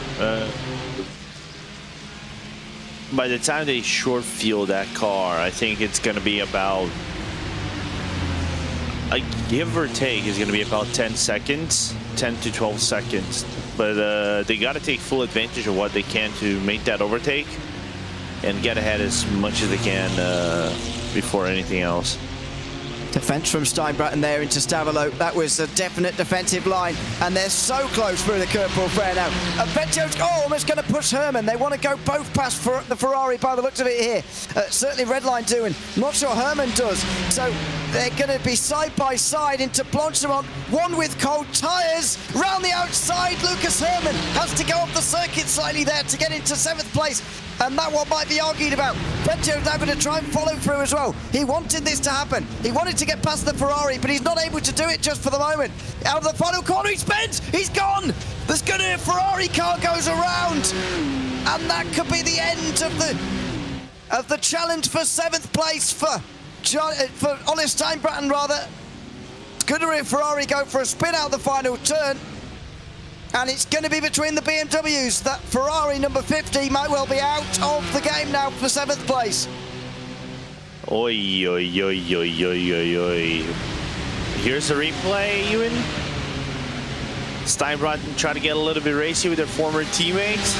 Maybe caught some marbles at the tail end of that Ferrari. And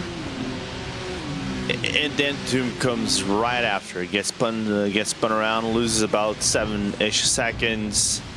5 to 7-ish seconds. We're going to see what happened to WSR now.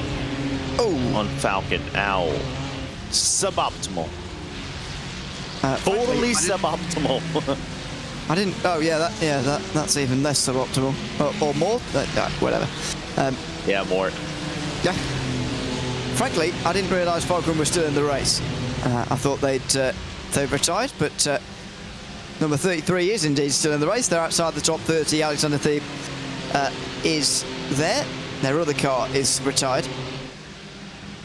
That's the number 44 car that retired after crashing at the start. So, yeah, good to see that Falken are still in the race, but not as good to see that incident. As meanwhile, this is a great chance now for Marlon Racing Team to try and break the slipstream. They know how much Redline are relying on that slipstream to save the lap of fuel required, and so Herman's trying to get a bit of distance here and trying to break the slipstream entirely. He's about 2/3 of a second away as it stands currently.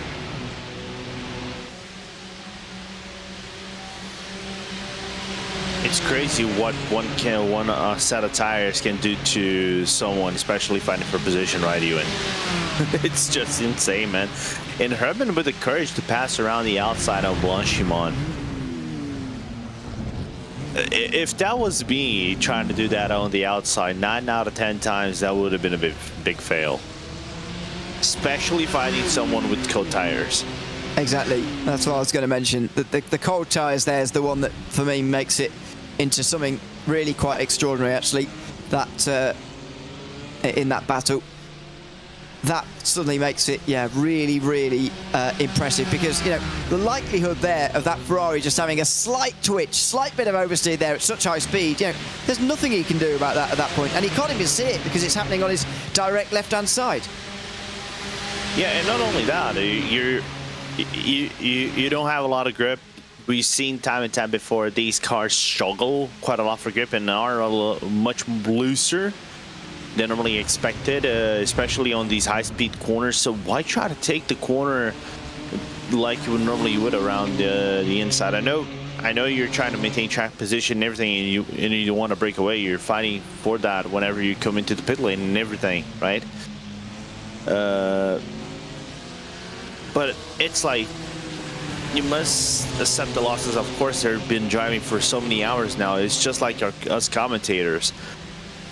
They're just as tired as sometimes as we are. So might have been a misjudgment at the moment from Steinbrotten, and unfortunately he paid a very costly price. Luckily for him, the car is still in one piece, but the time loss, it's something that he might not be able to recover even with the pit stop afterwards. Yeah, they will be rather tired at this stage. There's no doubt about that. The drivers, as will we. But there we go. It's our job to go on as Vecchio now gets back into the slipstream proper from Herman, and he's going to be saving some real fuel here. But will Herman just try and slow this down to allow number 50 and maybe the PGZ 114 back into the fray as well? And again, early lift off from Vecchio. Are they doing enough to get that 27th lap? It's still a big task, even with the slipstream. Trying to keep the speed, but also keep the fuel saving. A very, very big task.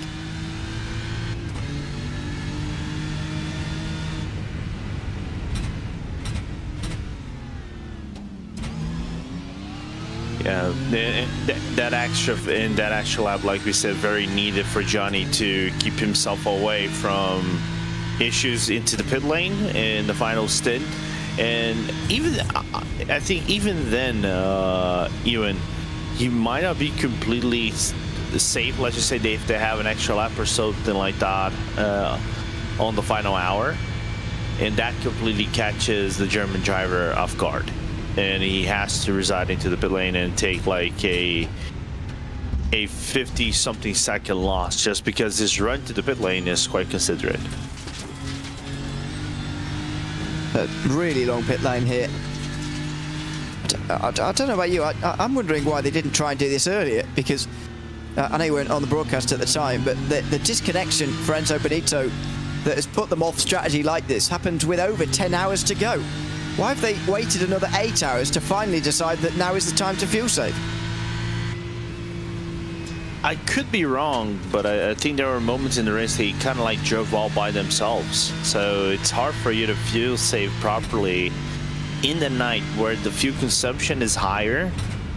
And of course the speed of the cars are higher as well. And be able to do that. Of course, there were patch moments they had traffic and things like that, but I don't know if it was proper traffic. They were fighting maybe with back markers.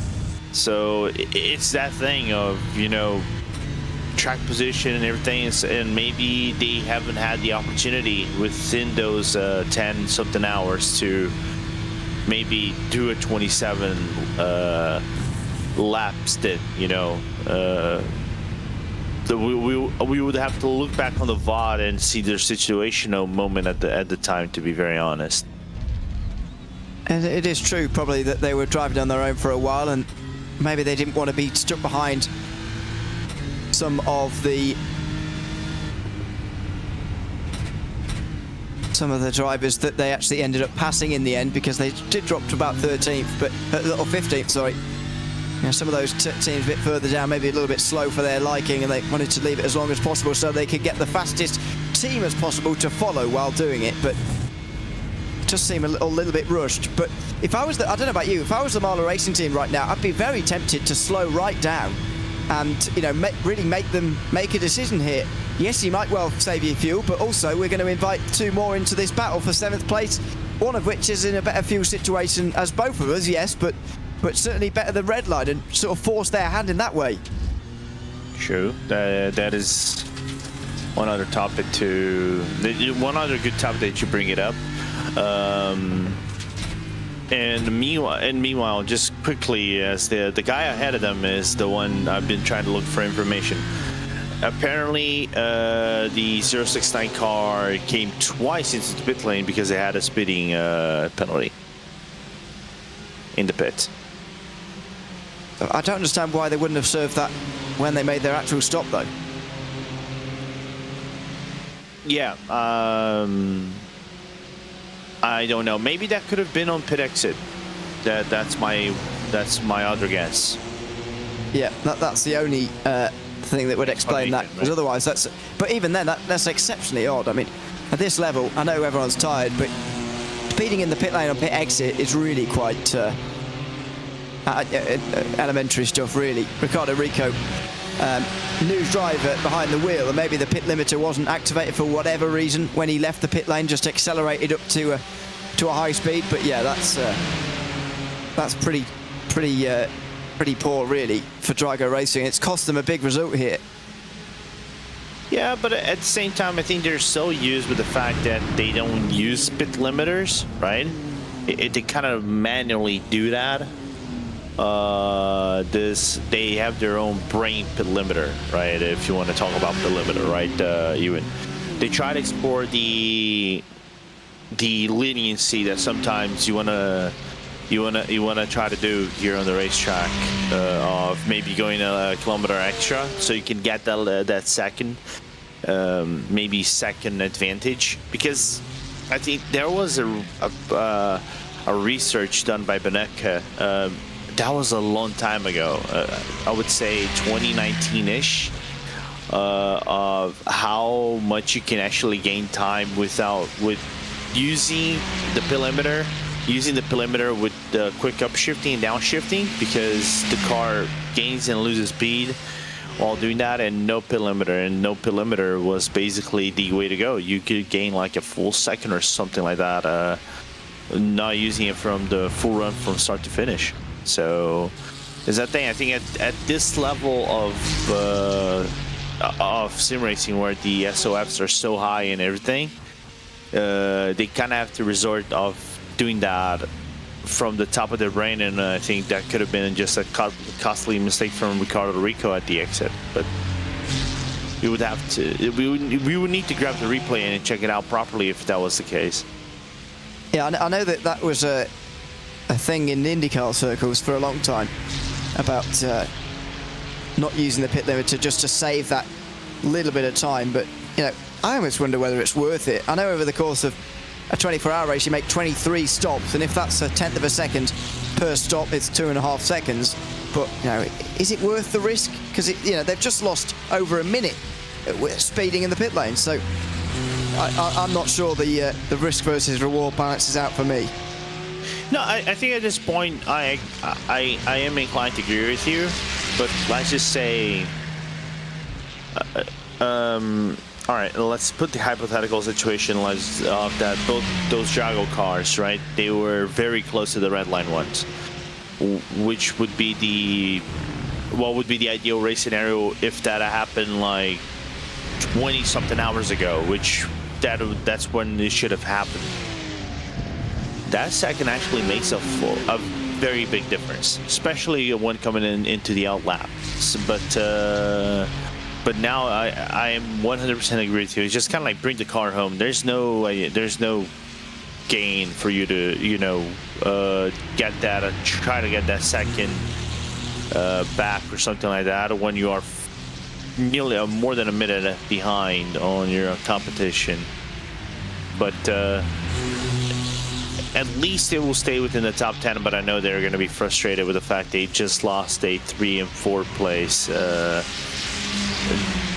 by a human mistake.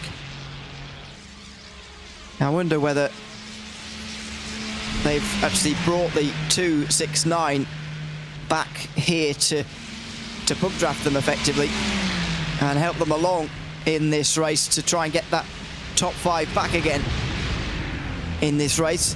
I just wonder. But let's wait and see in the next few moments for Drago Racing. They're certainly running around together. Last time round, Rico was quicker the time before last time, but what about this time round?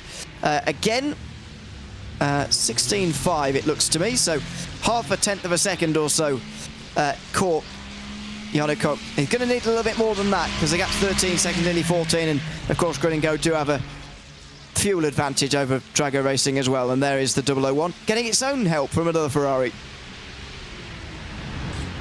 Yeah, from the Manini car. That's been a polarizing car from the start of the race until now.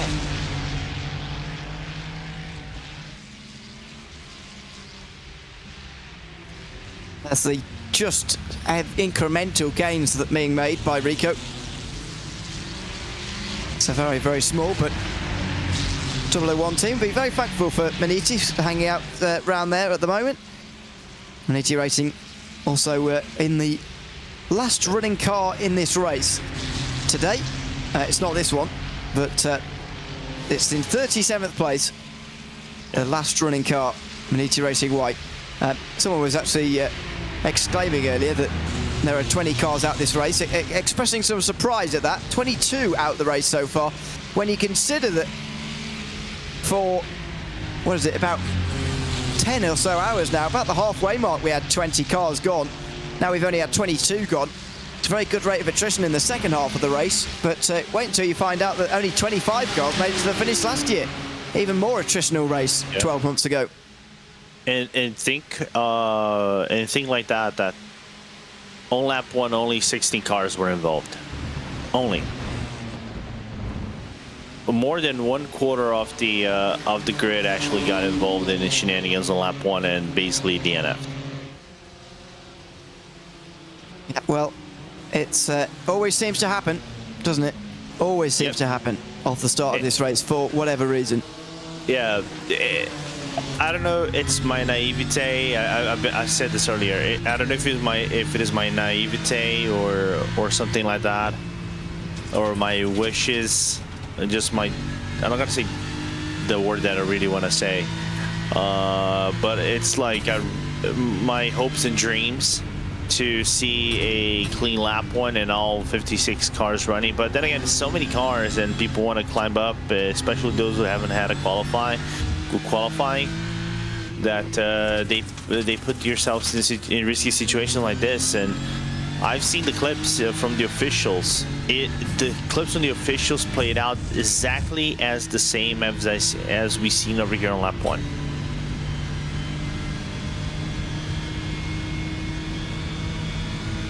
Well, let's continue to ride on board then, shall we, with Gianni Vecchio, this very interesting part of the race here, where Redline are trying to save the fuel required to get them home. See if they can do a 27-lap stint in about 20 minutes time or so. For now, though, here's some Racebot TV fan immersion as we listen in to the fuel saving ongoing in car 22.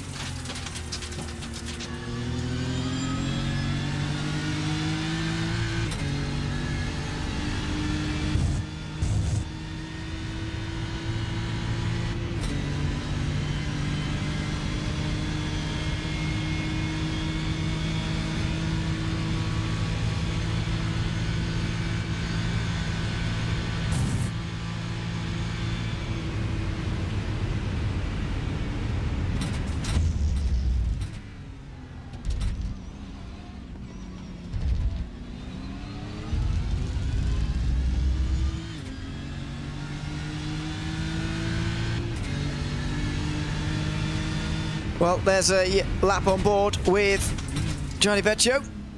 Still saving the fuel required.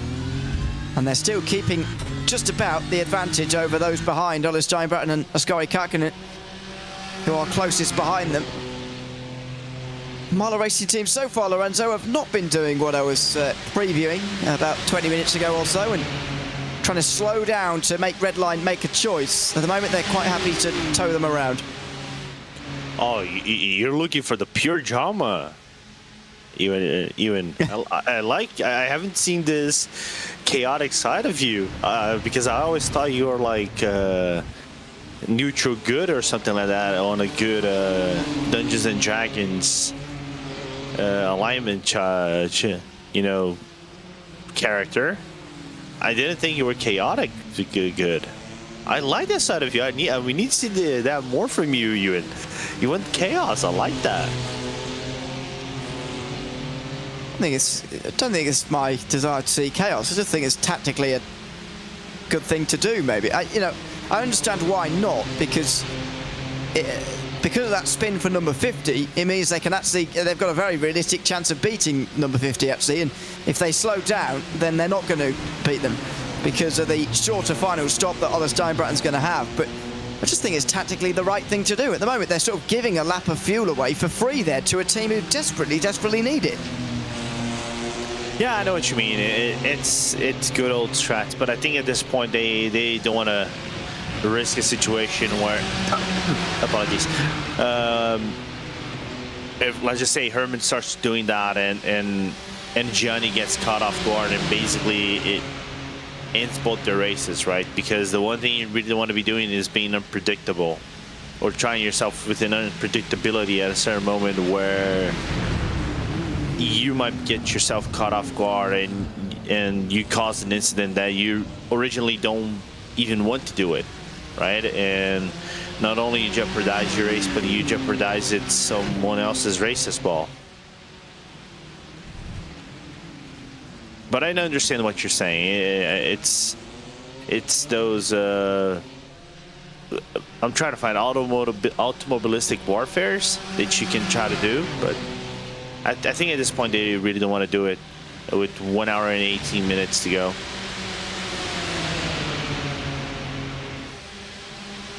So far, they are more than happy to continue on like this, but you can certainly understand both sides.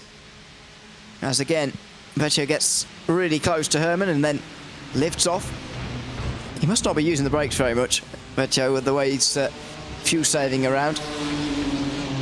Of course, it's probably worth starting to preview what might happen in the last hour between the teammates as well. It's going to go down as one of the closest 24-hour races in iRacing's history, I think. But are we going to see Redline consolidate right the way to the very finish, or are we going to see them start to battle in the final hour? I do wonder whether they might just say, sort of decide who's going to win in voice call and do it that way. Just run like this to the very end. I hope not, to be honest. I hope they do fight, but at the moment, obviously they're not going to. They're going to leave it to the final hour. How long are they going to wait, though? And what form is that final battle going to take on as well? Going to be a very interesting final hour in that respect. I would say they're probably going to leave it all this way to the last lap, or the final 2 laps, and see who's going to come out winner in this battle between Lulem and McKeon. The thing is, would Max allow them to do that? According to Ron Mons earlier in the day, he is negotiating with Toto a seat at Mercedes. How much that is true, I have no idea. I mean, but is that thing, man? If Max allows them, or the team manager allows them to fight in the last lap or the second to last lap for the victory, within the boundaries of, playing fair, they will do it. Yeah, I hate transfer rumors, I've got to say. Well, spies around, man. Spies around us, man. That's when the full fiesta is going to begin. The lollipop fiesta is going to begin, of the transfer rumors and everything. We saw Horner get out a Red Bull. What's next? What is next? Just, earlier, we already knew this time last year that Hamilton was going to Ferrari, so... Yeah, now there's rumors... Yeah, now there's rumors of Drugovic going to Alpine. It's hardly front page news, though, is it, really? Yeah, but it's Red Bull. No, it's Alpine. I couldn't care less. I would be more excited. I would be more excited to hear, like, let's just say Dynaco Motors is buying Alpine than my fellow countrymen going to Alpine. If I'm Drugovic, I'd slide that bullet and I go straight to Cadillac. But I'm not gonna be. It's like I'm not gonna go into all the rumors that I've been listening to Formula One. Otherwise, my brain is gonna melt. Yeah. Also, don't you just find it the most least interesting thing in the world? Because that's how I feel about it, to be honest.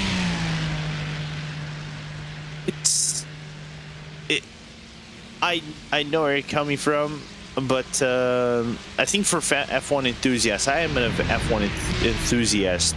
It's all fun when you do see something that, for example, like the Max Verstappen circus, right? Because you don't know where he's gonna end up, and you have all this uncertainty with the new cars and everything. That it literally shakes up the market, because if he goes, it's gonna shake up the market, I think, quite considerably. So that's only why. I think for the average person that might be looking from the outside, could be seen this as interesting as well. But I see where you're coming from people that like motorsports, that this is not interesting. It's fair. It's a fair assessment. I'll see who's driving for who at the start of next season, and that'll be enough. Through the final chicane for Tristan Iglesias, who went very wide there. Had a good PESC season this year, 2025, and is slowly working his way up the ranks into Commander Esports sort of higher echelons, if you like, the higher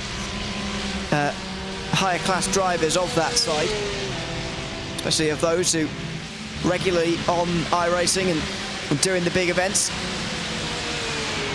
Fourth place could be a decent finish for them. They're using Team Redline effectively to just drag them away from 001. Is now nearly 20 seconds behind them, and just in the last 3 hours or so, they might have secured a fourth place finish, even despite running outside the top 5 and on the fringe of the top 5 for most of the day. They're certainly going to end the day as the best Porsche, which will be pleasing for them as well. I think it's going to be pleasing, but I'm just trying to pick their original placement. If I am correct, that number 8 was P8 and P4 in so that number 8 was actually pole. So it might be a little bit of a letdown being 4th place and 1 lap down to the red light cars, knowing how strong is the Coanda team. But then again, given how everything happened at the front, going back to 4th place in a grid that when they started the race, I think they went to from 1st to 10th place or something like that, and then had to slowly go up into the ranks. I think they're going to see this as a positive, and I know Tristan was a little bit spirited up with the fact they were catching up to people inside the top 10 and top 5 a few hours back. Quite a bit of traffic in front of the leaders at the moment. Jarno Kok has a lot less. We'll try and use that maybe to close in these crucial few laps here. He's now got 13.5 seconds over Ricardo Rico as well. All of them doing just a little bit better times right now, actually. Now that we're getting towards the finish. I guess it's because their fuel load's coming down again. And the track temperature, very, very manageable this afternoon. 29 degrees Celsius on the racetrack. It's been a very, very overcast 24 hours of Spa, but no return of the rain like we saw 12 months ago. Yeah. Not gonna lie, I would have liked to see the rain back. Yeah, same. Yeah, it would bring something different. But it's like, I don't make the weather. I'm not iRacing weatherman. I'm trying to remember who played the weatherman in the Anchor movie. I want to say that might have been Steve Carell, but I would have to look into the movie to see if I'm actually guessing right. But still looking forward to see that pit stop from Grid and Go, because I still think Coanda's place, it's not safe on the track. And whenever they do the short fueling, I think they're going to be about 5 seconds closer to Coanda, and then they're going to get engaged into a massive battle for 4th place. Well, I think 1 lap takes about 1.5 seconds of fueling, so what's 7 times 1.5? About 10 seconds maybe they'll gain, so... Yes, yeah. At the moment, that would have them 8 seconds behind. It would at the moment. I still think that's probably just a bit too big of a margin at this stage in the race. You know, that's just a little bit too big to really catch up in an hour. You know, we're getting to the stage of the race now where you can look at a gap, see how many laps remaining, and say, right, I need to gain such and such per lap. And you know, 26 laps, 8 seconds would be less than 26, about 20 laps, 8 seconds. You're getting towards 1/3 of a second a lap, and that is.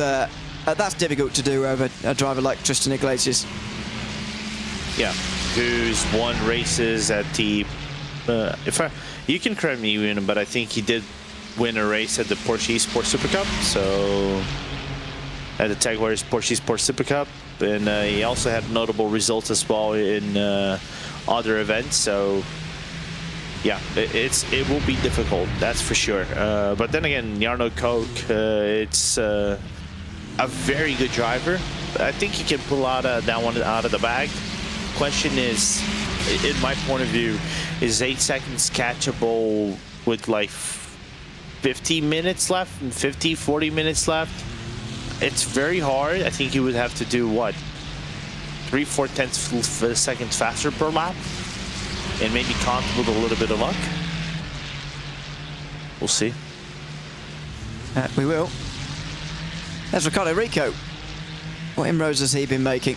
Last time a 10th, but again he'll lose about 10 seconds to 001 by fueling more. He's trying to get his teammates to help him along, but it's just not happening at the moment. And these are the kind of battles where you wish that fuel and tyres didn't happen at the same time, Lorenzo, because we could have the situation where a team decides to skip those tyres to gain the 20 seconds, get out in front, and then try and cover themselves, try and defend in the final 45 minutes or so, final half an hour on those old tyres. Always used to be the fascinating point of an endurance race there, when someone on old tyres has to defend from someone on new, but just doesn't happen anymore, because as long as you've got more than half a tank to put in, you can do tyres as well, all 4 of them. Yeah, if you can waste 16 seconds of your time fueling the car and putting tyres, you're going to be doing that. It's kind of, I know we've banged around the table of the meta, that meta, right? That you do this IMSA, it's basically the IMSA pit stop where you can do fuel and tyres at the same time. For some people, I know, takes so much of the strategy away, and we wish that could, like, for future endeavors, you could have the IMSA pit stop and the normal GT3 or prototype pit stop like you would have at WEC, but that would bring the strategy aspect away, maybe risk something extra.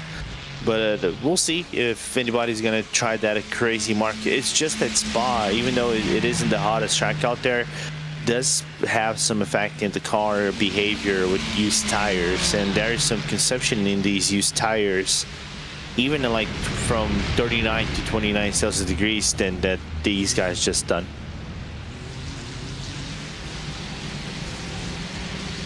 It's the crucial stage in the race. There's Herman towing Vecchio and distancing Ola Steinbratton as well. Are the Moller Racing team continuing on with this, letting Redline go to secure 8th for themselves, knowing that 7th isn't going to be possible? There's the gap to Ricardo Rico. It's over a minute back to 069. They're not going to be getting ahead of that car in the time remaining. Need about 3 seconds a lap. Should probably only be possible if they put wet tyres on or something. That's not going to happen. But yeah, Herman is still towing Vecchio around, and surely 22 has done enough fuel saving now. We're going to find out soon, though. This is the end of lap 24. Can they go on 3 more? If they reach that hour mark and go for like the pit stop with literally an hour to go on the dot, then you can start saying, interesting, then maybe they can actually bring something out of this race. But I think they have to pass around the hour and pit with like 58 minutes remaining for them to be completely safe in the race, and maybe count with an extra lap if that ever happens. And do we actually know at some stage whether Vecchio has got the fuel here, and whether he's still trying to save fuel? Just under a quarter of a second now, under 2 tenths. Vecchio right there, and doesn't decide to go through. Again, could be tactical anyway. Even if he has saved the fuel, he maybe doesn't want to let everybody know about it, which makes sense. Through Malmedy, can he do the laps required here? Everybody else can. I think he's the only driver inside the top 16, as far as I can see, who is even remotely concerned about fuel. Everybody else should be absolutely fine.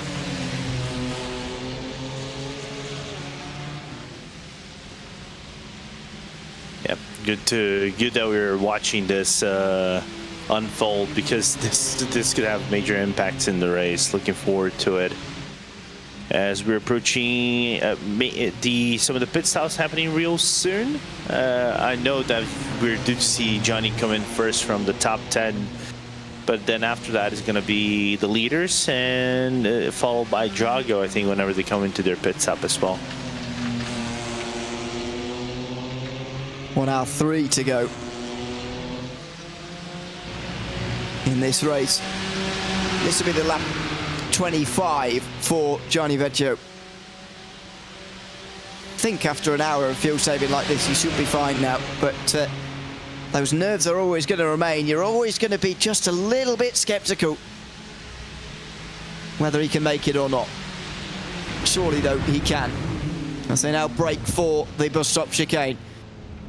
Out the other side. 1:02.5 to go. So it would only just be over the wrong side of the hour, actually, if they'd done the same amount of laps again here. But you don't want to be risk running it too close, because your teammates will be fighting for the win. And as I said earlier, and we said again, you don't want to make a splash and dash at Spa, that's for sure. Yeah. I think it stands as the longest splash and dash in motorsports. It's like 50-second run into the pit box just to waste like 3-ish seconds in the pit stall for fuel. And you come back out.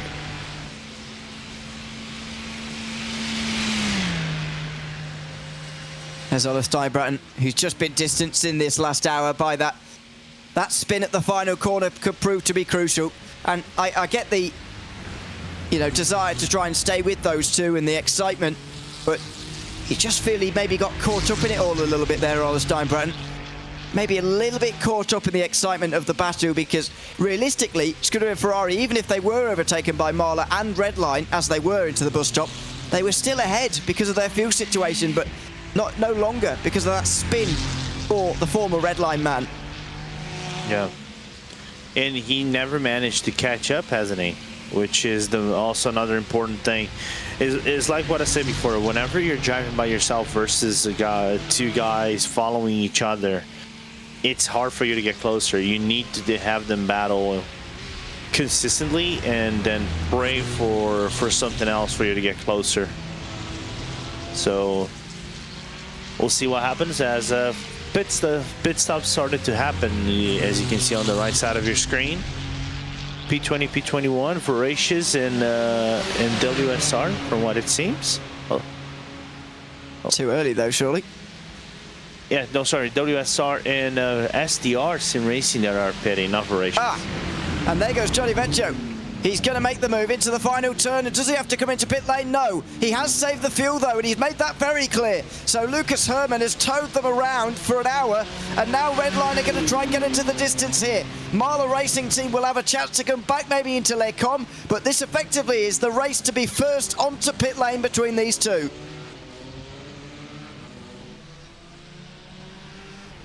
I got my scheming hands right here, Ewan. I want to see Herrmann fight back. Now I want to see him fighting back. Is he going to? He looks to the outside. Vecchio's going to defend. Proper battling at the Spa 24 in the final hour as this race comes to a conclusion, and no, Herrmann lifts off instead. He's going to save the fuel behind the Redline car and actually lift off way too much there. He's going to give Gianni Vecchio a bit of an advantage here. He is going to take on a little bit less fuel, of course, than that Redline car, and he's going to take a lap on warm and on low fuel as well, a bit of the overcut as well for the Marla Racing Team for just a lap or two. However, Redline are through, and maybe they're on their way to a 7th place finish with car 22 as well, despite its many problems this afternoon.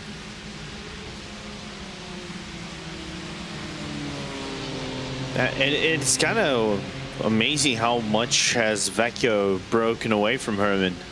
right? I don't know if they still linger some damage from that incident that Bonga had a few hours back with the wing in the back end of the car, but nevertheless, 7/10 of a second within the sequence of corners on sector 2 is somewhat impressive from the German driver of Redline.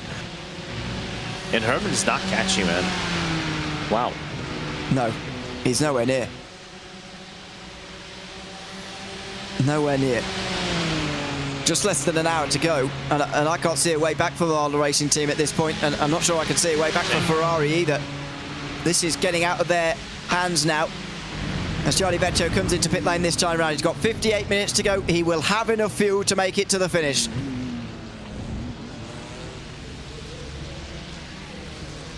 Johnny Cook and Ginny Alforno, Mr. Herman made the overtake when he was supposed to make that overtake. Now that he is safe, he's not going to carry anymore. The one thing he cannot do, Ewan, is bottle that pit exit. If he does, he's going to get haunted in his dreams by the community. Yeah. And I know there are people who wants him to fail. Trust me, I can. And I'm probably going to run out of numbers in my fingers. Now the other two red lines, by the way, onto the pit lane as Vecchio now gets up onto the jacks, and I think will stay in the car to the end, although it's a very long stint for him to finish this race. It's probably best just leaving him there now with 57 minutes still to go. Now then, Herman's going to go on for another lap at least. He should be in at the end of this one. That should mean one less lap of fuel taken. Also means another lap on warm tyres and low fuel. And if that means the red line car can get out behind and the Marla Racing Team car's in front, then maybe Herman's got a chance of getting back into the slipstream and maybe even defending as well. But otherwise, it's going to be quite tricky as the top two come in together again.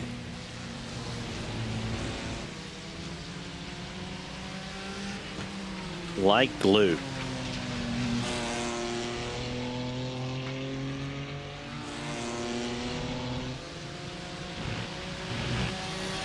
But it's weird to see the last few laps from Herman, like mid-high 16s and then now a 17. It's kind of like the car performance got worse as they went on a lap-by-lap basis. It's a bit awkward, but what matters for them is they are still within the top 10, you know. And I think there's a swap from the red line 1-2 cars at the exit of the pit lane. Yeah, Lulham and McEwen come out of the pit lane, and they are still 1 and 2 as expected. In comes Sven Alosa though for his final stop of the day. Same for Lucas Herman, who needs a very good final stop as well. We'll see some of those who go a little bit longer now as well. Just continue on, because there are some cars with just a little bit of a tactical advantage here. 001 and number 50, as we've talked about. There is number 22. Can Vecchio get in front here and consolidate 7th place? What would be a decent recovery for Team Redline after a big spin at Blanchimont 2 hours in and a bit disconnection as well with just over 10 hours to go. Yeah, I think they're going to be celebrating that, even though they're going to be slightly dissatisfied with the fact they haven't got P3. Because I think on normal circumstances that P3 would have been theirs. But with everything that transpired for them and still maintain a top 10 finish, I think it's a win on anybody's books. And I think it should be the same for these guys, given the fact what happened to them. Still down on pit lane is Herman, who's now changed to Ruben Bonga, of course. Sorry, go ahead. Also, I was going to say, Spats coming in for Fenalosa as well. Yeah, so a couple of driver changes in the final hour here. Now then, Bonga's got a job to do here. A big pit exit required. He does get out in front, but it's not going to be a very big margin at all. And how much does he defend? He's got to defend loads, surely. And weaves around immediately on the straight. Cold tyres, a huge factor here. The Marla Racing team spent 40.1 seconds in the box.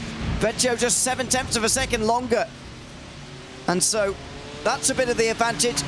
The warm tyres and the lower fuel load as well. The better in-lap for Bonga. But now he's got to defend on this outlap and the second outlap as well, because those tyres are always cold coming out the pit lane.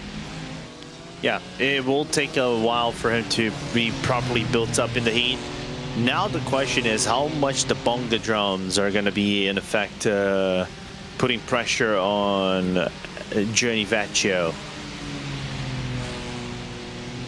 Yeah, mate, don't tell me the number one car's coming out, by the way, after 841 minutes. Oh, it is. Matteo Coenza is back out the pit lane after nearly 24 hours of being on the lane. Goodness me. 21 hours, sorry, I'm exaggerating a little bit, but still.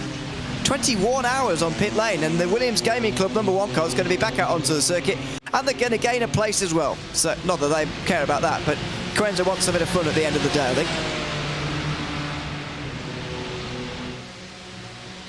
Yeah, you kind of stole my line with that. With the fact that they're going to gain one position, they're going to go from P49 to P48. But back to Vecchio. Comes, live pictures. Sorry, Lorenzo, down the inside for Gianni Vecchio. Oh, and he blocks pass. A block pass is there, Ruben Bonga. Meanwhile, Maniti Racing Green. Oh, and they've taken their rear wing off. The final cold tyre run of the race. And they've taken their rear wing off there. And that is a top 20 finish that will maybe actually be retained because they've got such a big gap. There was one lap between STR Sim Racing and the top 20, and that might have just saved Maniti Racing Green from dropping out of the top 20, but it may not have done. They're still on pit lane right now. Oy, oy, oy.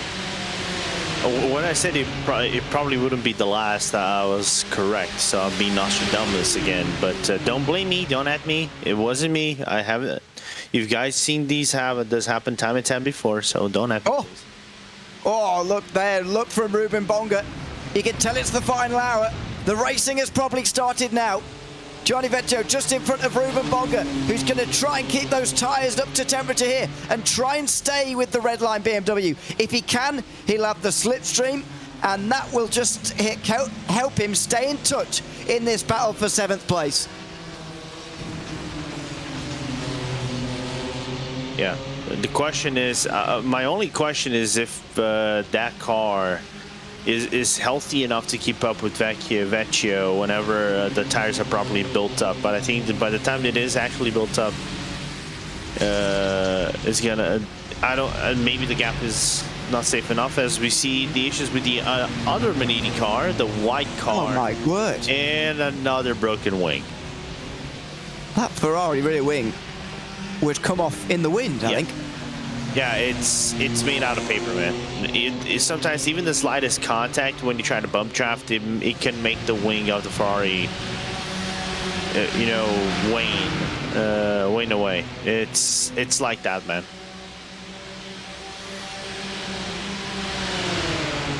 Well, that is a shame for both of those Ferraris. But it does look like Ferrari are going to get a podium. I think for the first time ever, actually, in the iRacing Spa 24 hours. Certainly with the 296, it's the first time ever. We're focusing in on, though, the battle between Redline and the Marla Racing team, because Bonga is staying in touch. He's got it over that cold tyre period, and now he's still there, just in the slipstream. That's exactly what he needed to do. Now he's got to try and challenge Vecchio if at all possible, because I think if you let him get too much of a gap here, that 22 car will just generally slowly pull away with the extra speed that it has. Now you made me curious about the podium stuff. Let me see right here. Last year was two BMWs and a Ford Mustang in the podium. And I think the 296 debuted last year, if I'm not wrong. I'm going to check 2023. Yeah, good point. I'm not sure if it was around quite in time for 2023 or not. No, it certainly raced last year. 13th place was the best place, by the way. Best place car, Valkyrie competition. Finished 5 laps down in the Ferrari. The best placed of the Ferraris last year. Yeah. And last year it was the 488 that in 2023. So the first running was 2024.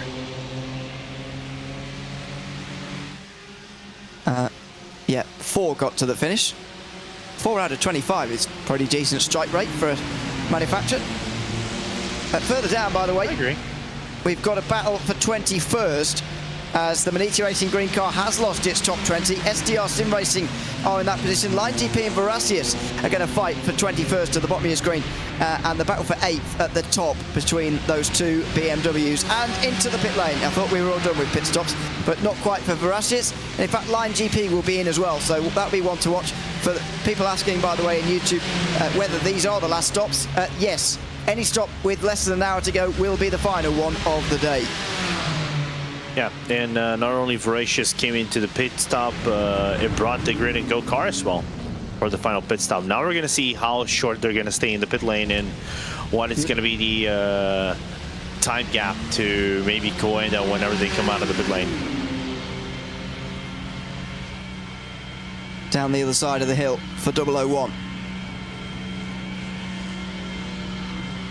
How long is this stop truly going to be? They're going to get unlapped by that battle at the top of your screen, as you can see, but that will be of very little significance. The battle will really be with Coanda Esports.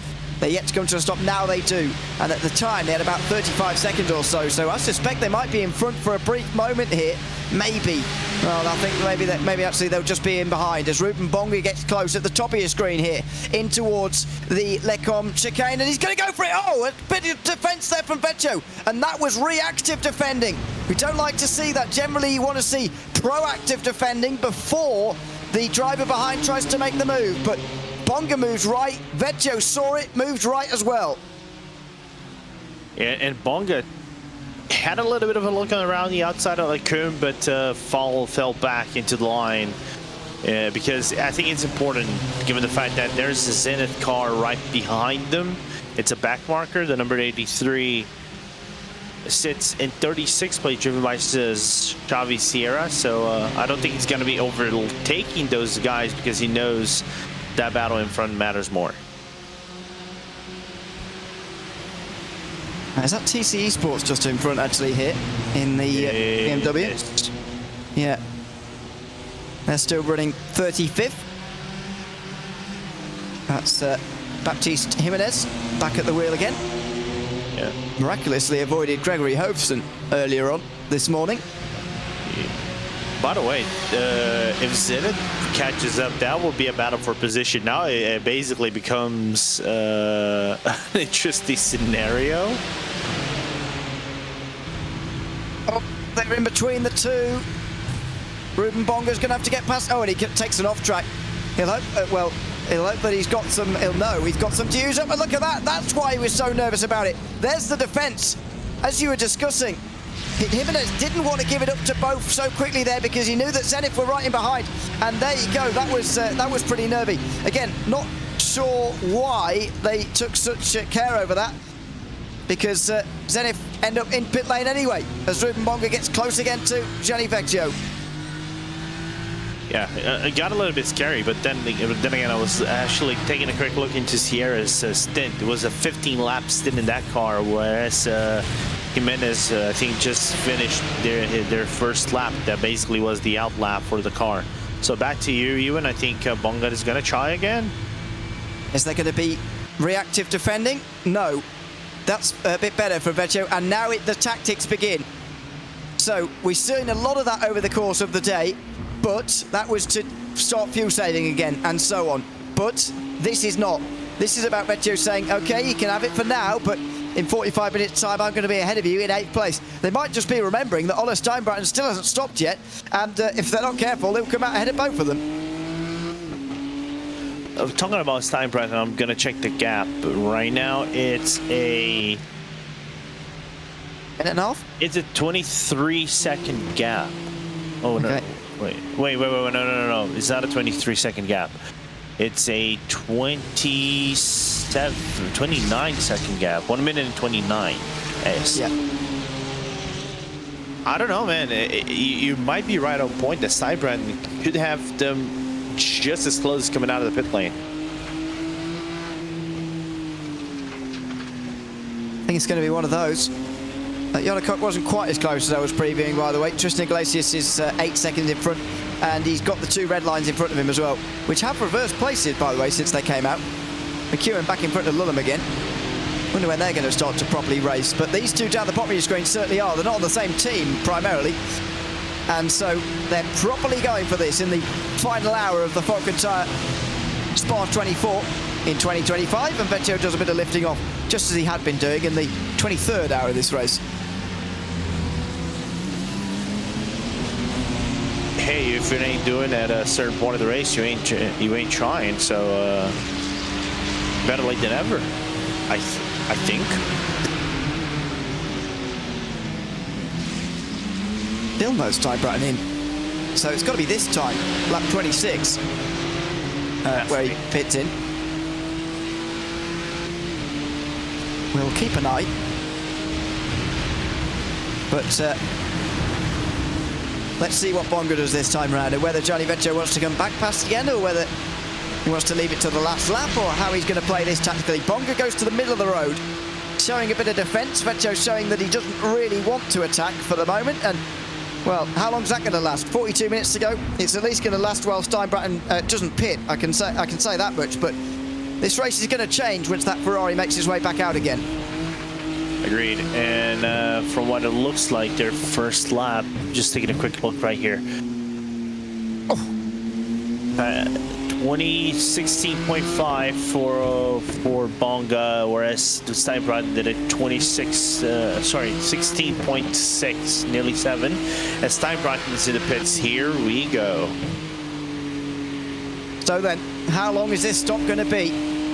It's only 29.8 for Jonnekock, who's been out there now for 3 laps. So you'd expect this stop to be 25 seconds, maybe. Give or take, yeah, something like that. We'll just keep an eye. We'll try and get some vision of that number 50 pit stop, just in case they decide to keep the warm tyres on for the last 41 minutes. I don't think they will, because the new tyre advantage is going to be too much in that case, but they might do, so we'll just keep an eye on it. Meanwhile, this is a battle for 21st. Oh, and contact! Contact for Lion GP, who are fighting for a spot in the low 20s there.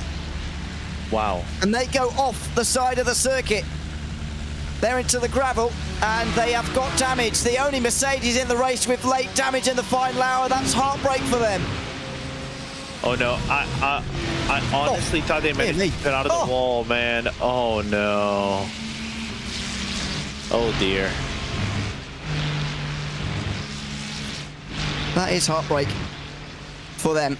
That's a long stop, isn't it? 32.2 for Hollis Steinbrenner.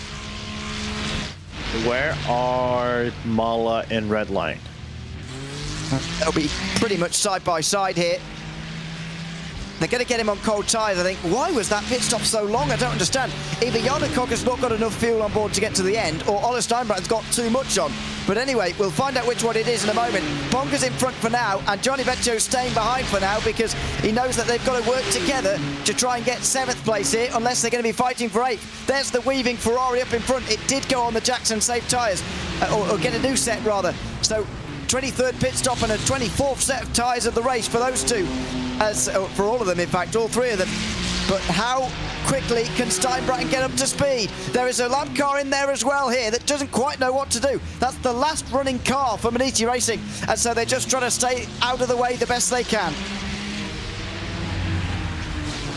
And now it's going to be a wrench in the mix of all these things for Mala and Redline. You can even see the blinking of the headlights coming from Bonga at the entry of Pujon.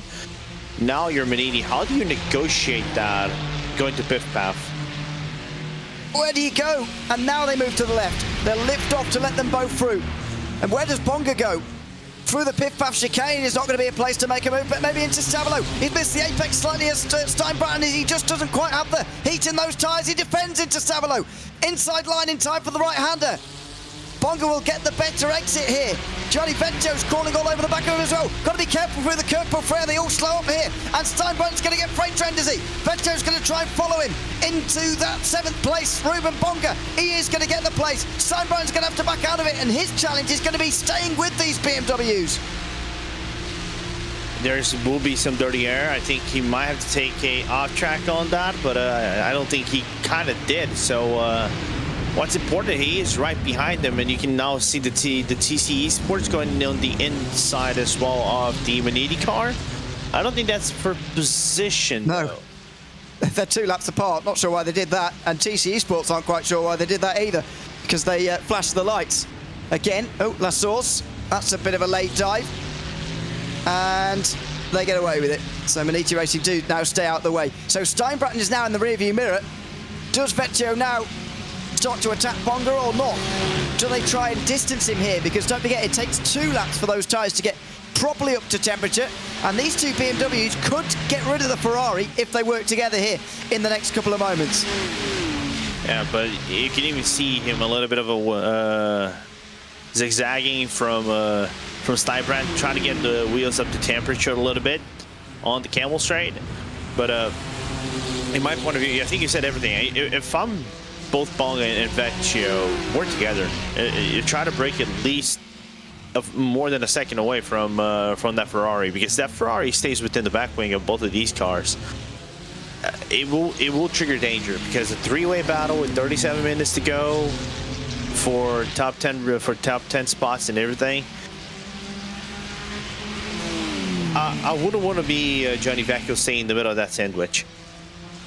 No, and I don't think he will want to stay in the middle of that sandwich for much longer. 9/10 of a second, though. I think they're getting rid of Steinbrenner this lap. I think they are going to manage it, and that is going to mean they might well work together for a little bit longer as well, because if they start fighting like they were earlier, they'll bring him back again. So that could mean half an hour or so of working together now for Bonga and Vecchio. Not ideal for either of them, but they'll just have to delay their fight for a little bit later on. There goes the 1 second mark. The Ferrari is officially out of the slipstream, and yeah, I think the BMWs are going to go up the road now. Yeah, let me check the gap between them over here on our light timing. 1.1 seconds separate the Vecchio from Steinbrenner. It's still enough to pull the Ferrari car around, and one single mistake can bring that Ferrari back again. The question is, now that Steinbrenner got 2 laps in within that car, can he do something to get closer to both of them while driving alone in this 5-car train? If you're just tuning in, by the way, everybody can make it to the finish from here inside the top 15. So no need to worry about pit stops anymore. It is all about the run to the end and the battles that you see on the circuit. The battle for 7th, battle for 14th, battle for the lead. There's a lot going on out there at the moment. Does Johnny Vecchio go for it now, or stay behind Bonga? He stays behind again. Those BMWs want to put Ferrari behind and consign them to 9th place this afternoon.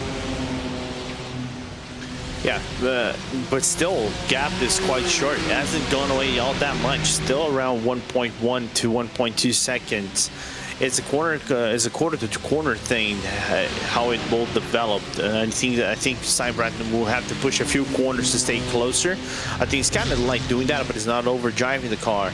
It's just how well coordinated Bonga and Vecchio are actually collaborating with each other and sharing draft in some of these corners that are making the life of the Ferrari a little bit more difficult. In behind, Malte Jansen and Alexander Davidson are on the bottom of your screen. That's the battle for 14th. They can also both make it to the end of the race. A sort of stop for Davidson has created this battle where it didn't exist before. Commander with 2 cars inside the top 15, but might go down as a bit of a disappointment this race. They do have a car in the top 5, I suppose. But let's see if they can keep 14th as well on the bottom of your screen. Davidson closes in here. And just to the rear end of that Porsche into Lecom, and no chance through that time round. What about Vecchio? He looks right and left, but again, no chance. The two BMWs just about working together for now, but they have not got rid of Steinbretten for good. It's only 1.1 seconds. Plus, there's a good old saying, even if you have incidents to use, now off-track is a resource.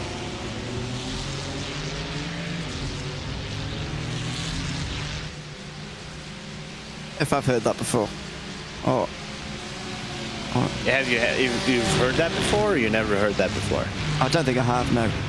No, it's something that I like to say from time to time, and I've seen people hear from time to time. I'll just say you have 100x and you just use like 20. You have 80 left. Of course, at the cost of your own safety rating, but hey, they're out there for you to use. Yeah. I mean, in long races like this, your safety rating should improve exponentially anyway. I think I remember when we did this race, we got collaboratively up to almost 100x. Didn't quite get a drive through, but nearly 100x. And everybody, even nearly 100, everybody gains loads of safety rating. So. Yeah, because it has so many corners and there's so many laps that it's very hard. Unless you're like Max Verstappen and Lando Norris, that you would get like 250 incident points. Like they would have to do it like back in the early days of this race, so that you can actually get a safety rating loss.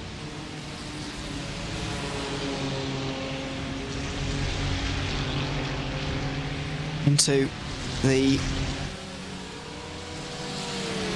final sector for that battle for 7th place, and on the run up to Lecom again for those at the bottom of your screen. Some of those who have had some slightly strange strategies this afternoon come out of the pit lane for the final time. Davidson is not close enough, I don't think, to make a move this time on the Porsche. Vecchio certainly is close enough to pass Bonga. It's just a case of whether he wants to, and the thing seems to be at the moment he doesn't want to. No, right now there's still too much risk. They're starting to break away somewhat from Steinbretten. I saw the gap increase to 1.4 at a certain point. Oh! Sorry. Davidson was on a real squeeze there, and he does get through. Well, that was quite impressive. Anya Hansen, who has another look down the inside, doesn't get through. That was a real squeeze for Davidson, and very nearly contact between the two. Yeah, I think squeezed Johansson to the point where he actually got into the marbles and made a very nice overtake. And Vecchio does something similar here. Steinbretten's put further into the rear view mirror. Onto the front straight. Bonga not quite all the way to the white line, showing that he is looking in his mirrors and worried about what the red line BMW might do in behind, but for now it doesn't make the move. This is a replay of what happened for Davidson. Bit of a squeeze, looks tight on board, but in the end just did it rather nicely really into Bruxelles. Yeah, pretty much. And that's how he got to 14th place. Just want to see where did that WSR Esports red car begin this race. Sorry, the Adidas racing by WSR. It is still a WSR car. Let me see where they started this race. B5? Wow.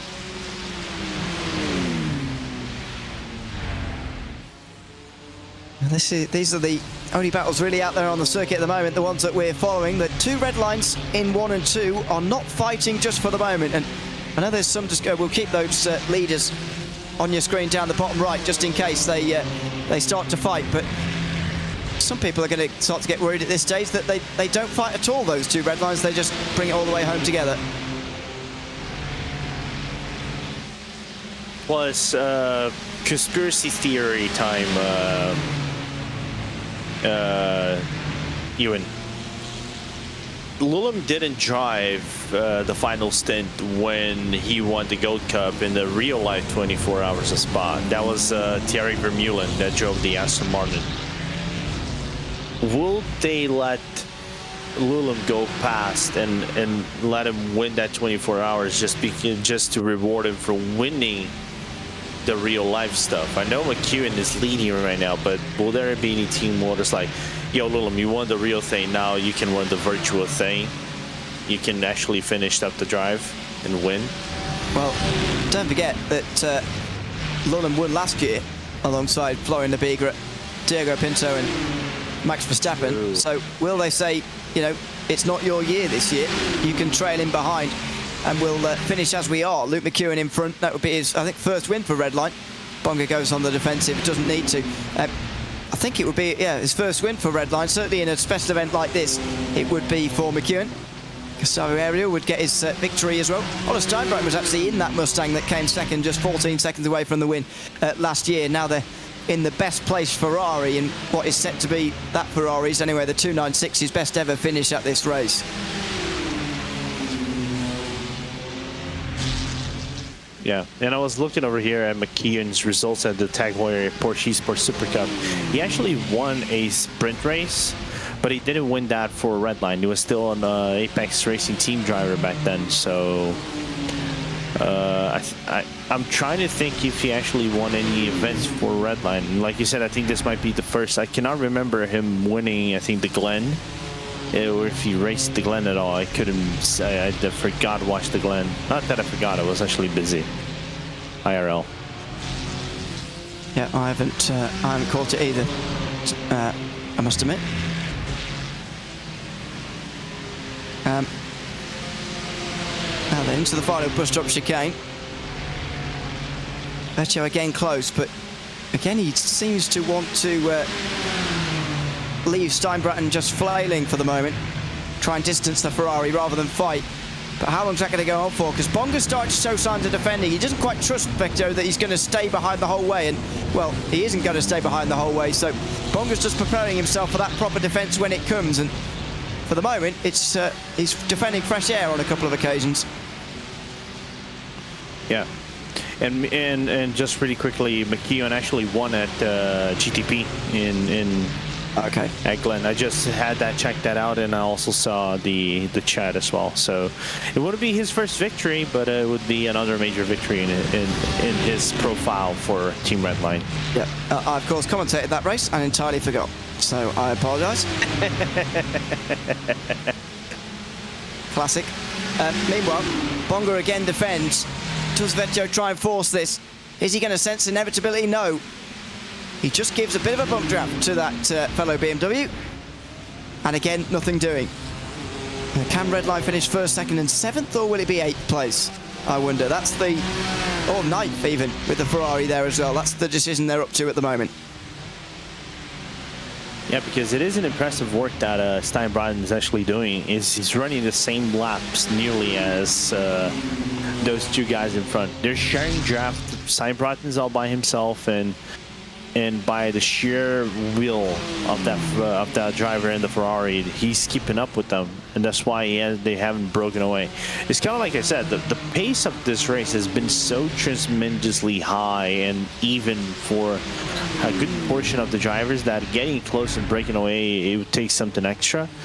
That the slightest offset, negative offset of pace, you would get punished heavily, and you can see that Steinbrecht didn't even drive by himself. Again, like I said, is maintaining with those two guys, keeping the hopes alive. Let's just say if Vecchio fights, Bonga gets defensive, he gets back into the fray once again.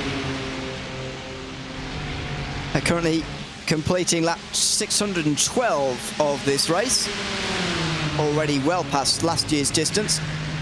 594 laps because it hasn't rained this year in the iRacing Spa 24 hours. Still just the one 24-hour race in iRacing that has not seen rain yet, and that's the Nürburgring. Even though it was possible, rain tyres available for all 5 classes at that race, it just didn't rain, as it just hasn't here. So it's been a little while since we've seen, in an endurance special event like this, the rainfall on the circuit in iRacing, but there's still plenty of endurance special events to come in 2025 where there might be a little bit of weather interruption. Yeah, we still have the Indy 6 hours. We have the 1,000 kilometers of Portimão. I'm not gonna say the MX 500 at Martinsville, even though you can rain. Yeah, you can put rain tires on oval. Oh, and Vecchio just about gets to the inside of Bonga. That's for the first time with 24 minutes to go. And there's the risk. Oliver Steinbratton could be let back into this if they fight too much. Bonga again defends into Bruxelles. Gianni Vecchio's got to make this move quickly if he wants to keep the Ferrari at bay. He's not able to. Bonga puts his car in the right position to keep 7th place. And in one sequence of corners, the gap shrinks to 1.1 seconds. Exactly. That's the problem. And that's why Vecchio hasn't been attacking so far, but his hands has been forced really by Bonga defending so much now.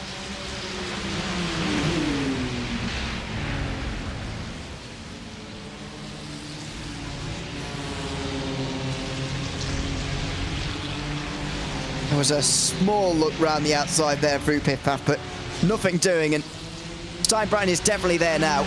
I think the worry, it's still in Redline's hands, because the worry for Steinbratton is going to be if Vecchio gets in front of Bonga, then he might well get away, and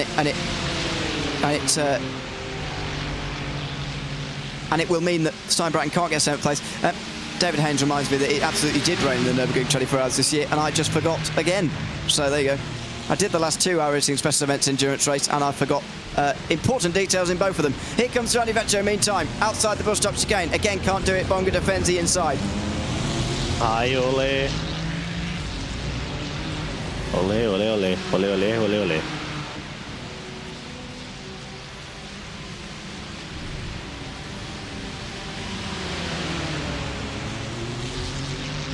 Gap sitting about 7/10 of a second average between them now. The Ferrari truly within the wings of both BMWs.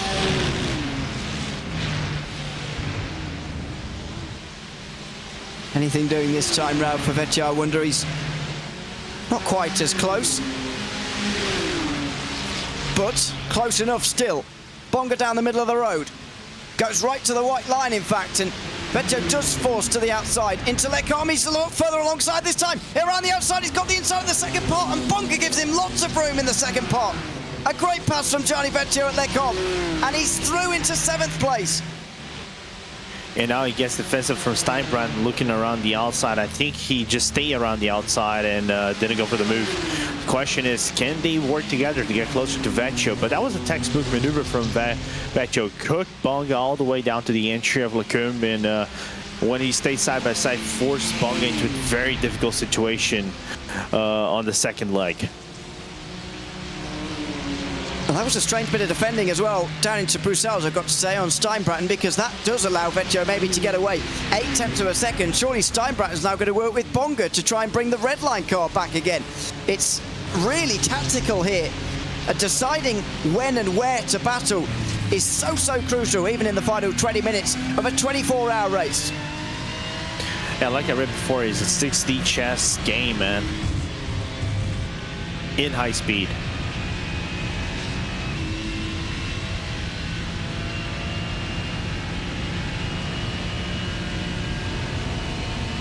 It is a real game of chess towards the end of this race. Something unlike what you'd expect to see, really, in an endurance race. And we're just keeping an eye on the leaders down in the bottom right as well, just in case things start to get interesting there. Final 20 minutes. Surely they're going to fight about it amongst themselves. Surely they can't just settle it in a voice chat between themselves. Maybe they can.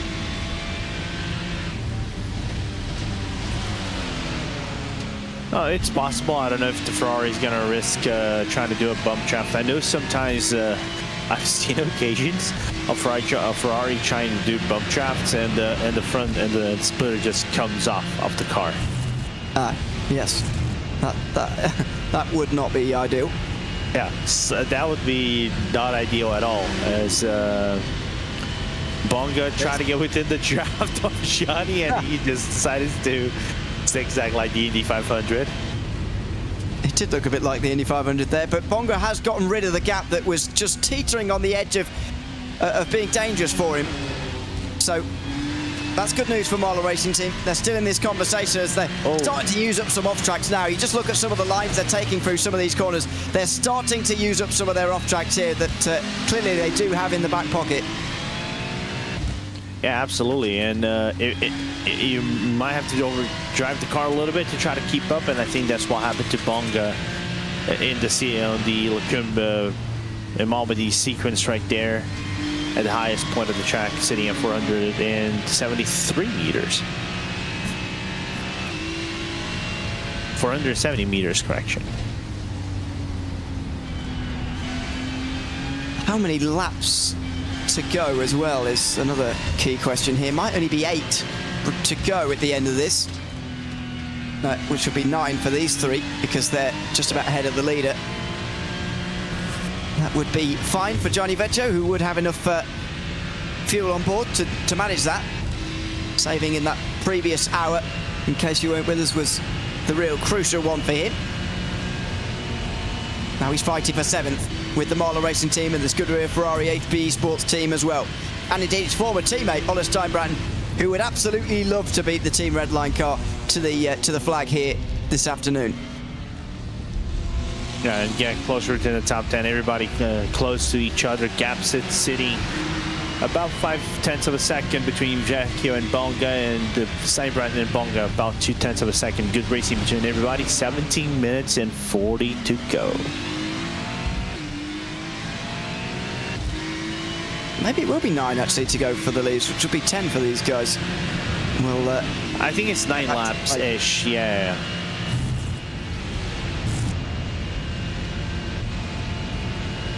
Going to be close. That. Now, should be 8, should be 8. Meanwhile, Vecchio again weaves like the Indy 500, and Bonga gets closer. Ouch, oh no, he's not quite close enough. But the position light there and the Ferrari just blocking my vision of quite what was going on there. It seems the weaving from Vecchio on the straight is doing just enough to keep the slipstream away from Bonga to prevent him from getting quite close enough to make a move. I wonder if Bonga is truly chasing, trying to give chase for an overtake. I think he's just trying to follow the toe to stay within the toe and maybe catch within those like final 2 to 3 laps for a potential overtake. But then again, we have to observe how Steinbratton is going to behave on the midst of all this. It's still the wild card. We don't know how the Ferrari is going to behave with the grip and everything in comparison to those BMWs, as track temperature is sitting right around the 31-32 Celsius degrees. Yeah, it's not particularly warm this year at the Spa 24. Overnight it was down in the low 20s. Hasn't really risen low since then, really. Just 15 minutes to go. And some of the life been taken out of this battle for 7th place by Team Redline after making that pass on Ruben Bonga. But you've got to say it was a good pass by Vecchio. Ran the outside the first part of Lecombe to give him the inside the second, and yeah, slipped straight through into that 7th position, which now he doesn't look like giving up. Well, it's going to defend tooth and nail for that. You can even see how aggressive Mala is getting around the bus stop chicane, on the interior of the bus stop chicane, nearly going 4 wheels off the in the curbing itself, so you can actually cut down as much time as you can to Vecchio. And that is a lot closer this time for Bonga than he has been on the previous lap. So surely Ruben Bonga is going to have a chance now into Lecombe. If he gets a good run over the top of the hill, then it'll be right there. And here we go. Steinbratton just gives them a couple of car lengths here. He's not going to get involved, but the 2 BMWs are going to go into battle again here. Which side does Vecchio choose? It's going to be inside line. He's going to offer up Bonga the chance to do exactly the same thing he did. And there's contact into Lecombe, and they're both going to go wide here. That was a big squeeze from Gianni Vecchio, and Bonga takes the place. He goes across the Lecombe chicane. And Bonga's going to have a slowdown for that, surely. There was contact into Lecombe, and Bonga gets the place off the road. There's more contact. Vecchio hits Bonga into Bruxelles, and these two are going to start to be very unhappy with each other now with just 15 minutes to go in this race. Oy, oy, oy. Can we say definitely even gloves are definitely off between these guys? all of this has been lost. Yes, that is certainly true now. Bonga still trying to service load. I think that might be more contact. More contact here as Steinbratton goes through. Bonga to the back. And I wonder whether he's got damage from that. Maybe some grip loss coming out of the corner right there. But that was a dangerous bump because he sends him right at the elevation of Pujon. But he's losing some gap fast. But the thing is, it's still within the back wing of the Ferrari, so he can maintain some gap. Now the question is, it is a 1v1, it's a mano-a-mano race between Steinbratton and Vecchio at this moment. But make it one sequence of corners, then this race can turn itself around. I must say, I thought Vecchio maybe squeezed a little bit too hard there on Bonga. And apparently the Mala car has damage. Maybe it does. Apparently was confirmed by Oscary, but we'll take as it is lap by lap. I mean, they've dropped over a second behind now. We'll get some vision on the straight this time round. Just note that down. They're a second apart as they start the straight. If it grows really exponentially here, then we'll know the answer to that. But that could be the Bala Racing team out of the conversation for 7th, and maybe even Karkkonen will try and catch up as a result. And yeah, that car definitely has damage. Look at the gap growing there. It's over a second and a half already. Here comes Steinbratton, the two former teammates, into the com, and he doesn't go for it yet. 12.5 minutes to go. He's going to bide his time, but Bala Racing team aren't going to get this place. Nope, they're not going to get even closer. The gap stands about 1.7 and it's increasing. 1.8, it is just going bigger and bigger by corner. So definitely Bonga has, I think, some steering link, tail link damage in the car that he has to nurse all the way till the end. Maybe he can earn a place if something dramatic happens between one former and one actual red line teammates.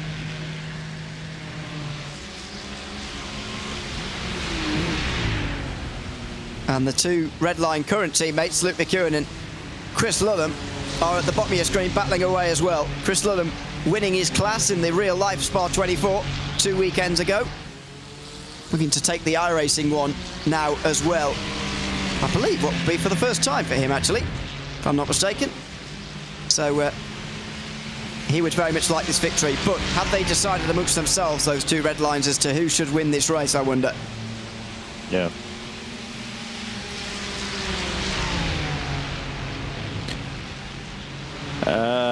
How do you decide to win like that? Coin flip? Jock and Poe? Jenga? Paper, scissors? Or Mento and Jenga, I don't know.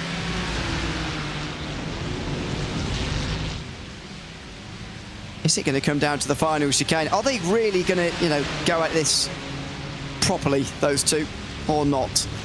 They've been so close throughout this race. They've been helping each other, and nobody's been able to stay with them working together like this.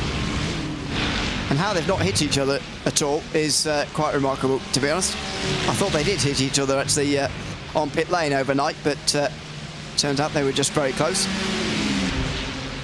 And it doesn't seem they made sort of any contact throughout any of the day, which is very positive.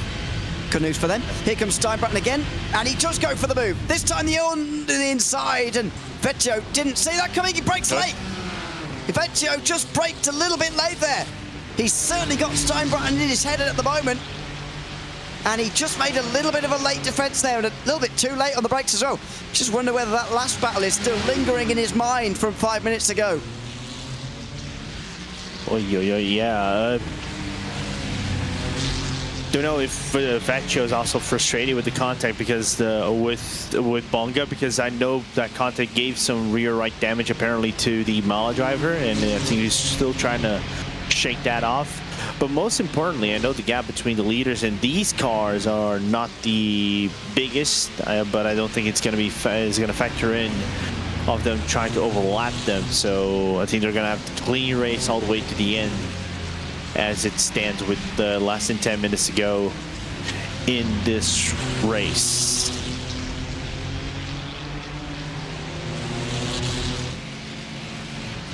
9 minutes to go. Mulder Racing Team still technically involved in the battle for 7th, but the damage is going to consign them to, at best, 9th. And they'll be unhappy with the way that has transpired, because it was side-to-side contact with Vecchio that sent them off the road at Les Combes. The red line car came off better with it, unfortunately for them. And the Mulder Racing Team car damaged in, two of the same manufacturer going dead side-to-side contact. Bit of a weird bit of damage there, unfortunately, for Mulder Racing Team, who are going to be 9th, as I say. But will Redline keep 7th? Because Oliver Steinbratton is very close to taking it off them, and he's surprising them. Down at La Source, there was a bit of contact there, was there? Scudder and Ferrari down the inside, just when they weren't expecting it, and Oliver Steinbratton's through. What a move. Caught a Vecchio off guard with his pants down. Nothing that the German could do. But certainly Vecchio is going to fight back. I want to see the replay on that one to see if there was contact coming into La Source between them.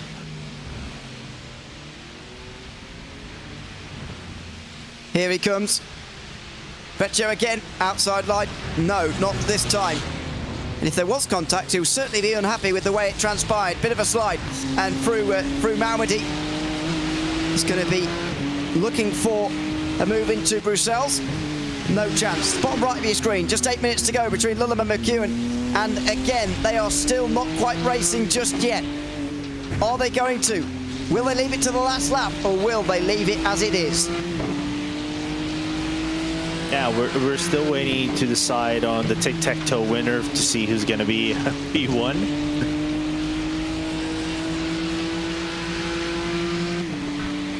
Good point, by the way, being made in YouTube chat, that the Ferrari put its tyres on about 10 laps or so earlier, or later rather, than the, 7 laps later than the red line car.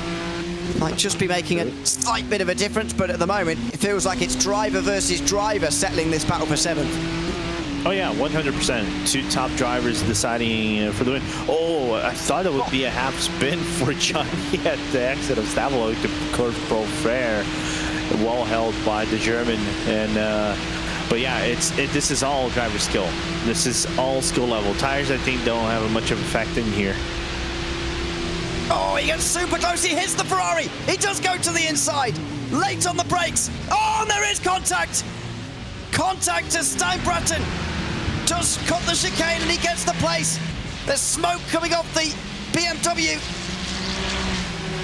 I've got to say, that was late on the brakes from Vecchio, who barely made the corner himself. And the way he's been driving in this last hour is not particularly easy on the eye.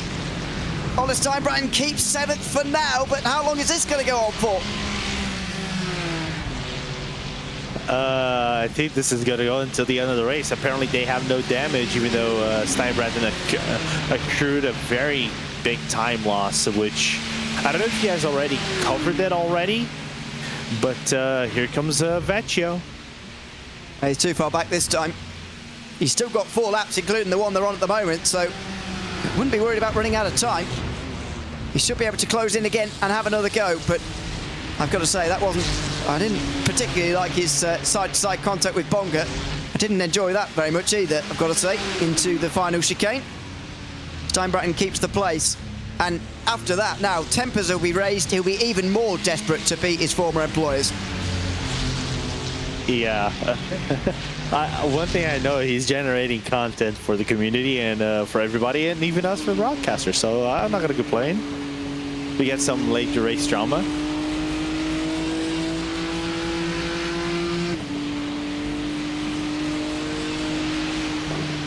So Steinbratton will have cleared the slowdown, although he didn't gain too much by cutting across the chicane, to be honest, and again, he didn't have much choice. So I won't be too much worry about that. It seems, though, remarkably, that even after hitting each other much harder than Redline and Marlon made contact, these two don't have damage, so Marlon would be even more incensed about that. Yeah. They're going to be fuming afterwards, and they're going to have some words with Johnny after this race for sure. The gap is already to 5 seconds, and here's the thing: Bonga is just did a 2:18 the last lap. I don't know if that counted for something, slow down or anything, But Kakinen is actually catching up on that PGZ car. Yeah, I can believe that. Absolutely. 7 seconds. He might run out of time with only 4 minutes to go and 3 laps to go for these guys. 2 laps at the line for Team Redline in their 1 and 2. But at the moment, they are continuing as it is. So, 2 laps to go for the leaders. 3 laps for the battle in the main part of your screen right now between Oliver Steinbratton and Gianni Vecchio, who have already come into contact this afternoon. Just a moment ago, down at the bus stop chicane, they clashed and they may well do again now. Up the top of the hill at the end of the Kemmel Straight. Steinbratton moves to defend early. Vecchio falls to the outside in the way that he overtook Bonga earlier on in the day. He brakes a little bit earlier though, doesn't try to go around the outside of the Ferrari this time.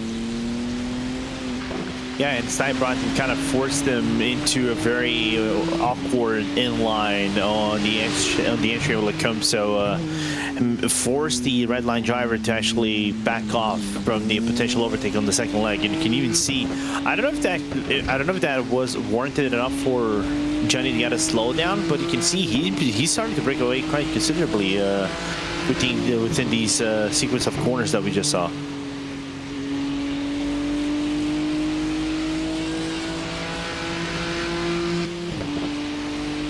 It looks like Steinbratton with just a bit of an advantage now might well have the place. Looks like Vecchio just struggling in this middle sector this time round as the sun's come out and the temperature's unchanged, despite looks like we are going to finish in the sunshine finally. At the bottom of your screen, there's only a lap and a half to go. Luke McEwen leading Chris Lullum around. Lullum who won this race last year alongside Florian Lebigra, Max Verstappen and Diogo Pinto. Luke McEwen looking to win his first 24-hour race in Redline colours, because as I've been reminded, he did win Watkins Glen the 6 hour. But will he have to fight for it on the last lap with the teammates? It's been an extraordinarily executed race for these guys. Team Redline have worked together for 24 hours. The perfect 24-hour race. Is it going to end in a teammate battle for the win? We all want to see that. But nevertheless, it doesn't take away the brilliance of these 2 cars basically collaborating from start to finish of this race. You want to talk about it. They go into the final corners, Ewan. Final lap underway. The white flag will be in hand. One more lap of the Falken Tyre 24 Hours of Spa in 2025, and it is nose to tail for the race win. BMW M Team Redline have dominated. Dominance in a style we've never seen before in a 24-hour event on iRacing. This race into its 11th edition, coming to its most dramatic conclusion. Down in towards Eau Rouge, Luke McEwen, the new signing for Team Redline, looking to hold on from Chris Lullum, who's been there for 4 years, and looking to do it 2nd year in a row. Have the teammates been given the licence to attack one another on the last lap of the Spa 24? It looks like they might well have done. McEwen weaves left and right. Lullum not close enough. He looks to the inside into Lecombe. He can't do it. McEwen's wide though. And here comes Lullum into the second part. There's contact just about between the 2 BMWs. Wider into Mawadi. He's going to have the run down the hill, but he's not close enough. They are going to fight on the last lap. The teammates have been given the freedom to decide it amongst themselves. He looked for it, couldn't get it, but there's still a few more corners for him to actually look at. I don't know if they're going to try that on the final corner, but that's the way it's actually prompting it to be. You know, maybe a potential final overtake or attempt for an overtake on the final corner, which is the bus stop. He's been so close on the Kemmel Straight as Lullum every single time, other than the last lap, pretty much. And that might have cost him here, unless he gets a really good run in this final part of the middle sector. Time has officially elapsed. 24 hours officially over. But there is their one last story here, with Luke McEwen leading Chris Lullum. 0.3 of a second. Lullum's got a good run here. There might well be a last lap change, a last corner change maybe, as Chris Lullum closes in towards Blonsomont. They're not going to be side by side through the fast left-hander, but they might be by the time they're into the bus stop chicane. into the braking zone they go. Lulham, outside line. He's got up the inside of the final corner. McEwen tries to hold him off. Side by side, the teammates are, and he's got it. But it's a comeback from McEwen. It's going to be a photo finish at the end of 24 hours. Who's going to get there? Oh, my goodness. 11 thousandths of a second. It's Chris Lulham who wins for the second year in a row. The Spa 24 hours separated by a photo finish between Team Redline. Unbelievable. Heartbreak for the 21 team.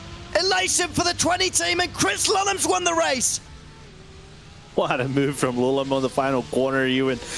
I honestly thought that McEwen was going to get him back at the exit of the corner, but I think there was a little bit of extra grip that Lulham found on the exit of the corner. Even though he got an off track, he's still a resource, like I said before. And what a finish. Only 11 thousandths of a second separated them. Lulham not only winning in real life, but also winning in the virtual race as well. Congratulations. What a race. So anybody's done that double before? In 1 year. Can you count Max Verstappen, maybe? Well, yeah, maybe in the future we might see that done. But yeah, that's a remarkable finish. One of the finishes to go down in history as far as iRacing special events go. Chris Lulham outside into the final bus stop chicane. McEwen tried the cutback and it was a very good attempt, but the run to the line just wasn't quite enough. 1/100th of a second, the gap at the line. Unbelievable. Meanwhile, Johnny Vecchio's even closer here to Steinbrandt, who would like to finish 7th. This has been our primary entertainment for the last moments of the race. Oh, he's going to send it. He's going to send it. He is absolutely going to send it. Vecchio to the outside. He makes more side-to-side contact into a corner. He's on the inside for the final corner, and there's contact. That was always going to happen. Johnny Vecchio dumps Ollie Steinbrandt to the outside of the road, and he will finish 7th, but he won't finish with many friends. Redline cap off the day with 7th in number 22. It's a 1-2 they'll be most proud of. Steinbrandt will be unhappy in the final corner of the 24 hours. He is dumped to the outside and finishes 8th. I don't know it. I know some people are going to be displeased. I know maybe some reports might be coming in, and here we go. What's Steinbrandt's going to do? Just not really. Don't retribute. Just don't do that. No, they will not. It looks like. There is number 20 though. The race winners in the Spa 24 for the second year in a row, by the way. Chris Lulham takes the victory. This time around, he's able to get the pleasure of taking the car across the line. He got a small injury at the end of last year's race. He can thoroughly enjoy this one in 2025 in the closest ever finish in an iRacing 24-hour race. Unbelievable. Fantastic racing. Although it was between the teammates, it was a great finish. And fair racing, most of it, right? Everybody gave themselves room. Were very clean. Of course, they don't want to destroy their cars on the final corner and pull a Toyota 2016 Spa All Roman finish. But this is well learned for Lulham. What a year, man! You know, pulling the double whammy at Spa, winning the real thing, and also winning the virtual one. As we see the results here, Ewan. It's Chris Lulham who takes the victory. Another BMW 1-2 as they win the race at BMW, that is, for the 4th time in 5 years. Alexander Spetz finishes in 3rd. And that's the best result for the Ferrari 296 in its history as Drago Racing seal a podium. Coanda Esports finished the best of the Porsches in 4th ahead of Grid & Go, who finished 5th. Drago Racing's late pit lane penalty for speeding cost them a couple of places. Johnny Vecchio's questionable driving in the final hour gets him to 7th. Ahead of Ola Steinbrandt, Ruben Bonga and Oskari Kakkonen. 11th place went to the first of the Apex Racing Team cars ahead of 2 semi-fights. Alexander Davidson just beat Malte Janssen for 14th in that battle towards the end. 3 laps down for Alexander Peregrina, Pablo Espes, Elliot Veron and Martin Suratek, with Juan Manuel Gomez rounding out the top 20 for SDR Sim Racing. Verassi has finished next 5 laps down, and Nicholas Last, who lost that top 20 in the final hour. Omar Akan finishes 23rd, and Jeremy Labier, and Juan Lemus, who finishes 25th. James Burmey, the last driver, 5 laps down, ahead of Patrick Hingston, Michael Romanidis, Jerome Fisher and Baujas Pala. 31st for Alexander Teeb with 7 laps down. Augustin Bernier, 32nd. Kevin Harris and Baptiste Jimenez also 7 laps down, with the final finishes Zenith Esports, Line GP and Maniti Racing White. Gregory Hosen retired about 3 laps from the finish. Effect Simulation Sim RC rounded out the top 40 after retiring a long time ago.